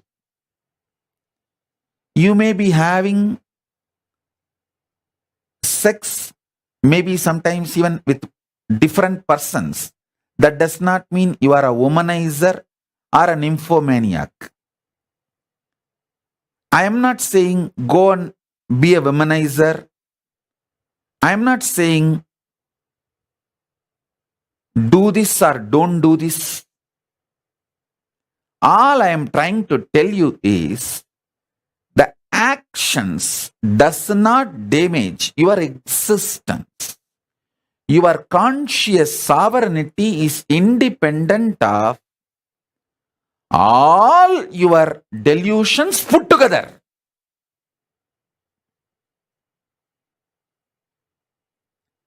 Because your unmanifest is more powerful than all the 5 manifest put together. Your creation, maintenance, delusion, destruction, liberation, all 5 put together is only 25% of you. 75% of you is your unmanifest. I am giving you kind of this percentage for you to understand. In reality, 99.999999% of you is unmanifest. Only the 0.0000001% is the manifest. In that manifest is a 5 manifestation. Like if in your cell, even if your cell, if you thoroughly analyze, 99.99999% is vacuum, unmanifest. Only the 0.0000001% is the manifest. In that manifest, 1/5 is creation, 1/5 is sustenance, 1/5 is destruction, 1/5 is delusion, 1/5 is liberation. So,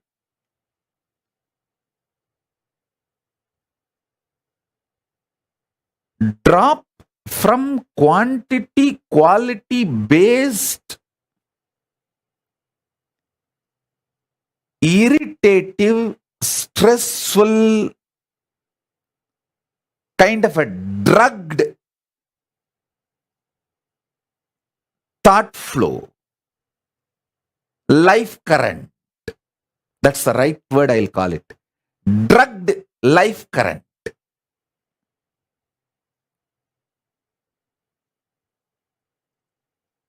Drop from that. Come to this conscious sovereignty. And you don't need to expect you should experience conscious sovereignty within this 1 hour of satsang. I will make that happen. You don't get stressed. You listen to every word I am uttering and try to cognize. That's enough.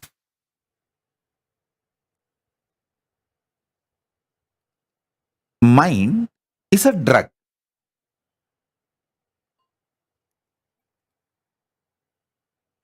It's not chain. The word chain gives kind of a solid experience perception. It is not worthy to be called as chain. It's only alcohol. Tomorrow morning, its effect will not be there on you. That kind of a moodiness of your mood is a drug. drug's impact on you is moodiness of your mood. So the moodiness of your mood is mind, which is like a drug. See, the fear. Fear is the substance out of which your mind is formed. That substance, fear itself, is moodiness of your mood. It is not even the permanent mood. When the lust comes, the fear just disappears because it is only moodiness of your moods. As I said, delusion is only one dimension of the 5 dimensions. So the fear is just a moodiness of your mood.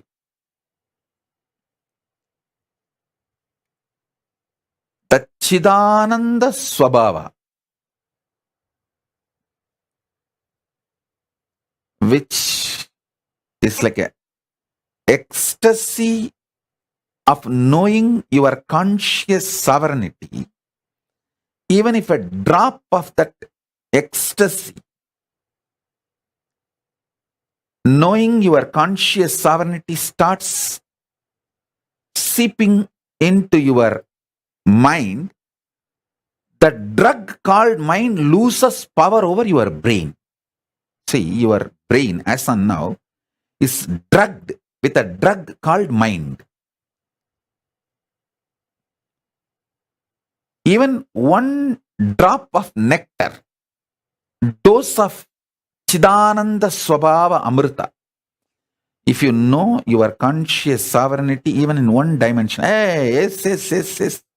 What Swamiji is saying is clicking, yes. Other words I don't understand, but this one word I understand what he is telling.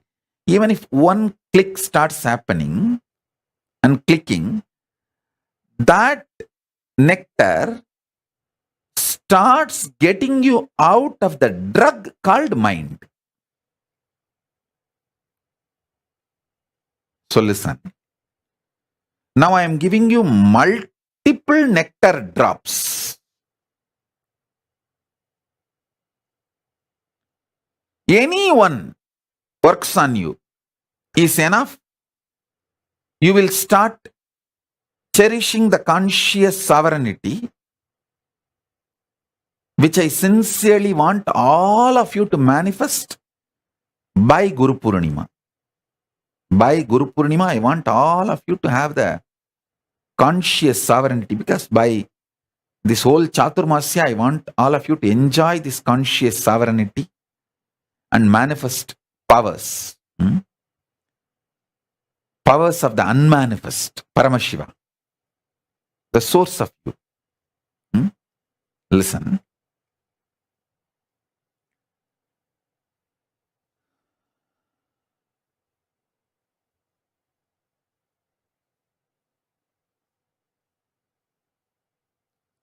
Many of the truths now I am revealing,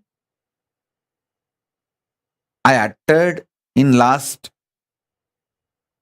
27 years of my public life, documented multiple times in multiple places, in multiple words. I am just now putting all of it together with this focus and presenting it to you.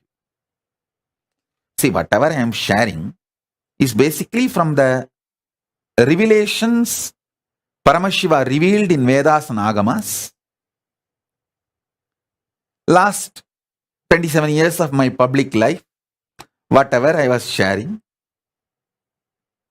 from what I inherited from my gurus, now I am compiling with the focus of you experiencing conscious sovereignty. I want you to catch the glimpse of conscious sovereignty. Vishoka, tell your mom to attend the session. Vishoka, get your mom to attend the session.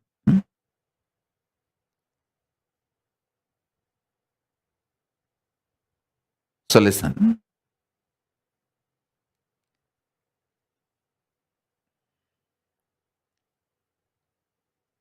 First, stop hating. Stop getting powerless about anything in your life. Do not get powerless. Do not hate. There were so many assassination attempts on me. Even those things, I neither care nor hate nor enjoy. I don't enjoy the assassination attempts on me, and I don't hate the assassination attempts on me. I don't care about it. So first thing, stop forming rigid attitudes. Stop appreciating rigid attitudes as your wisdom. That is not wisdom. Rigid attitudes are informations frozen in your brain, not wisdom radiating in your brain. Informations frozen in your brain can only be the brain blockage.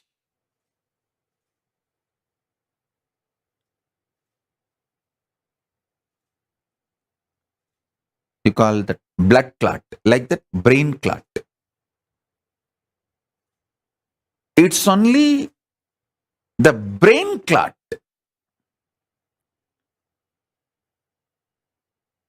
Go for conscious sovereignty centric existence. Even if you miss in your stressful life to be conscious sovereign being, when you come back home, when you drop your coat and shoes, drop your mind and stress and decide, inside my home, I will be conscious sovereign being. Sit and remind yourself, cognize conscious sovereignty of you. In few days, this will become your existence. Because anything you enjoy,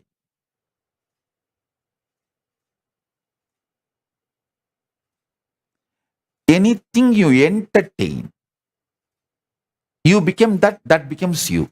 See, throughout your life, if you enjoy being a clerk, you will retire as a clerk. If you enjoy being a manager, you will retire as a manager. If you enjoy being a king, you will retire as a king.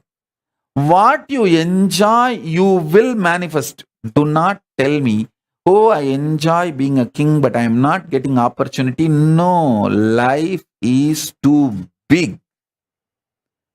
And even if you are struggling, no, I really want to be a king, but I am not getting opportunity, then okay, entertain with that. You are engaging with that. Engage with that delusion. It's okay. But know it, you are engaging with that delusion.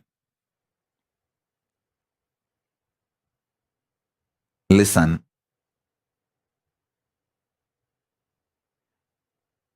When you want to brand life as unfair, you decide you want this, but you are not given that. That is why life is unfair. The conclusions you want to come due to your non-involvement with the life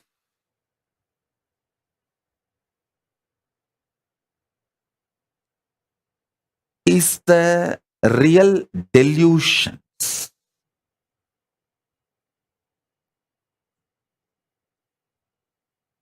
But as I said, it's not that delusions are wrong, because when the delusion becomes thick, it becomes nightmare and you wake up. You are pushed to the next level of enlightenment automatically.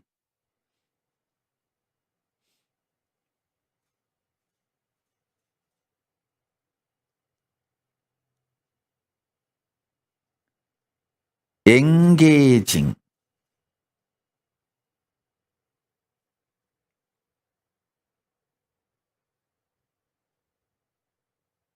With the quality, quantity centric thinking, always leads to destruction and delusion.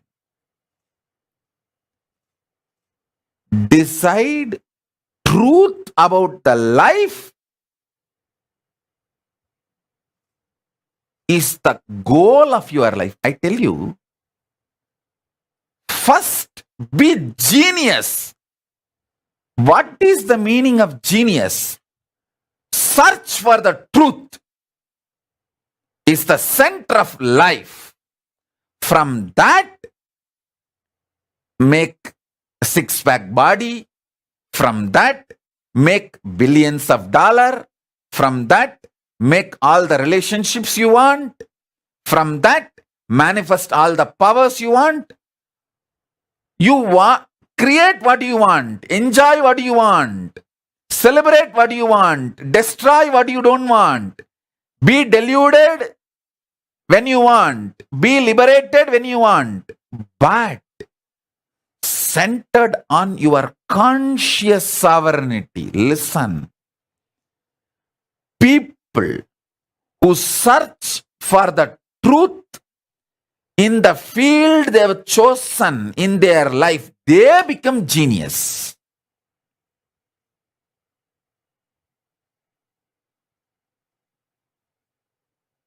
In my life, I have met many genius people.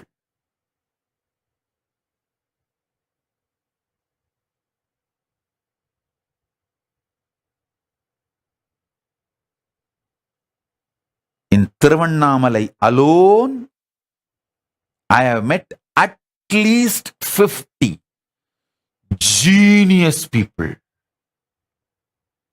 Genius means extraordinary genius because their whole focus is about the truth of life.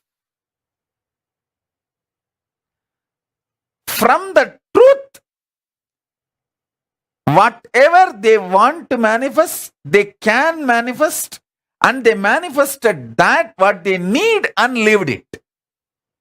I tell you, Annamalai Swamigal had only 2 lion cloth and 2 towel his whole life. But I have not seen a more richer person than him. In my life, I have not seen anybody else richer than Annamalai Swamigal. Because he manifested the 2 kaupin and 2 towel from his conscious sovereignty. His decision to exist on the truth of life is a genius, I tell you.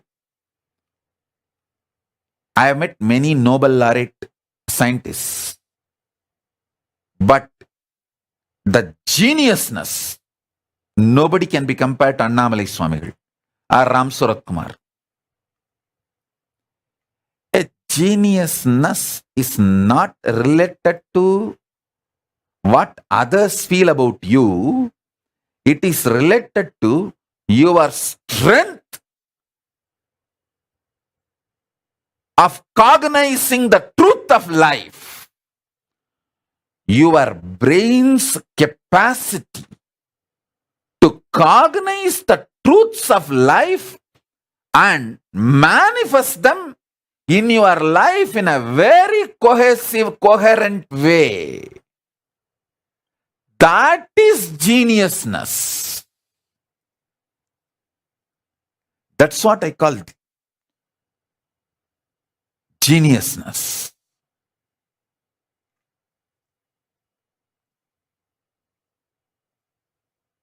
Neither Annamalai Swami will want 3rd kaupin, nor he would have accepted even if people forced it on him.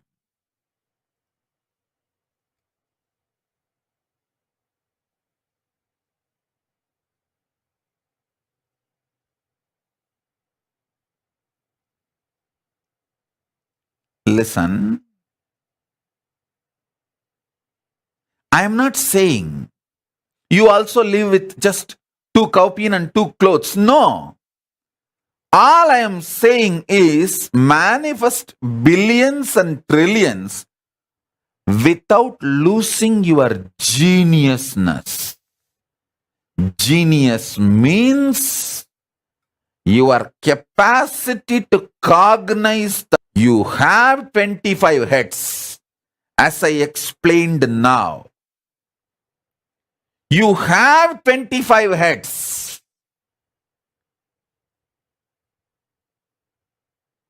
If you want, I'll repeat. I'll repeat for the sake of people who joined now. Creating creation. Maintaining creation. Destroying creation. Deluding creation. Liberating creation. Maintenance being created. Maintenance being maintained. Maintenance getting destroyed. Maintenance being deluded. Maintenance getting liberated. Destruction getting created. Destruction getting maintained. Destruction getting destroyed. Destruction getting deluded. Destruction getting liberated. Delusion getting created, delusion getting maintained, delusion getting destroyed, delusion getting deluded, delusion getting liberated. Liberation getting created, liberation getting maintained, liberation getting destroyed, liberation getting deluded, liberation getting liberated. This 25 phase FACE and PHASE pace of Paramashiva, you have it. Recognizing this gives you conscious sovereignty. In your life, you are doing all these 25. When you understand this, you become Ishvara of your life. You become Paramashiva of your life. Then naturally you become Paramashiva of existence, cosmos. If you become Paramashiva of your macrocosm, you become Paramashiva of the microcosm. Because both are one and the same.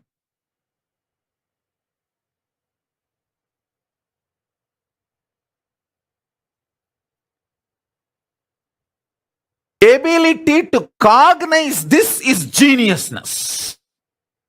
Geniusness is not just stealing some theories here and there. Listen, the so-called modern civilization mostly built on stolen money and stolen theories from Hindus of India. Instead of India, I'll use the word Bharat. Because the Bharat is from Himalayas to Malaysia, from Gandhar to Gadaram. The whole thing is Bharat. India means you will feel only that small area, but Bharat. The modern day civilization mostly built on stolen wealth and stolen ideas of Himalayas, from Himalayas to Setu and Gandhar to Gadaram, Bharat. From Bharat, the knowledge, ideas, principles and wealth stolen. Out of this only, the modern day civilization is built. Only thing is, they stole parts of it. They did not fully steal. That is why the whole mess.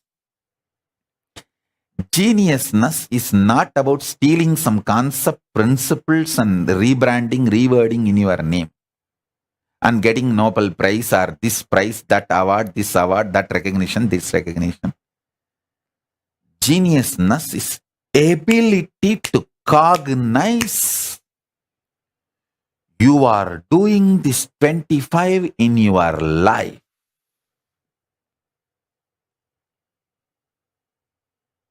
And reclaiming your conscious sovereignty. That is geniusness. This is what I call sarvanyatva. So many universities have so many departments. Some of the universities have 200 departments. They are all able to produce only genius of that field in that chair.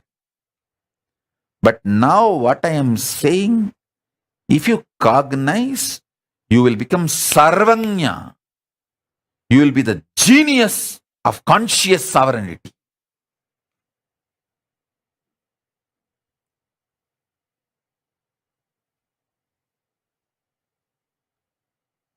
Spend little time on cognizing this. Nothing wrong. That will be the best worthy time in your life. See how you are creating creation in your life, how you are maintaining creation in your life, how you manifest a cell,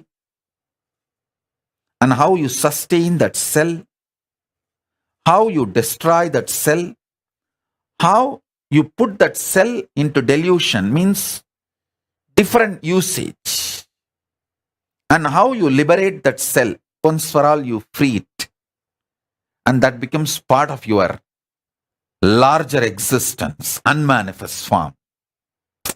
How you are playing all these 25 dimensions of you, cognize.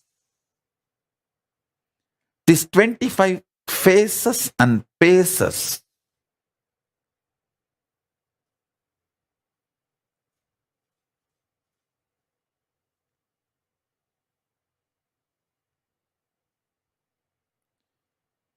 You will simply taste the nectar of conscious sovereignty. Understand?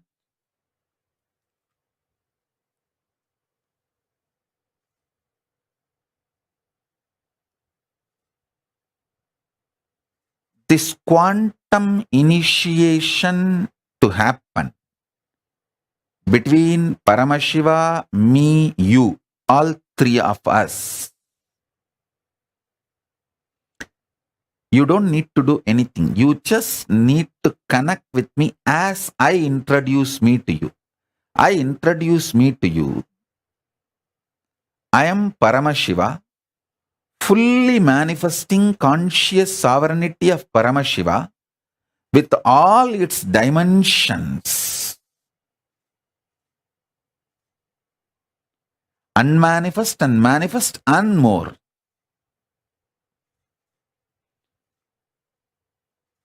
When you choose to connect with this introduction, the Shakti Pada and Shakti Nipada between Paramashiva, me and you starts happening. And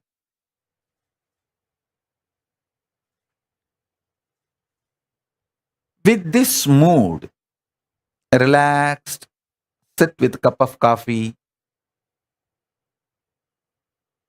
hot chocolate or tea, listen to this revelations.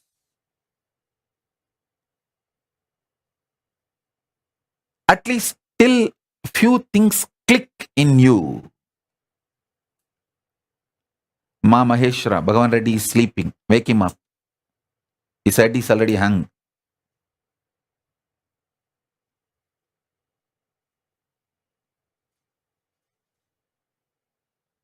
Listen, listen.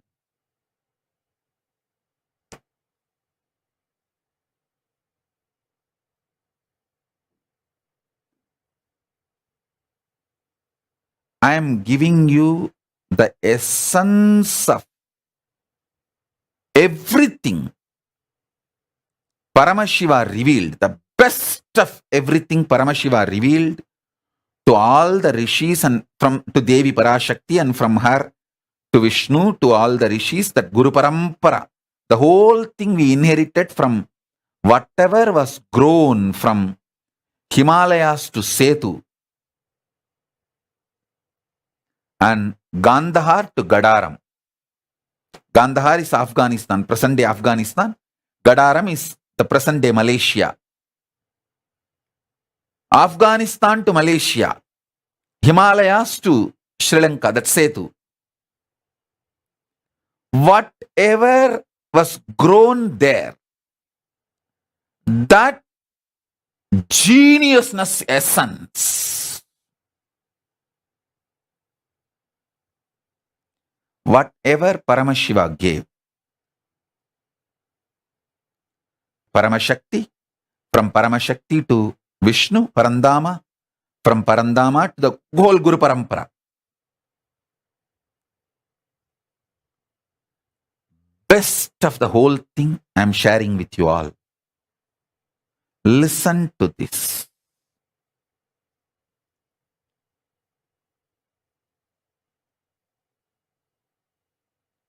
Ultimately, the essence of what I am trying to convey is you are Paramashiva. The conscious sovereignty of you is unstealable. Can't be taken away from you, even when you are in delusion. Sit and start cognizing, recognizing, recognizing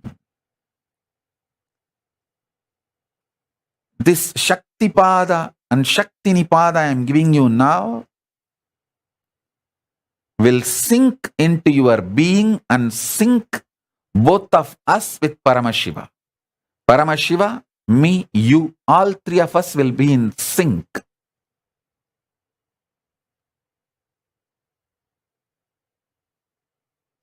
When these truths sink inside you,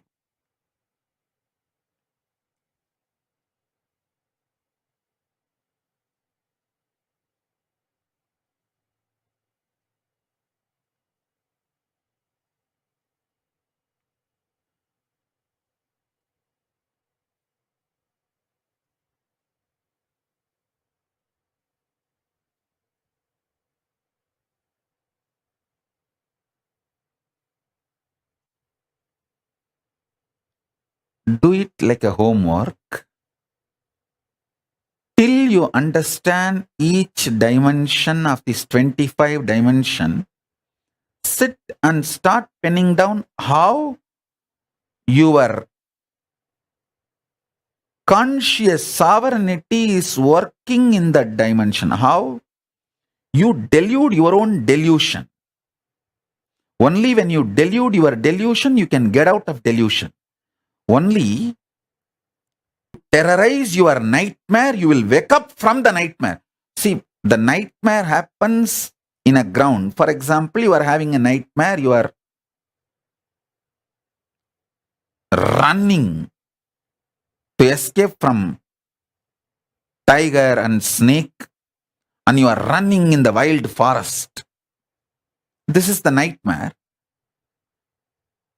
But you send a earthquake to your nightmare and shake your very nightmare itself. Then you realize, oh God, you never went to that forest and the whole thing is a delusion. You wake up. Dude, even your delusion, it means you have a capacity to delude your delusion. You can give an earthquake to the forest in which you are running to save your life. You are running in a forest to escape from tiger and elephant and lion or snakes, but you have a capacity to give earthquake to the whole forest and shake the forest and wake up from that. I'm giving you one example. But you can see in multiple levels how you are capable of deluding your delusion itself and liberating yourself from your delusions. Look into small examples of your life and start working on it. Listen, when Arjuna decided to connect with Krishna as Krishna introduces himself, Krishna says, I am everything.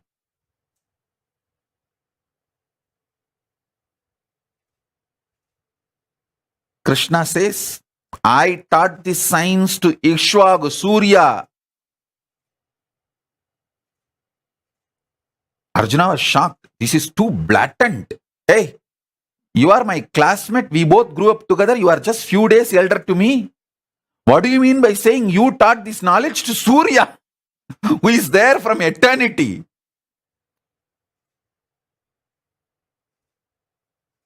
Arjuna even asks openly. Then Krishna explains, but Arjuna had a doubt, but not in the doubt. He only wanted clarification. So the moment Krishna clarified, Arjuna decided to, as Krishna introduces himself, not as the Krishna abusers introduced Krishna, or as he himself has perceived Krishna. See, Krishna and Arjuna grew up together. They were classmates, all mates. They enjoyed life together. It was such a sweet relationship. Arjuna decides not to trust even his own opinion, idea about Krishna, but to connect with what Krishna introduces about himself.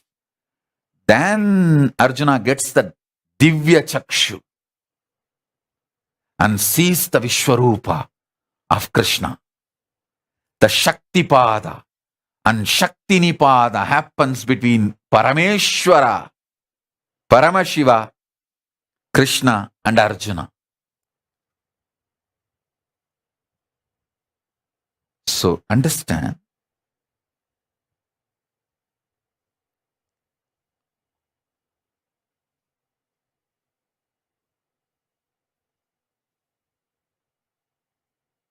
this knowledge will make you real genius.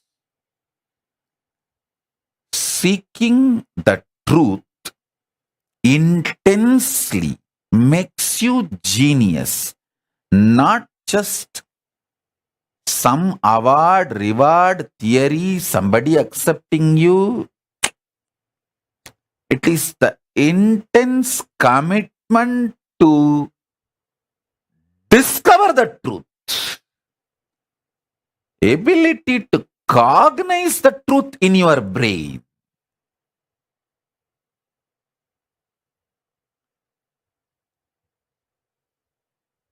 Everything other than this geniusness, others can do for you. Money, others can earn for you. Clothes, others can get for you. Food, others can get for you. Everything others can get for you. But the seeking of the truth, only you have to do for yourself. Becoming genius, only you have to do for yourself. Nobody else can do it for you. I can give you Shaktipada and Shaktinipada. Make this Shaktipada and Shaktinipada happen between Paramashiva, me and you. I can do that. But deciding to cognize that conscious sovereignty Only you can do it for you. Decide to be genius.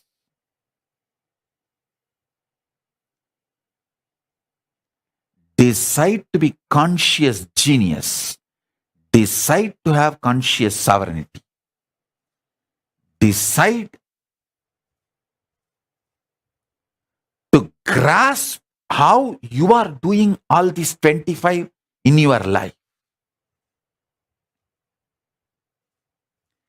Till you catch it, sit and pen down, think through. This will make you most practical. I tell you, most of your stupid decisions are because of delusion.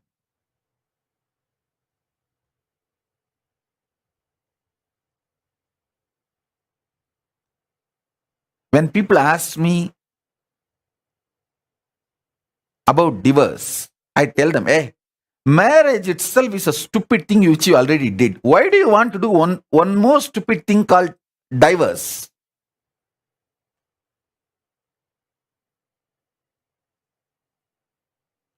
It's all over. Just go through and work on your conscious sovereignty. So you can make not only your marriage, your whole life work. Doing the marriage out of stupidity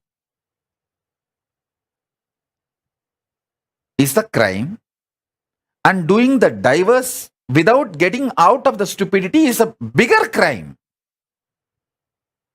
If you have done the marriage out of stupidity, get out of stupidity, not getting out of the marriage. Getting out of the marriage is not solution. Get out of the stupidity.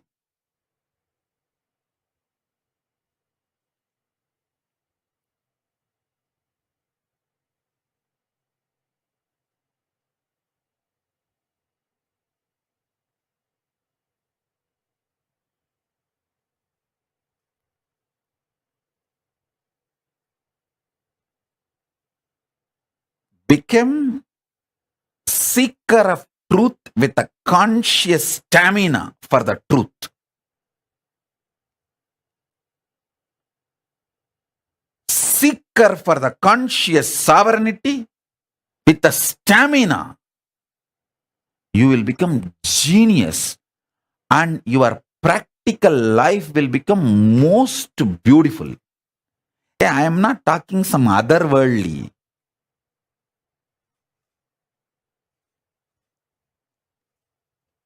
I am talking of other worldly in this world, in every world.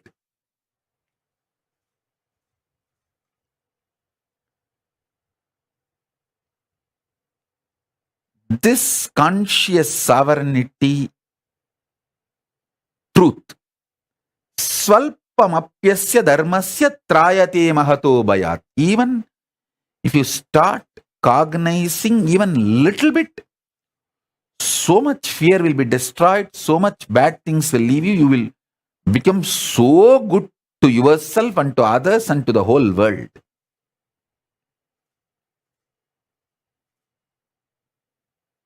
All your suffocation is due to your stupidity, not because of the reality. Get out of stupidity, not from reality.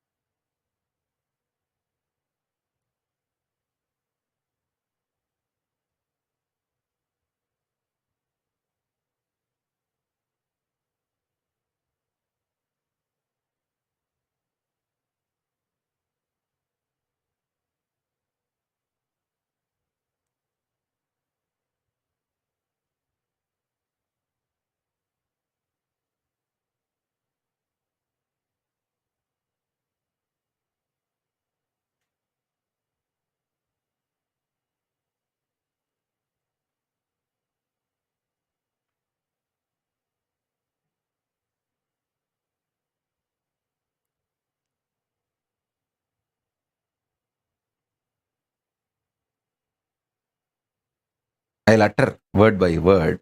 I'm just trying to reveal layer by layer.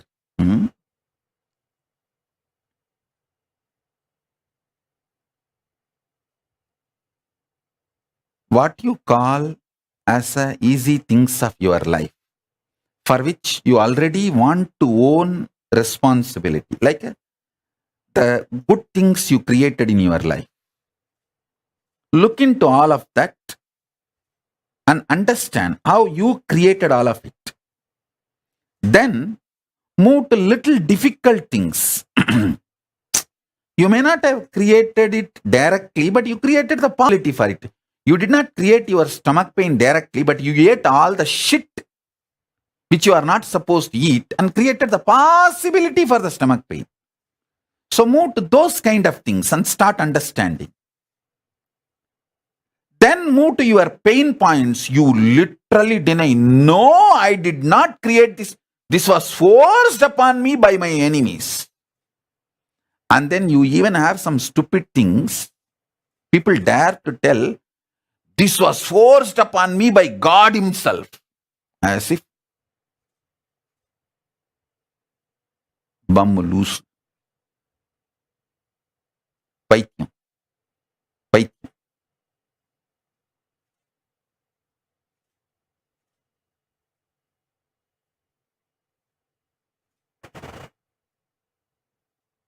பத்தனா கொடுத்து பன்னிப்பிய வாங்கி தின்னுட்டு நீ படுத்திருந்தா அதுக்கு பரமசிவன் மேலேயாடா பாதகம் சொல்லுவ?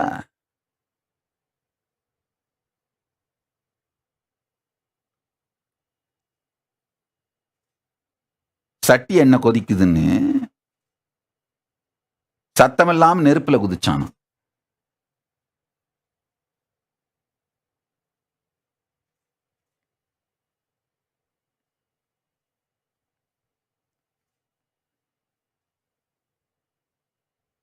This all village slang, it's a little difficult to translate. I'll make them translate and put it in the Facebook, that gist, you get it from there.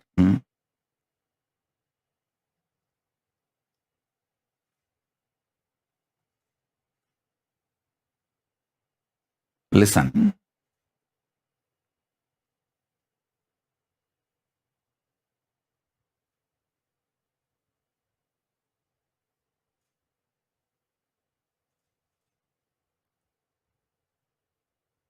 What you can easily accept, you manifested, list them.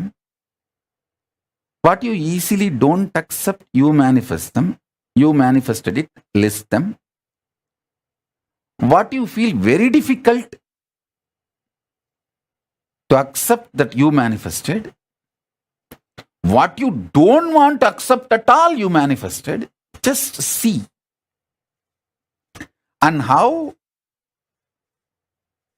your delusion, destruction, all this is involved in every step.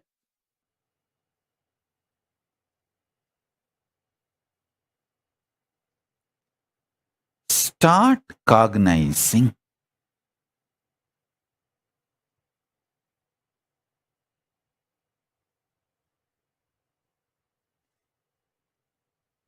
I think I am not yet done. I am going to continue. I know it's already 2 hours satsang, more than 2 hours, but I am going to continue. If it is late night, I think it is 12 o'clock now for India. But anyhow, when I wanted to share, let me continue and do the initiation. So better you guys get one more cup of coffee, tea, hot chocolate, anything you want, and keep yourself awake and listen. Get the initiation, because now the initiation is happening.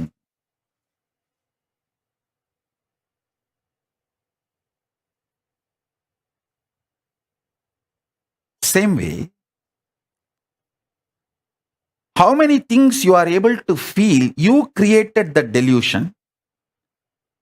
What all the delusion, you don't want to take the direct responsibility and say, Half I created, half my father forced on me. Half I created, half my teacher pushed it on me. Half I am responsible, half he is responsible.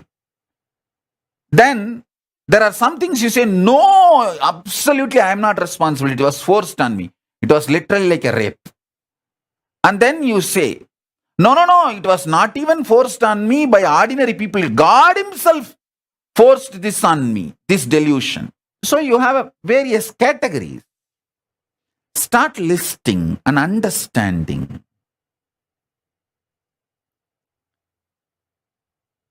Start listing, understanding.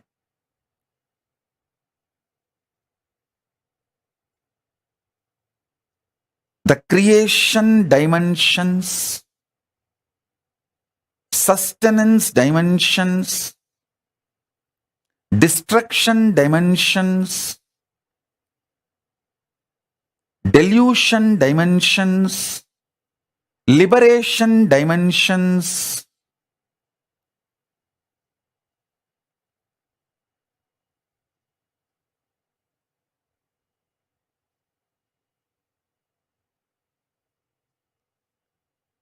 Each of these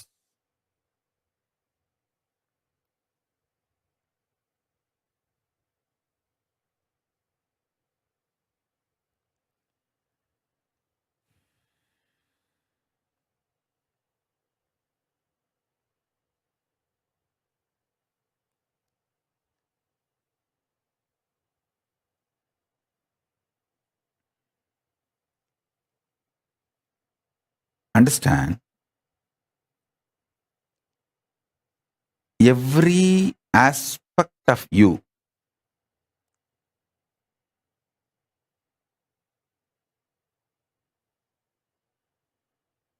listen. Every aspect of you understand.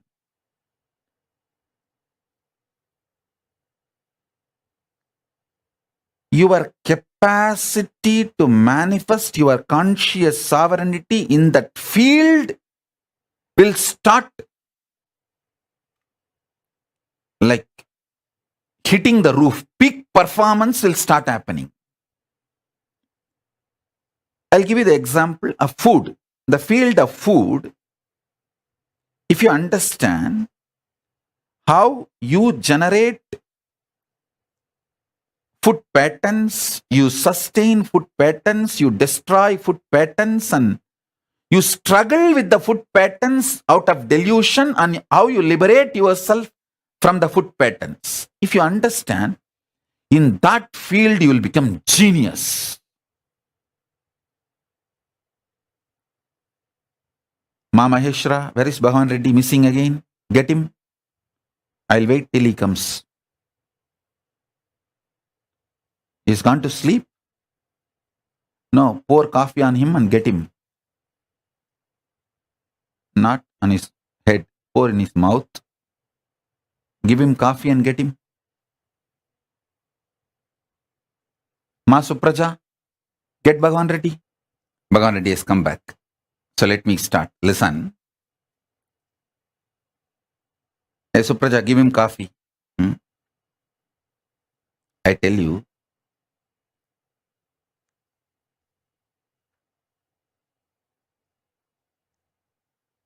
in Tiruvannamalai, there will be these tamarind trees. The poor people will take contract to pluck the tamarind ripe fruit from the tree.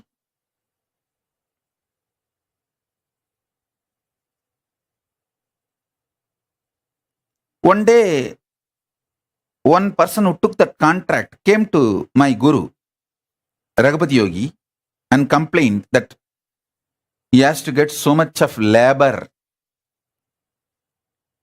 to shake the tree and make all that ripe tamarind fruits to fall. The labor cost is more than the selling cost of the tamarind. It was very funny. solution my guru gave. My guru said, don't worry, just make small bits of ginger. He said, take ginger and make it into small piece. Put jaggery.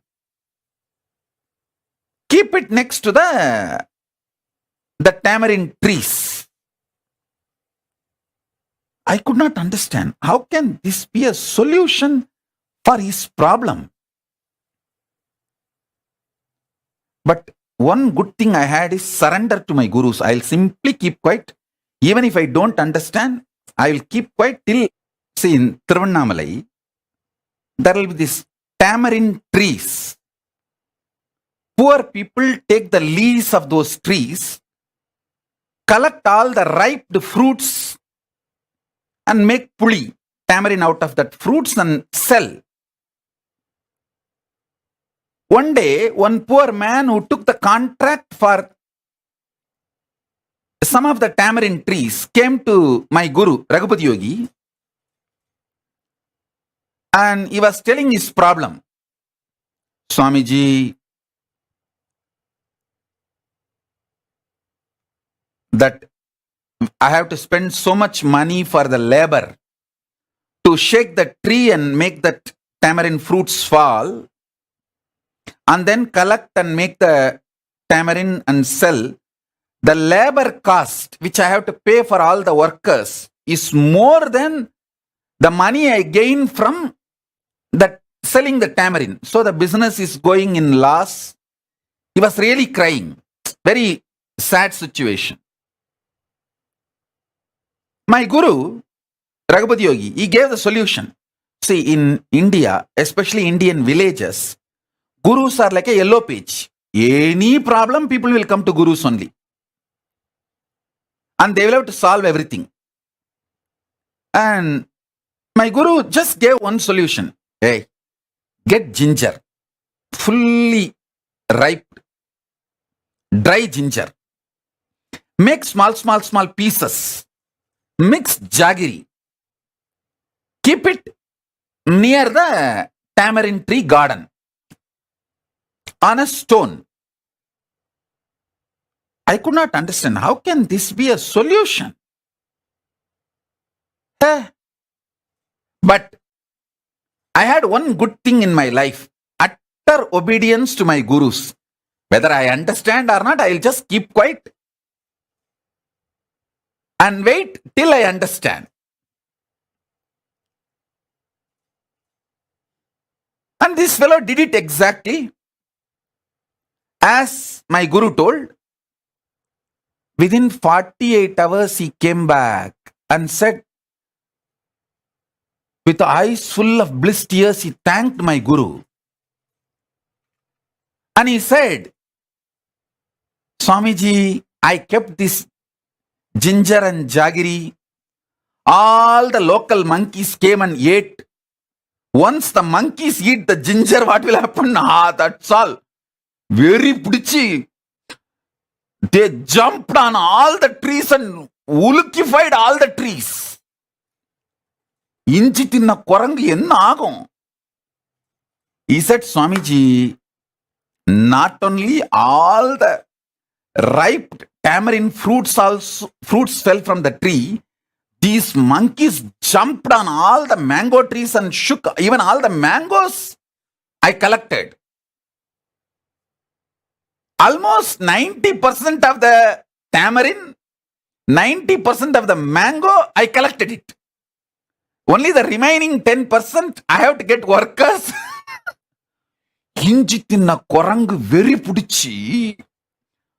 Puliya maratta ulki, maamaratta ulki, athanaiyum clear panirchi. The tamarind tree and mango tree, everything is cleared. He was so happy. I had a doubt. I asked, okay,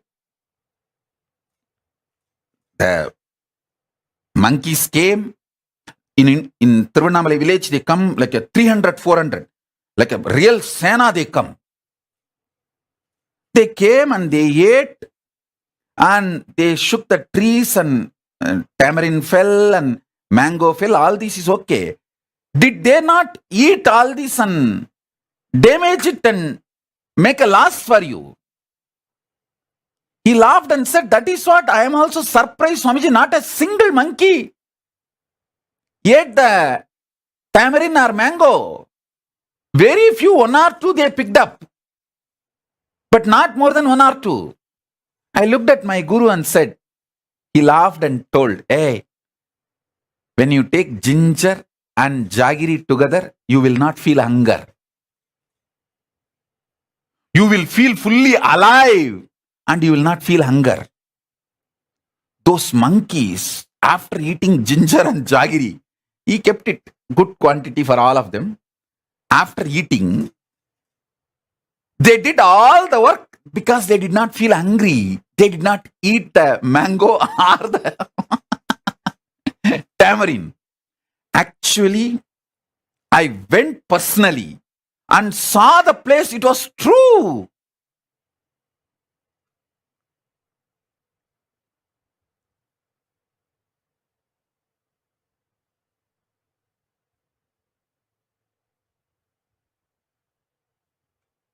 I gave this example to tell Supraja, feed Bhagavan Reddy with coffee or hot chocolate so that he will sit.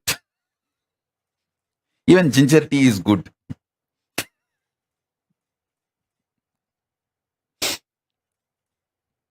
If you take ginger and jaggery, you won't feel hungry. With less food, you will feel full. And it can be weight loss and you will be very wide awake. Sometimes my guru will send me to give this satsangs classes. If I am feeling tired or lazy to go, I will tell, oh, I am feeling sleepy. If I go now also, I will speak only for 10 minutes. Can I go tomorrow? Can we make the class tomorrow? All he will do is only one thing. He will just take little karslangani and apply it on my upper palate. And all that pitta and kapha will come out. I'll go and sit and talk for 3 hours, 4 hours. Because no tiredness. Pitta and kapha in the body is responsible for tiredness. Once he will put that and send me, I am also like a monkey fed with ginger and sugar. And I will go on and on and on and explain everything I am supposed to explain and come back after 3 hours or 4 hours giving satsang. I think my karsalangani on the upper palate is working. All the pitta and kapha has gone, so I am sitting and going on and on and on. It's already 12:20 in India. Indian time 12:20 and I started 9:20 and it is going on. And still I have so many things to share.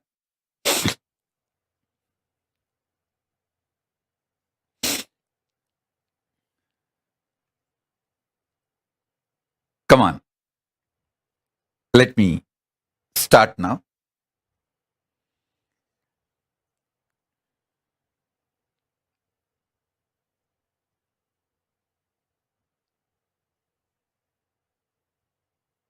The happenings of your life, which you are not able to convince that you are responsible directly or indirectly, that part is called delusion. And delusion is not always bad. Delusion is nothing but some part of you which you just want to keep it aside to be stress-free.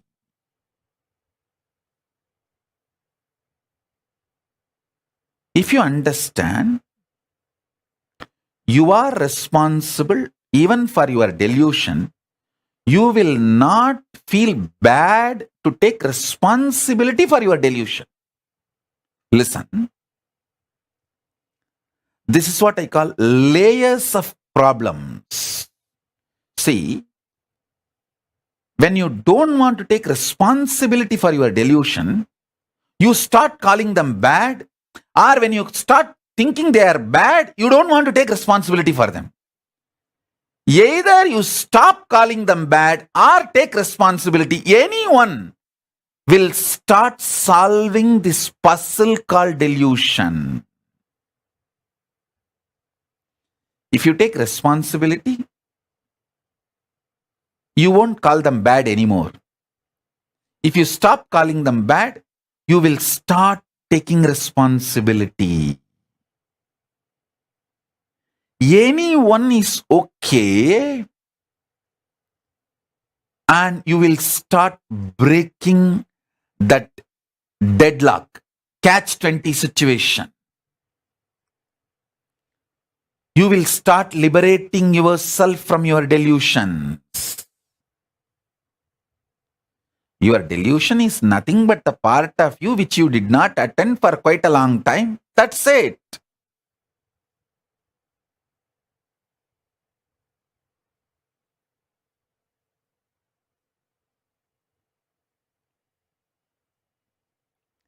Sometimes it is also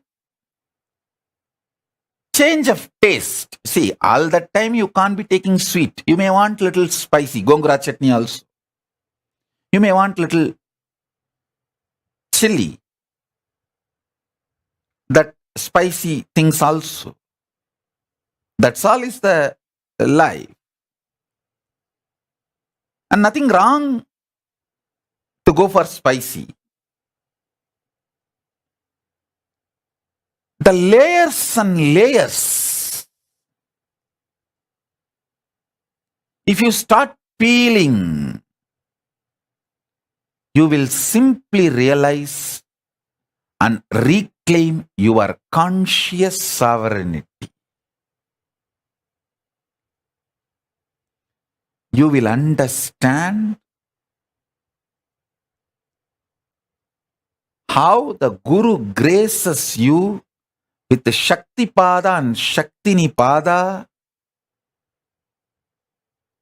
and how this virtuous circle of you, me, Paramashiva, all three, vibrating in the same frequency and oneness. The more and more pain points in you melts down, more and more you, me, Paramashiva, all three start vibrating in the same frequency of oneness. I can call it Paramadvaita, Shuddhadvaita.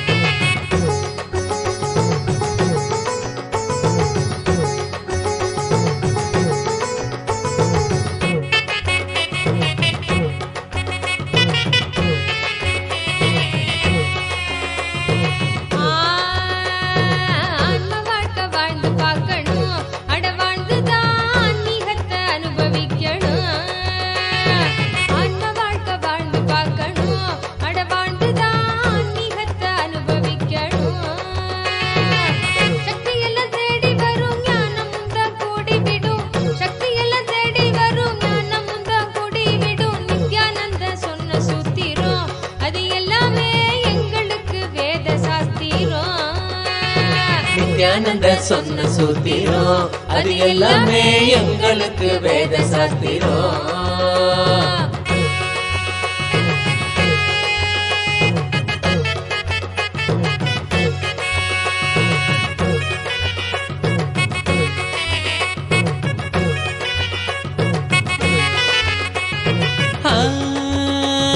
பக்தியுடன் பாடிடும் பிரார்த்தனையும் சோஸ்திரம் நித்யனவன் காலடியில் கொண்டு நம்ம சேர்த்திடும். பக்தியுடன் பாடிடும் பிரார்த்தனையும் சோத்திரம் நித்யனவன் காலடியில் கொண்டு நம்ம சேர்த்திடும். செய்யும் அந்த தியானம் அது சித்தம் தெளிவாக்கிடும். சித்தம் தெளிவாக அது தெய்வீகத்தை கூட்டிடும். செய்யும் அந்த தியானம் அது சித்தம் தெளிவாக்கிடும். சித்தம் தெளிவாக அது தெய்வீகத்தை கூட்டிடும். சக்தி எல்லாம் தேடி வரும் ஞானமும் தான் கூடிவிடும். சக்தி எல்லாம் தேடி வரும் ஞானமும் தான் கூடிவிடும். நித்யானந்தன் சொன்ன சூத்திரம் அது எல்லாமே எங்களுக்கு வேத சாஸ்திரம். நித்யானந்த சொன்ன சூத்திரம் அது எல்லாமே எங்களுக்கு வேத சாஸ்திரம்.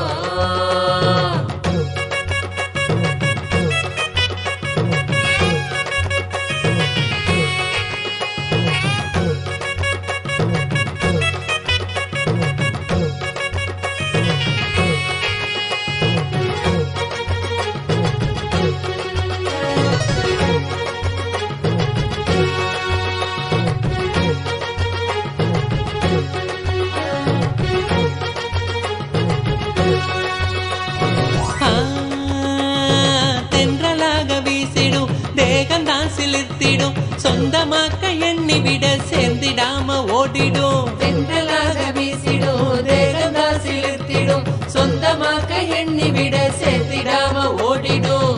கைகளும் துறக்க அது கனிவுடனே நிறைஞ்சிடும். இதயத்துக்குள்ள இனிதாக வரும் ஆனந்தம்.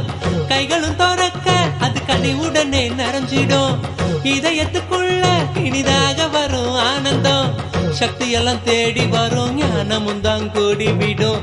சக்தி எல்லாம் தேடி வரும் ஞானமும் தான் கூடிவிடும். நித்யானந்த சொன்ன சூத்திரம் அது எல்லாமே எங்களுக்கு வேத சாஸ்திரம். நித்யானந்த சொன்ன சூத்திரம் அது எல்லாமே எங்களுக்கு வேத சாஸ்திரம்.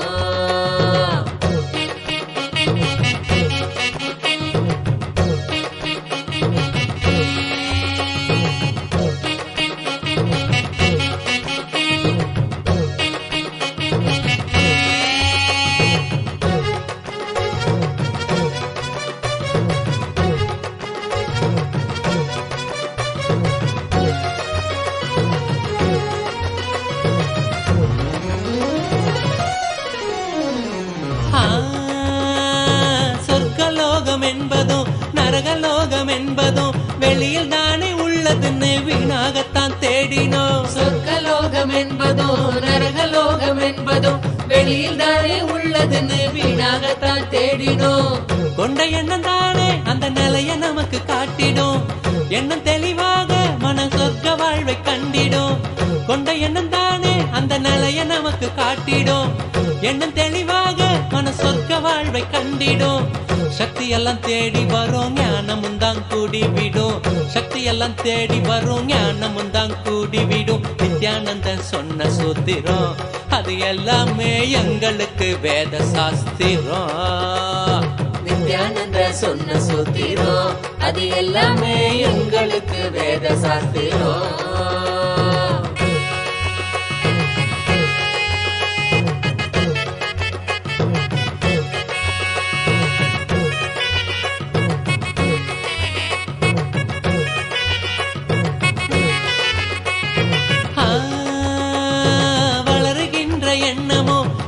சோகமாக்கிடும் செயல் செய்ய அது மாயமா மறைஞ்சிடும். வளருகின்ற எண்ணமோ வாழ்வ சோகமாக்கிடும். ஆழ்ந்து செயல் செய்ய அது மாயமா மறைஞ்சிடும். மீண்டும் உருவாகும் அந்த சக்தி தன்னை தீர்த்திடும். என்ன மறைந்தோட அது ஆன்மீகத்தில் சேர்த்திடும். மீண்டும் உருவாகும் அந்த சக்தி தன்னை தீர்த்திடும். என்ன மறைந்தோட அது ஆன்மீகத்தில் சேர்த்திடும். சக்தி எல்லாம் தேடி வரும் ஞானமும் தான் கூடிவிடும். சக்தி எல்லாம் தேடி வரும் ஞானமும் தான் கூடிவிடும். நித்யானந்தன் சொன்ன சூத்திரம் அது எல்லாமே எங்களுக்கு வேத சாஸ்திரம். நித்யானந்த சொன்ன சூத்திரம் அது எல்லாமே எங்களுக்கு வேத சாஸ்திரம்.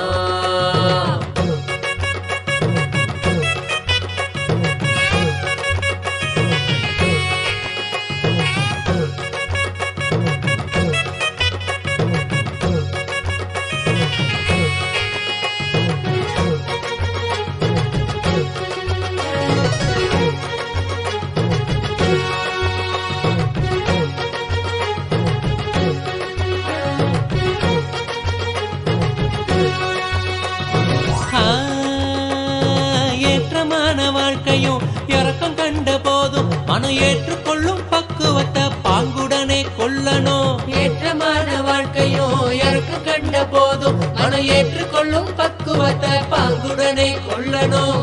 மாற்றங்களை தாங்க மனம் பெரும் தவிப்பு தவிச்சிடும். உள்ள மத ஏற்க அங்கு பரவசமும் நிறைஞ்சிடும்.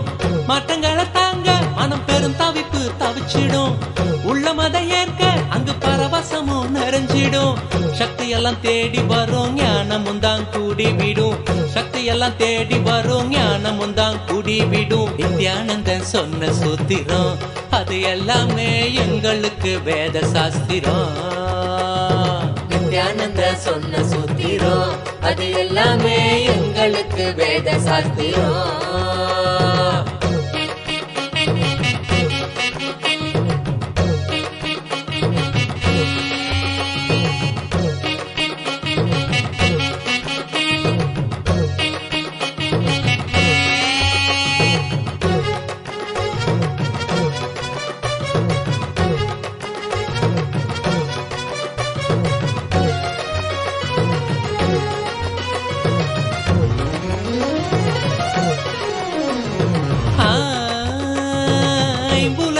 ஆளுமை துன்பத்தையே சேர்க்கும். குரு நித்யனி நம்பு அது ஆனந்தத்தை ஈர்க்கும்.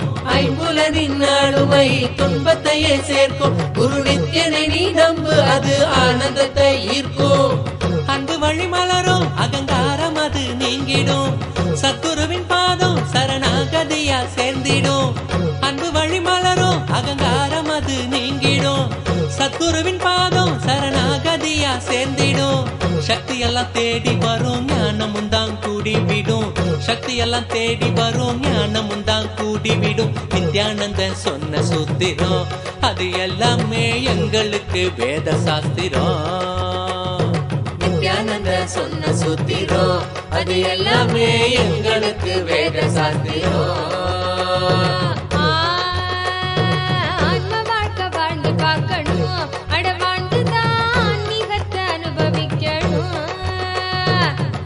வாழ்க்கை வாழ்ந்து பார்க்கணும்.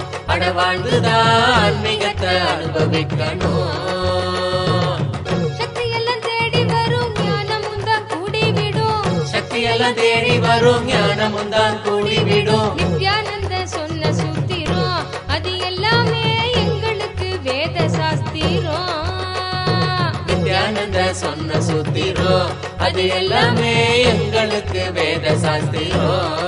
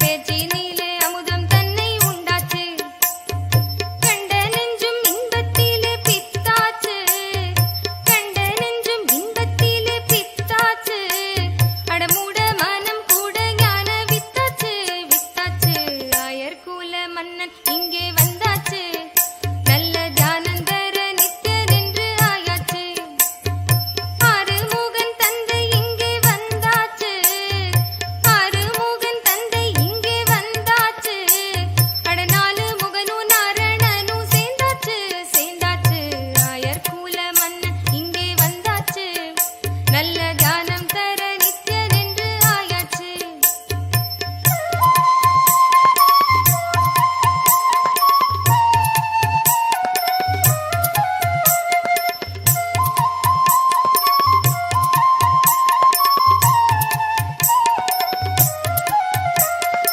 ஏகமின்று மாயையாலே ரெண்டாச்சு அட ஞானத்திலே மாயை எல்லாம் வென்றாச்சு ஏகமின்று மாயையாலே ரெண்டாச்சு அட ஞானத்திலே மாயை எல்லாம் வென்றாச்சு மூணு தமிழ் நாலு வேதம் உண்டாச்சு மூணு தமிழ் நாலு வேதம் உண்டாச்சு அட பாதம் பெற்ற வேதம் கடந்து நின்றாச்சு அட பாதம் பெற்ற வேதம் கடந்து நின்றாச்சு எட்டு திசையும் ஒன்று சேர கண்டாச்சு ஒன்பது ரத்தினமும் சிரிப்பு ஆயாச்சு பத்து பதிகம் நீயும் பாட கேட்டாச்சு பத்து பதிகம் நீயும் பாட கேட்டாச்சு ஆனந்தம் தேடி சொர்க்கபுரியும் நித்தியபுரிக்கு வந்தாச்சு ஆயர்குல மன்னன் இங்கே வந்தாச்சு நல்ல தியானம் தர நித்யன் என்று ஆயாச்சு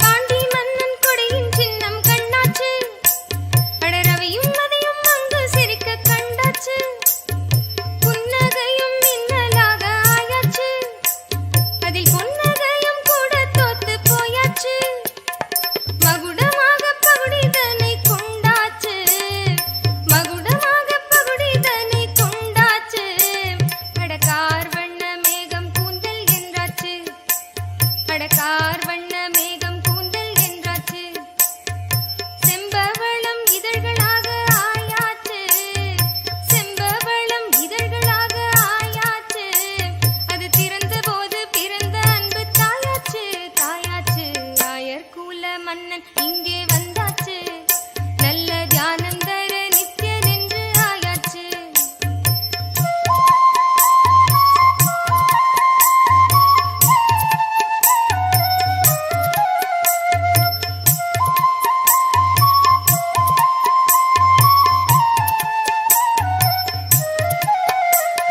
பொன்னும் நாணும் வண்ணம் அதை கொண்டாச்சு அட பெண்ணும் மானும் கடந்த நிலையை கண்டாச்சு உலகும் உறவும் நீ ஒருவன் என்றாச்சு உலகும் உறவும் நீ ஒருவன் என்றாச்சு அட கண்கள் ரெண்டு நெஞ்சையும் நீ வென்றாச்சு அட கண்கள் ரெண்டு நெஞ்சையும் நீ வென்றாச்சு பொங்கி வரும் அருவி பேச்சு ஆயாச்சு அதை தங்கி அருளும் அறிவில் துன்பம் போயாச்சு பொங்கி வரும் அருவி பேச்சு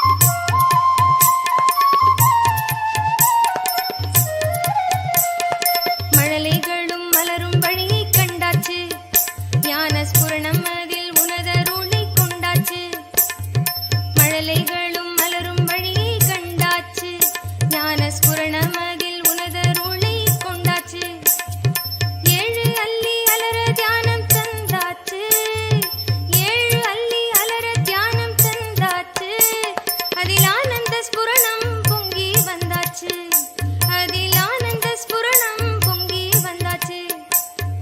ஏழுடல் உண்டைவில் தாண்ட என்னாச்சு, நித்திய ஆனந்த ஸ்புரணம் ஏனும் பொன்னாச்சு.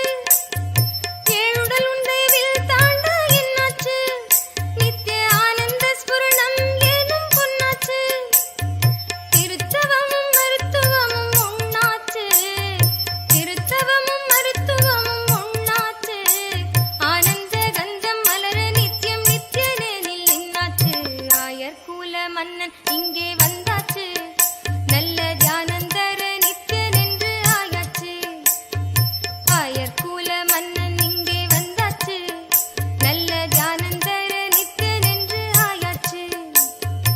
ஆறுமுகன் தந்தை இங்கே வந்தாச்சு, ஆறுமுகன் தந்தை இங்கே வந்தாச்சு. அடநாலு முகனும் நாரணனும் சேர்ந்தாச்சு, சேர்ந்தாச்சு. ஆயர்கூல மன்னன் இங்கே வந்தாச்சு, நல்ல தியானந்தர நித்தியன் என்று ஆயாச்சு.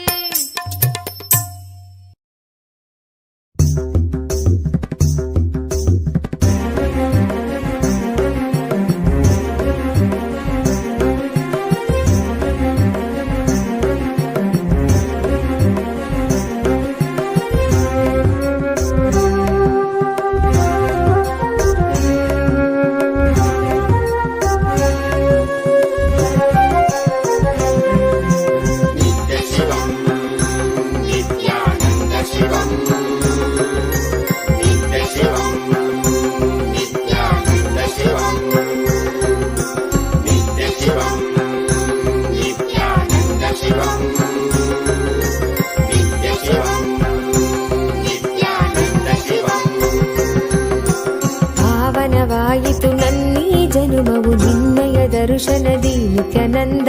ಪಾವನವಾಯಿತು ಈ ಜನುಮವು ನಿನ್ನಯ ದರ್ಶನದಿ ನಿತ್ಯಾನಂದ. ಶಿವಗತಿಯನ್ನು ಜಗಕ್ಕೆಲ್ಲ ಕೊಡುತ್ತಿರುವೆ ನಿತ್ಯಾನಂದನೇ ನೀ. ಶಿವನಾಗಿ ಗುರುವಾಗಿ ಸದ್ಗತಿಯನ್ನು ಜಗಕ್ಕೆಲ್ಲ ಕೊಡುತ್ತಿರುವೆ ನಿತ್ಯಾನಂದನೇ ನೀ.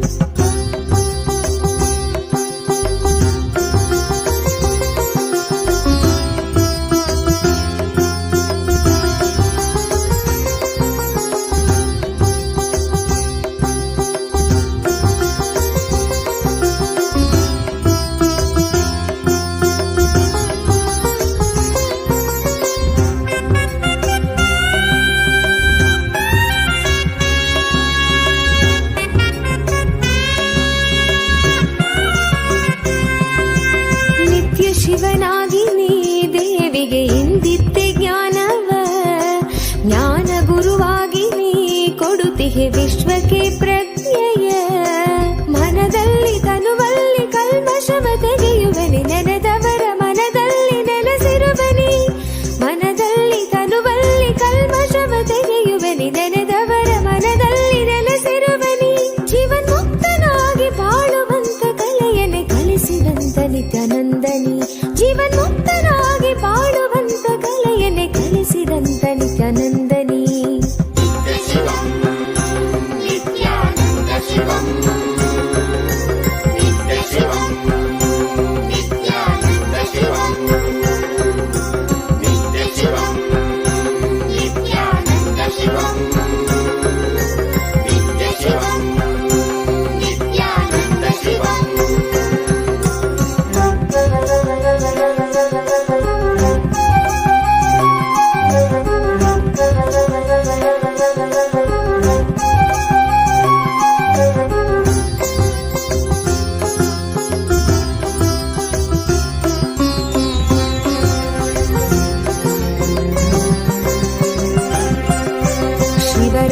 ಕಾಲವೇ ನಿತ್ಯ ಜಪವನ್ನು ಮಾಡಲು ವರವನ್ನು ನೀಡಿ ನೀನು ಅನುಗ್ರಹ ಸುರಿವೆ ನಿತ್ಯನೇ ನೀ. ಭವರೋಗವ ತಡೆದು ಭಾವದ ಚಿಂತೆಯೆಲ್ಲ ತೊಳೆದು ಕರ್ಮ ಸಂಸ್ಕಾರಗಳೆಲ್ಲ ಸ್ಥಾಪಿಸಿ ಹೊಸ ಜೀವನ ಕೊಡುವೆ.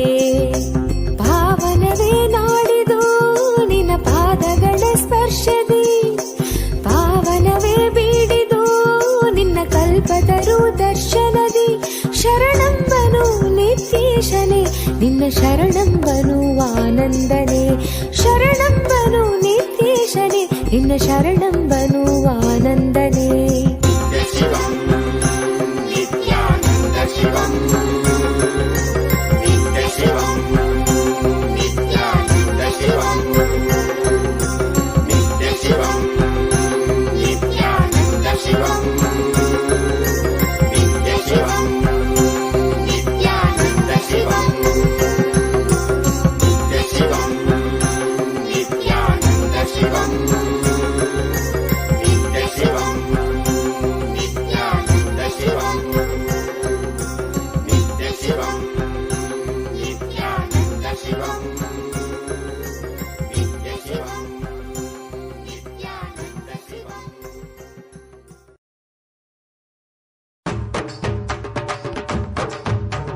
நித்யானந்தன் நாம சொல்லுங்க, உங்க நெஞ்சில் உள்ள சோகம் வெல்லுங்க.